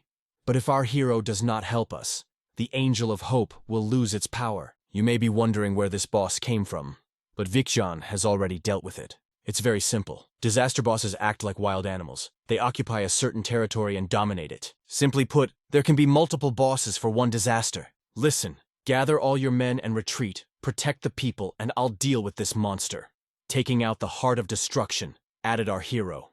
Having already defeated one such monster, Jean, how to defeat him. And with the new sword and strengthened Kaguya, it will be easy to do it. But unfortunately, at that moment, the perfect fusion came to an end. In the end, everything turned out exactly as Future Diary predicted. Jean defeated Takachi, but he escaped, especially since saving hundreds of lives of ordinary citizens is more important than chasing an idiot. Meanwhile, the soldier our hero met reported to the High Command that their squad was saved by the Dark Emperor. As our hero planned, after defeating the first boss, he became a real hero to the ordinary people. Meanwhile, Jean was fighting the boss with all his might. He decided to use the same tactic as last time, a joint attack. With the upgraded spirit rank and new sword, it only took a couple of blows to send the boss to the next world. After that, within a radius of 10 kilometers, the normal insects began to behave strangely. They didn't seem to panic or know what to do. A minute later, the radio reported that the Dark Emperor had just defeated the boss, which raised the morale of the ordinary soldiers. With the boss finished, our hero decided it was time to take on his pathetic insect army. Of course, the battle with so many monsters will be very energy-consuming, but will give quite a lot of experience points. Besides, this is the perfect time to test something out, namely the spirit of the ice dragon from the Weeping Tomb. Although its combat power is no different from a normal S-rank spirit, its large size is perfect for fighting these insects. In addition, the ice dragon has a pretty good skill for defeating a group of enemies. Killing bosses brings Jean 5 lottery tickets on the Wheel of Fortune, and the experience gained for killing small insects can be enough to improve the characteristics. Suddenly, our hero heard a shout, "Dark Emperor, hold on, we're coming!" Turning around, Jean saw an armed group of soldiers rushing to his aid. Funny thing is, after what he saw, they decided he needed help. "Don't come any closer, just watch!" shouted our hero in a commanding tone. Jean might have let them help, but as long as the boss is alive, it's too dangerous. It will be very problematic to fight an army of monsters and make sure no one gets hurt. At one point, our hero decided to show off his power and kill the boss without the help of spirits. With the heart of destruction and specialization, swordsman of the storm, to do this is more than realistic. After killing the next boss, Jean received 5 lottery tickets and 5 destiny crystals, and raised his level to 29th. Seeing the man single-handedly slaying the disaster boss, the soldiers' mouths dropped open in surprise. Noticing this, Jean added pathetically, "This trash is finished, take care." After dealing with the next disaster boss, Jean not only earned additional experience, but also raised his social ranking. Meanwhile, Takati was desperately trying to escape from the pursuit. Given his low energy reserves, the monk thought the best place to hide was their team headquarters. He hoped that Derek would help him get rid of the Dark Emperor, but to his disappointment, there was no one at the headquarters. So Takati decided to leave a note. "I found the Dark Emperor. His powers were far greater than we thought. If you help me get rid of him, I promise I won't be in debt." Staying here without any support was dangerous, so the man left a note and left. Running away forever, Takati couldn't do it. He wanted to find a way to get rid of the Dark Emperor's surveillance. To do so, he summoned the spirit of his mentor to help him break the spell of persecution. This spirit is a bit like the Lord of Prayer, but unlike our hero's spirit, this one couldn't fulfill every wish. However, the spirit of the mentor had magical powers and could help Takati in this situation. By casting a special spell, the spirit made the monk practically invisible to any sensory skills. Asking for help from his mentor, Takati realized how reckless he had been. Because of his arrogance, he had lost most of his battle spirits. Now the monk's only goal was to get stronger and wash away the shame he had recently suffered. Opening the system window, Takati noticed that one of his spirits had lost as much as 120 intelligence points, and the heavenly greatness skill was only 60% active. But there was no time to deal with it now. First, we need to hide in a safe place. Meanwhile, the Lord of Prayers reported that he had lost Takachi's trail. That's okay, I have other things to do. Besides, thanks to the future diary, whatever he does, I'll be able to get ahead of him. With a smile on his face, our hero replied. In addition, Jean made a wish. If Takati gets any of those who are dear to our hero closer than 20 kilometers, Jean must know about it. Having finished with all the disaster bosses, the guy decided to see what reinforcements it brought him. The Lord of Heaven's dignity was pumped up by 40%, and the Dark Emperor gained as much as 20 intelligence points. Interesting. There was no doubt that the Dark Emperor had taken the intelligence points from one of Takachi's spirits. But how did that happen? But we'll deal with that later. Right now, Jean was trying to figure out how to use the Heavenly Teacher's order. Remembering that Takati had applied something similar to his flask, our hero tried to do exactly the same thing, but without success. Most likely, it didn't work because it's a special fact of monks, not meant to be used by ordinary people. After some thought, Jean asked the Lord of Prayer to change the Heavenly Teacher's order so that only he could use it. Of course, the spirit could do this, but it would take half of his energy to do the conversion. Jean believed that energy was just a resource, a means to an end, so he stockpiled crystals to replenish the spirit's energy. After rewarding the Lord of Prayers with a couple of these crystals, the spirit began the spell. This token is like a dungeon treasure, with a characteristic panel comparable to a divine level item. After Jean was able to use this token, he learned of its very interesting abilities. With its help, our hero can summon 10 spirits of monks from the Heavenly Temple to help him fight. It turns out that after Kaguya killed most of the monk spirits, this ability was passed on to our hero. Even though Jean didn't manage to kill Takachi, he ended up winning the fight. Now that the catastrophe has begun to recede and Takati is carefully hidden, it's time to replenish his energy reserves. After all, with the increased rank of the spirits, the energy consumption had also increased. Meanwhile, Derek's teammates reported some very interesting news to him. They had discovered Takati's letter and told Derek the contents of the letter. To be honest, Derek wasn't happy about it, and neither were the rest of the team. After all, Takati is the strongest of them all. Derek was well aware that the Dark Emperor now had reason to deal with him and his team. Realizing that the situation was even more dangerous than before, Derek decided to explore the Weeping Tomb. Finding the canyon where the battle had taken place, Derek asked his spirit to rewind time. He wanted to see what happened that made the Takati so scared. After rewinding the time back a few hours, Derek found the fragment of time he was interested in. While watching the fight, he was particularly interested in one segment, so he decided to watch this episode of the fight in more detail. Once inside, Derek immediately stumbled into a cage. Looking around, he found the Dark Emperor. Now Derek knew what he looked like, and frankly, the man was very surprised. And there were several reasons for that. First, Jean was much younger than Derek had imagined, and secondly, he knew all the legendary heroes, and Jean wasn't one of them. Realizing that something was amiss, Derek decided to watch the fight to the end, to find at least the slightest clue. And the more he watched, the more horrified he became. Derek had no doubt that Jean had stolen some of his power, and to get it back, he'd have to kill our hero. But despite that, Derek still didn't understand how Takati could lose. After all, he's a true SSS-Rank. Watching the fight over and over again, the man couldn't understand at what point the Dark Emperor took the initiative. Suddenly, his spirit said, "Sir, my strength is running out. I still don't understand how this can be. How can he have so many spirits?" shouted Derek nervously. "I have to look again. Extend the effects of the skill," the man added rudely. "Master, but in that case I'll have to sleep for a while," replied the spirit anxiously. "It's okay. Even if I have to use up all the energy, I have to find out what his power is," replied Derek. As he rewound time again, he finally found what he was looking for. He saw Jean taking the power of the man he'd killed. What he saw explained how the Dark Emperor had gotten hold of so many spirits. But there was a new question. How could he take Derek's power? I mean, they'd never even met before. Having learned about the origin of our hero's power, Derek's spirit offered to track down our hero and kill him. However, the man rejected the idea. First, he wanted to find out if the Dark Emperor was a good man. After all, the impending monsters from other worlds will bring chaos to the world, and a man like the Dark Emperor can become a serious weapon in the hands of mankind. Meanwhile, our hero has once again cleansed the Weeping Grave, all for the improved ashes of the dead. Immediately after the Weeping Grave, our hero traveled to the Holy Lands to gather the fruits of the Divine Tree, and after collecting all the loot in this dungeon, Jean went to the Duan Vault. With the help of the Lord of Prayers, he found the building of interest in the vast metropolis. Entering the supposed vault, Jean found himself in an ordinary office. But on one of the bookshelves, he noticed something interesting. One of the books was much less dusty than the others. Tilting this book opened up a secret passage, just like you see in the best detective movies. Inside, our hero was ready to see anything, but not this. In all the time Duan had been in charge of the prison, he had managed to steal enough gold to provide for a small country.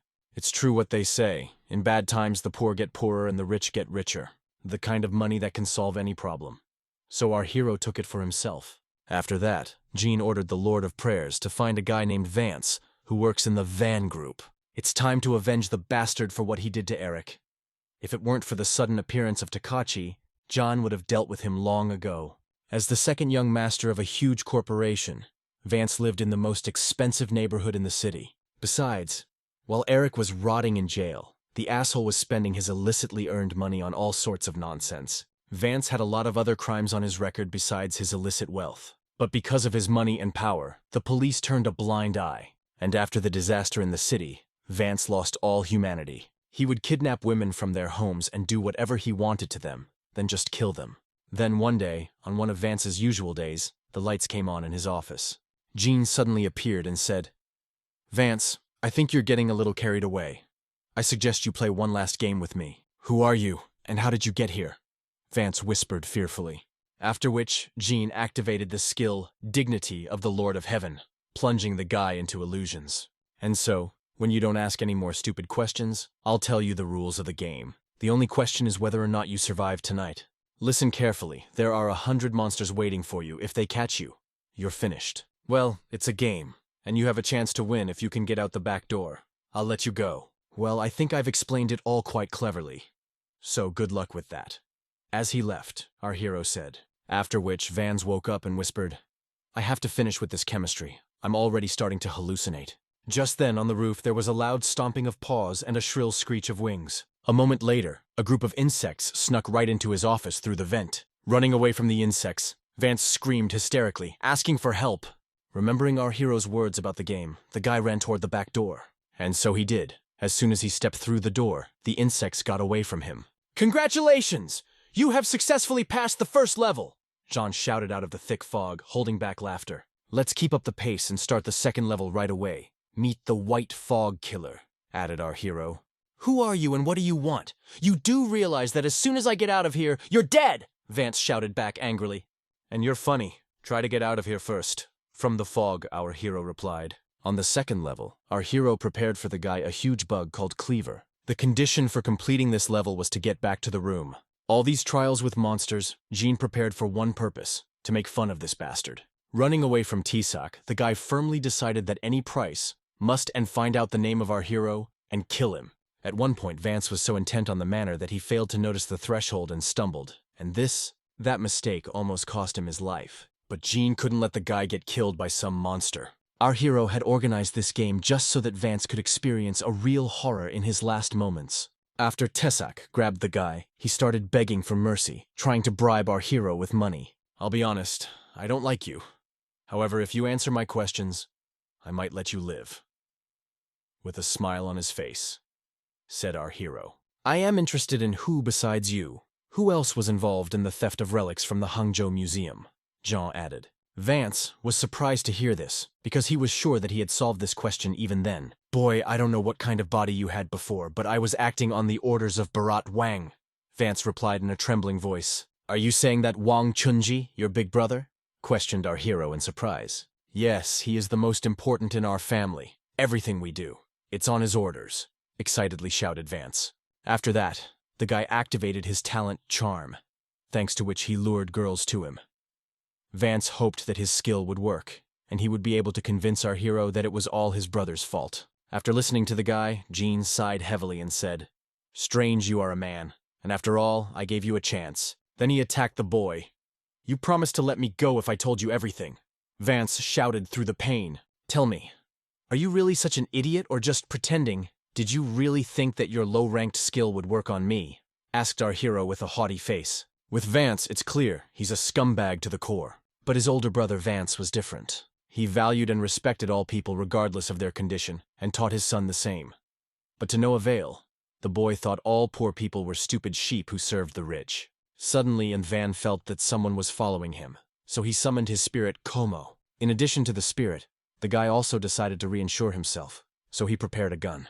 And a moment later, a stranger walked through the door and shouted loudly, Does Wang Chunji live here? Thanks to his high perception, Wang sensed that the stranger was dangerous. However, he didn't get heated, just asked who he was and what he wanted. It doesn't matter. I'm just a man who passed by and heard what your son thinks of us. You can call me a stupid sheep. And all the men across from him answered Jean. To be honest, I like that kid's analogy. But I have a question for you. What do you think a sheep will do if it gets power? Added our hero. I don't think you can be called a sheep if you manage to get into my house, through all the guards, answered the van. Believe me, you're mistaken. I'm just a common sheep. Please answer my question, asked John politely. With all due respect, a sheep is always a sheep, no matter how much power it has, replied Van with caution. Because fate in being eaten by a wolf, added the lad, to which our hero reluctantly agreed. At this point, our hero remembered his last conversation with his brother. As unfortunate as it may sound, but in today's world, good deeds do not earn you respect. In the end, you'll be eaten by the wolf. You know, Mr. Van, your answer has opened my eyes to a lot of things. It seems that only by not becoming sheep can we avoid the fate of the sheep, said Jean. That's all very well, but you didn't come here for that, did you? The man asked a little nervously. Thank you for reminding me. I almost forgot. I came here to collect my debt, Jean replied with a laugh. Debt? Wang asked in surprise. Yes, this is a tangential relic stolen from the Hangzhou Museum. Your brother said that you are involved in this, or am I wrong? Jean asked sullenly. God, him again. I don't know anything about this beauty, Van replied with a heavy sigh. Our family lives by all human laws, but Vance is an exception. He always liked to get into trouble, added the man. Well, we have the testimony of two brothers who blame each other. Jean felt that Van awakened S-Rank, so there was no point in fighting him. According to this, our hero decided to just tell him the whole story as it was. Seeing that the guy was sad, the man said, "I understand you are a victim of that situation. I realize I can't fix it, but I can offer compensation. And you're smarter than your brother. Ordinary people would probably thank you for it." With a slight smile, our hero said. Hearing this, Wang was really scared. Whereupon our hero proposed to parry. He will let Wang live if his spirit lasts longer than 5 seconds against the Dark Emperor, to which the man readily agreed. After all, he was an awakened S-rank spirit after all. The man's spirit had maximum strength and agility, making him a very dangerous opponent. And thanks to a special skill, Wang could see the future 1 second in advance. Fully convinced of his superiority, the man ordered his spirit to kill Jean. But no sooner had he attacked than his face met with the Dark Emperor's fist. Thanks to his higher rank, our hero's spirit didn't stand a chance against the Steel Knight. The van couldn't believe his eyes. Just now, a foolish sheep had finished off his S-rank spirit with a single blow. Well, since the man had failed the test, Jean was going to kill him. And that's when Wang put his gun to good use. No matter how fast the spirit was, he would hardly be able to keep up with the bullet. However, our heroes were ready for such a development, and asked the Lord of Prayer that his gun jammed. And it did. The trusty Glock failed. I realize I have no more trump cards left. Van offered to buy his life. All right, I'll listen to you. How much are you willing to pay for your own skin? Asked our hero with a sneer. Instead of money, the man offered me something else. The help of his family. It's a tempting offer. I won't deny it. But your family has already given me too much. It gave me a reason to fight. What do you mean? The man asked fearfully. But instead of answering the question, our hero ordered the Dark Emperor to finish what he started. Because of the reduced damage to humans, the spirit needed several blows to kill him. After killing Wang, our hero wanted to create a new obedient puppet in his family. By robbing the man, Jean gained a new S-rank talent, on a whim. Effects. When danger strikes, different levels of warning will appear depending on the degree of danger. Considering future plans, this skill could become quite useful. However, as you and I already know, the new skill is not the only thing Jean has gained. The new spirit retains all of its previous characteristics and abilities. The only thing that has changed is his name. He is no longer a Steel Knight, but a Transcendent. Transcendent is a very powerful spirit, but its abilities are inferior to Dark Emperor and Kaguya. Suddenly the spirit said, "Sir, you underestimate me. I am much stronger than you think," clearly implying superiority over the Dark Emperor. The newcomer's insolent behavior angered the Dark Emperor, so he offered to fight him again. However, Jean stopped them, for there was no need for a battle. Dark Emperor had long since reached the SS rank, while Transcendent was still a normal S rank. The skill of anticipating an attack greatly interested our hero, so he wanted to raise the rank of his new spirit. After talking to the two brothers, Jean still didn't know who had framed Eric. Not wanting to talk to those arrogant assholes anymore, Jean asked the Lord of Prayer to have the main tower of the van group besieged by monsters. It's time to meet a man named Dao and his son. At the moment, Dao is the third contender for the title of head of the family, after Vance and Van. Unlike Vance, Dao is not just a bad man, he's a real strategist. He realized that this disaster was the perfect chance to create his own team and take control of the best dungeons. As Dao was discussing his son's plans for the future, our hero joined them. "Hello, I just took care of the first 2 applicants for the head of the family," Jean said with a smile. "What did you just say?" shouted Dao and his son in surprise. "How dare you kill my cousins? You can't live for this!" With rage in his eyes, the boy added. "Shut up and bring this young man a cup of tea," interrupting his son, shouted the Dao. "And be quick about it." With full seriousness in his voice, added the man. Left alone, the Dao thanked our hero for his help. "No need for unnecessary thanks. I hope your son will not cause me any trouble," asked Jean politely. "He's a good guy, don't worry about that." "Is what you just said true?" cautiously asked the man. "Wait until the disaster is over, and then you'll find out. Besides, I'll help you solve all the problems that may arise on your way. I don't want to insult you, but your view of the future is too shallow. Soon this world will disappear and there will be chaos," replied Jean. "Are you saying that there will be some kind of apocalypse?" Tao asked in surprise. "You could say that. With your resources, we will take over the world." Echidna chuckle replied our hero. Frankly speaking, Jean's behavior a little alarmed Dao. After all, he was still very young, and already talked about such things. Anyway, our hero offered a deal. He would help Dao take over the family, and the man would help him in the future. When he saw the doubt in the man's eyes, he said, I need your family to complete my plan, and you need me to fulfill your ambitions. But the man still had his doubts because he was seeing our hero for the first time. I understand your anxiety, but frankly I don't want any trouble to happen to you, and especially not to your son, whispered Jean in a grim voice, as Dao's son entered the room with a tray of tea. Son, you're just in time. Please call Uncle Pant, anxiously asked the man. Pant is an employee of the Group 1 who recently awakened an S-Rank contract-type talent. And after a couple minutes the guy honored his father's request and brought Pant. Dao asked Pant to summon his spirit and talk a little about his abilities. His skill is called Yesterday's Contract. He can make a contract for both parties.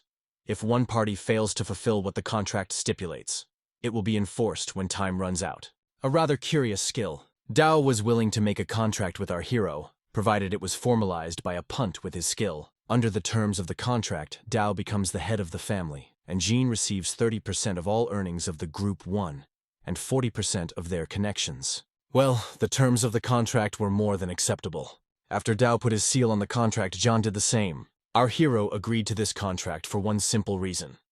His rank is much higher than the Panthus, and even if he breaks the contract, there will be no repercussions for him.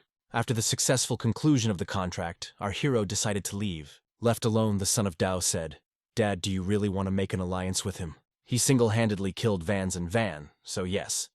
In this situation, he could be useful to us," replied the Dao sadly. In the meantime, after the contract was signed, Jean decided to concentrate on increasing his strength. First, we need to make a stockpile of energy and various potions, because soon it will become the main currency. Then, our hero was going to create a company, and then a guild. He decided to follow the example of the strongest people from his past life. At this point, Jean felt like a real cheater. In addition, for his great contribution to the disaster, he received the sword Leap of Fire, and with it, the hidden skill of Storm Swordsman, wielding a two-handed sword. Also, Jean was only one step away from reaching level 40.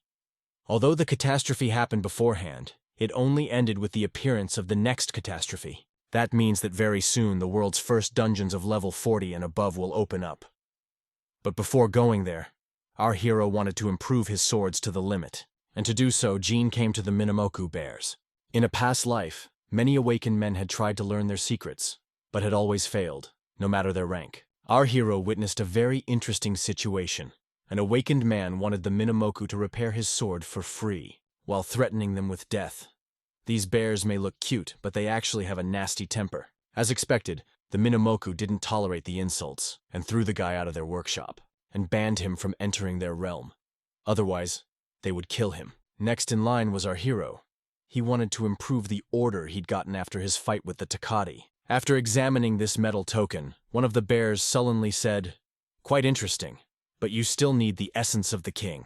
Ajin suspected that he would need something unique to enhance such a relic. But the king's essence is an incredibly rare item that can only be obtained from high-ranked bosses of 6th level and above. "I heard you. I'll put this order on hold for the day for now. Now help me with these swords." Holding out the Heart of Destruction and Fire Leap, our hero said. Fortunately, the diamond rarity sword didn't require any special items to enhance it, just the skill of a Monomoku. It only took 15 minutes for the bear to enhance the two swords. Not for their work, they wanted 10 gold coins. Considering the work done, the price was quite fair. Each of the swords received an attack enhancement of 50 points, Minamoku constantly offering improvements to the awakened to earn more money. Each time the upgrades get weaker and the price gets higher. But with an almost unlimited supply of money, Jean decided to upgrade the swords once more. Remember, I told you that Minamoku had a bad temper. Now in the second upgrade, they make the weapon very fragile so that it breaks quickly. You might ask why they do that if they're going to lose customers. It's very simple. They don't care about their customers. Their bad souls want people to be angry and dissatisfied. And Jean knew this about bears, so he made a wish from the Lord of Prayers. A wish. "I only want the Minamoku to strengthen my weapons." Of course, the bear noticed that with each blow of the hammer, the weapon only got better. Nevertheless, he continued his work, hoping that sooner or later the sword would break. But no matter how much the Minamoku wanted to hurt, the result was the opposite, with both swords gaining improvement in almost every characteristic. But despite the utter failure, Minamoku kept working. He was sure that just a little bit more, and the swords would break. But to his disappointment, the swords only got stronger. At one point, the bear went mad, pounding and pounding with his hammer. I hope to break the strong steel. When finished, Bear said, "This is the first time I've ever seen a sword improve without a single failure." "You don't say, it's like magic," smilingly replied Jean. Minamoku wanted to keep trying to break swords, but reached his daily limit. In his previous life, our hero had lost a dozen swords because of these bears. So this could be considered moral compensation. When suddenly a spirit appeared and began to tell us all the hidden information about Jean's swords. And of course, our hero didn't like it very much. "Shut your mouth. I do not want others to know what my blades are capable of.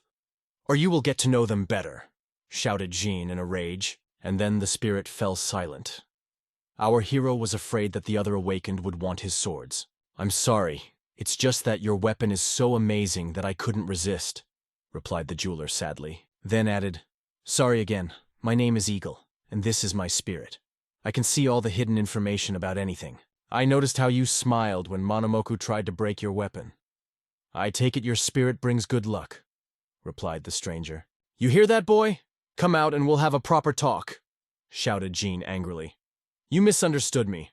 I want to ask you for help when I find a good weapon," added the stranger politely. In fact, the offer was quite interesting. After all, in his previous life, the guilds used to look for luck talent awakeners and pay them very good money. "Okay, I'm fine with your offer.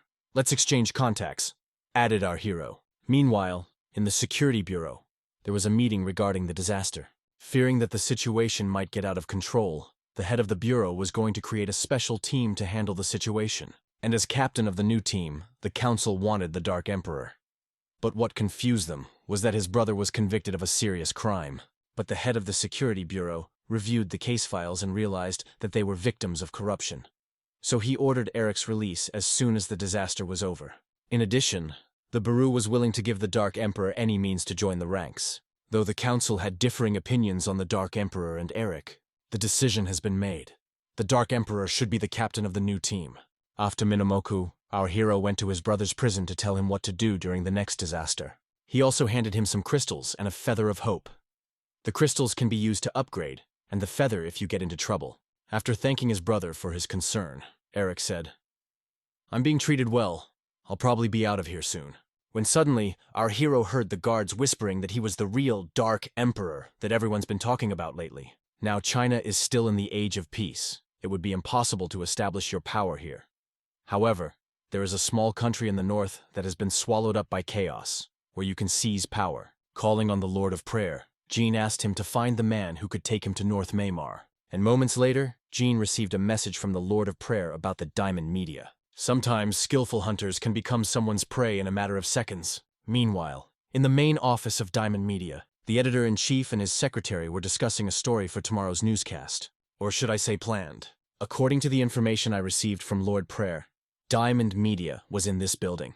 But before entering the building, Jean made a wish that ordinary people wouldn't recognize him as the Dark Emperor. You may ask me, what the hell is Jean doing at a news organization? It's very simple. He's here for a job interview. Because of the situation in North Myanmar, no one else goes, except for the various media outlets. Simply put, becoming a reporter is the only way to get into a country in chaos. Thanks to a fake resume and a personal recommendation from his secretary, our hero was quickly hired. Jean's job as a reporter was to get the public's opinion on the latest news. His first day on the job would be tomorrow. Jean's resume was completely fake, and the secretary helped him, only because she wore the charms of the Lord of Prayers. 2 days later, our hero's group finally set off for North Myanmar. Since there were only low-ranked reporters, they were assigned one high-ranked guard, and on this mission, the man will be their team captain. The only way to get to North Myanmar alive was by ground transportation, since the monsters would shoot down any air transport on approach. For most reporters, this was their first trip into the danger zone. Heading north, Jean sensed trouble ahead, but that was nothing compared to his main goal. Thank you for watching the video to the end. Share your opinions in the comments. As for me, the title is not bad, but with its own problems. See you soon.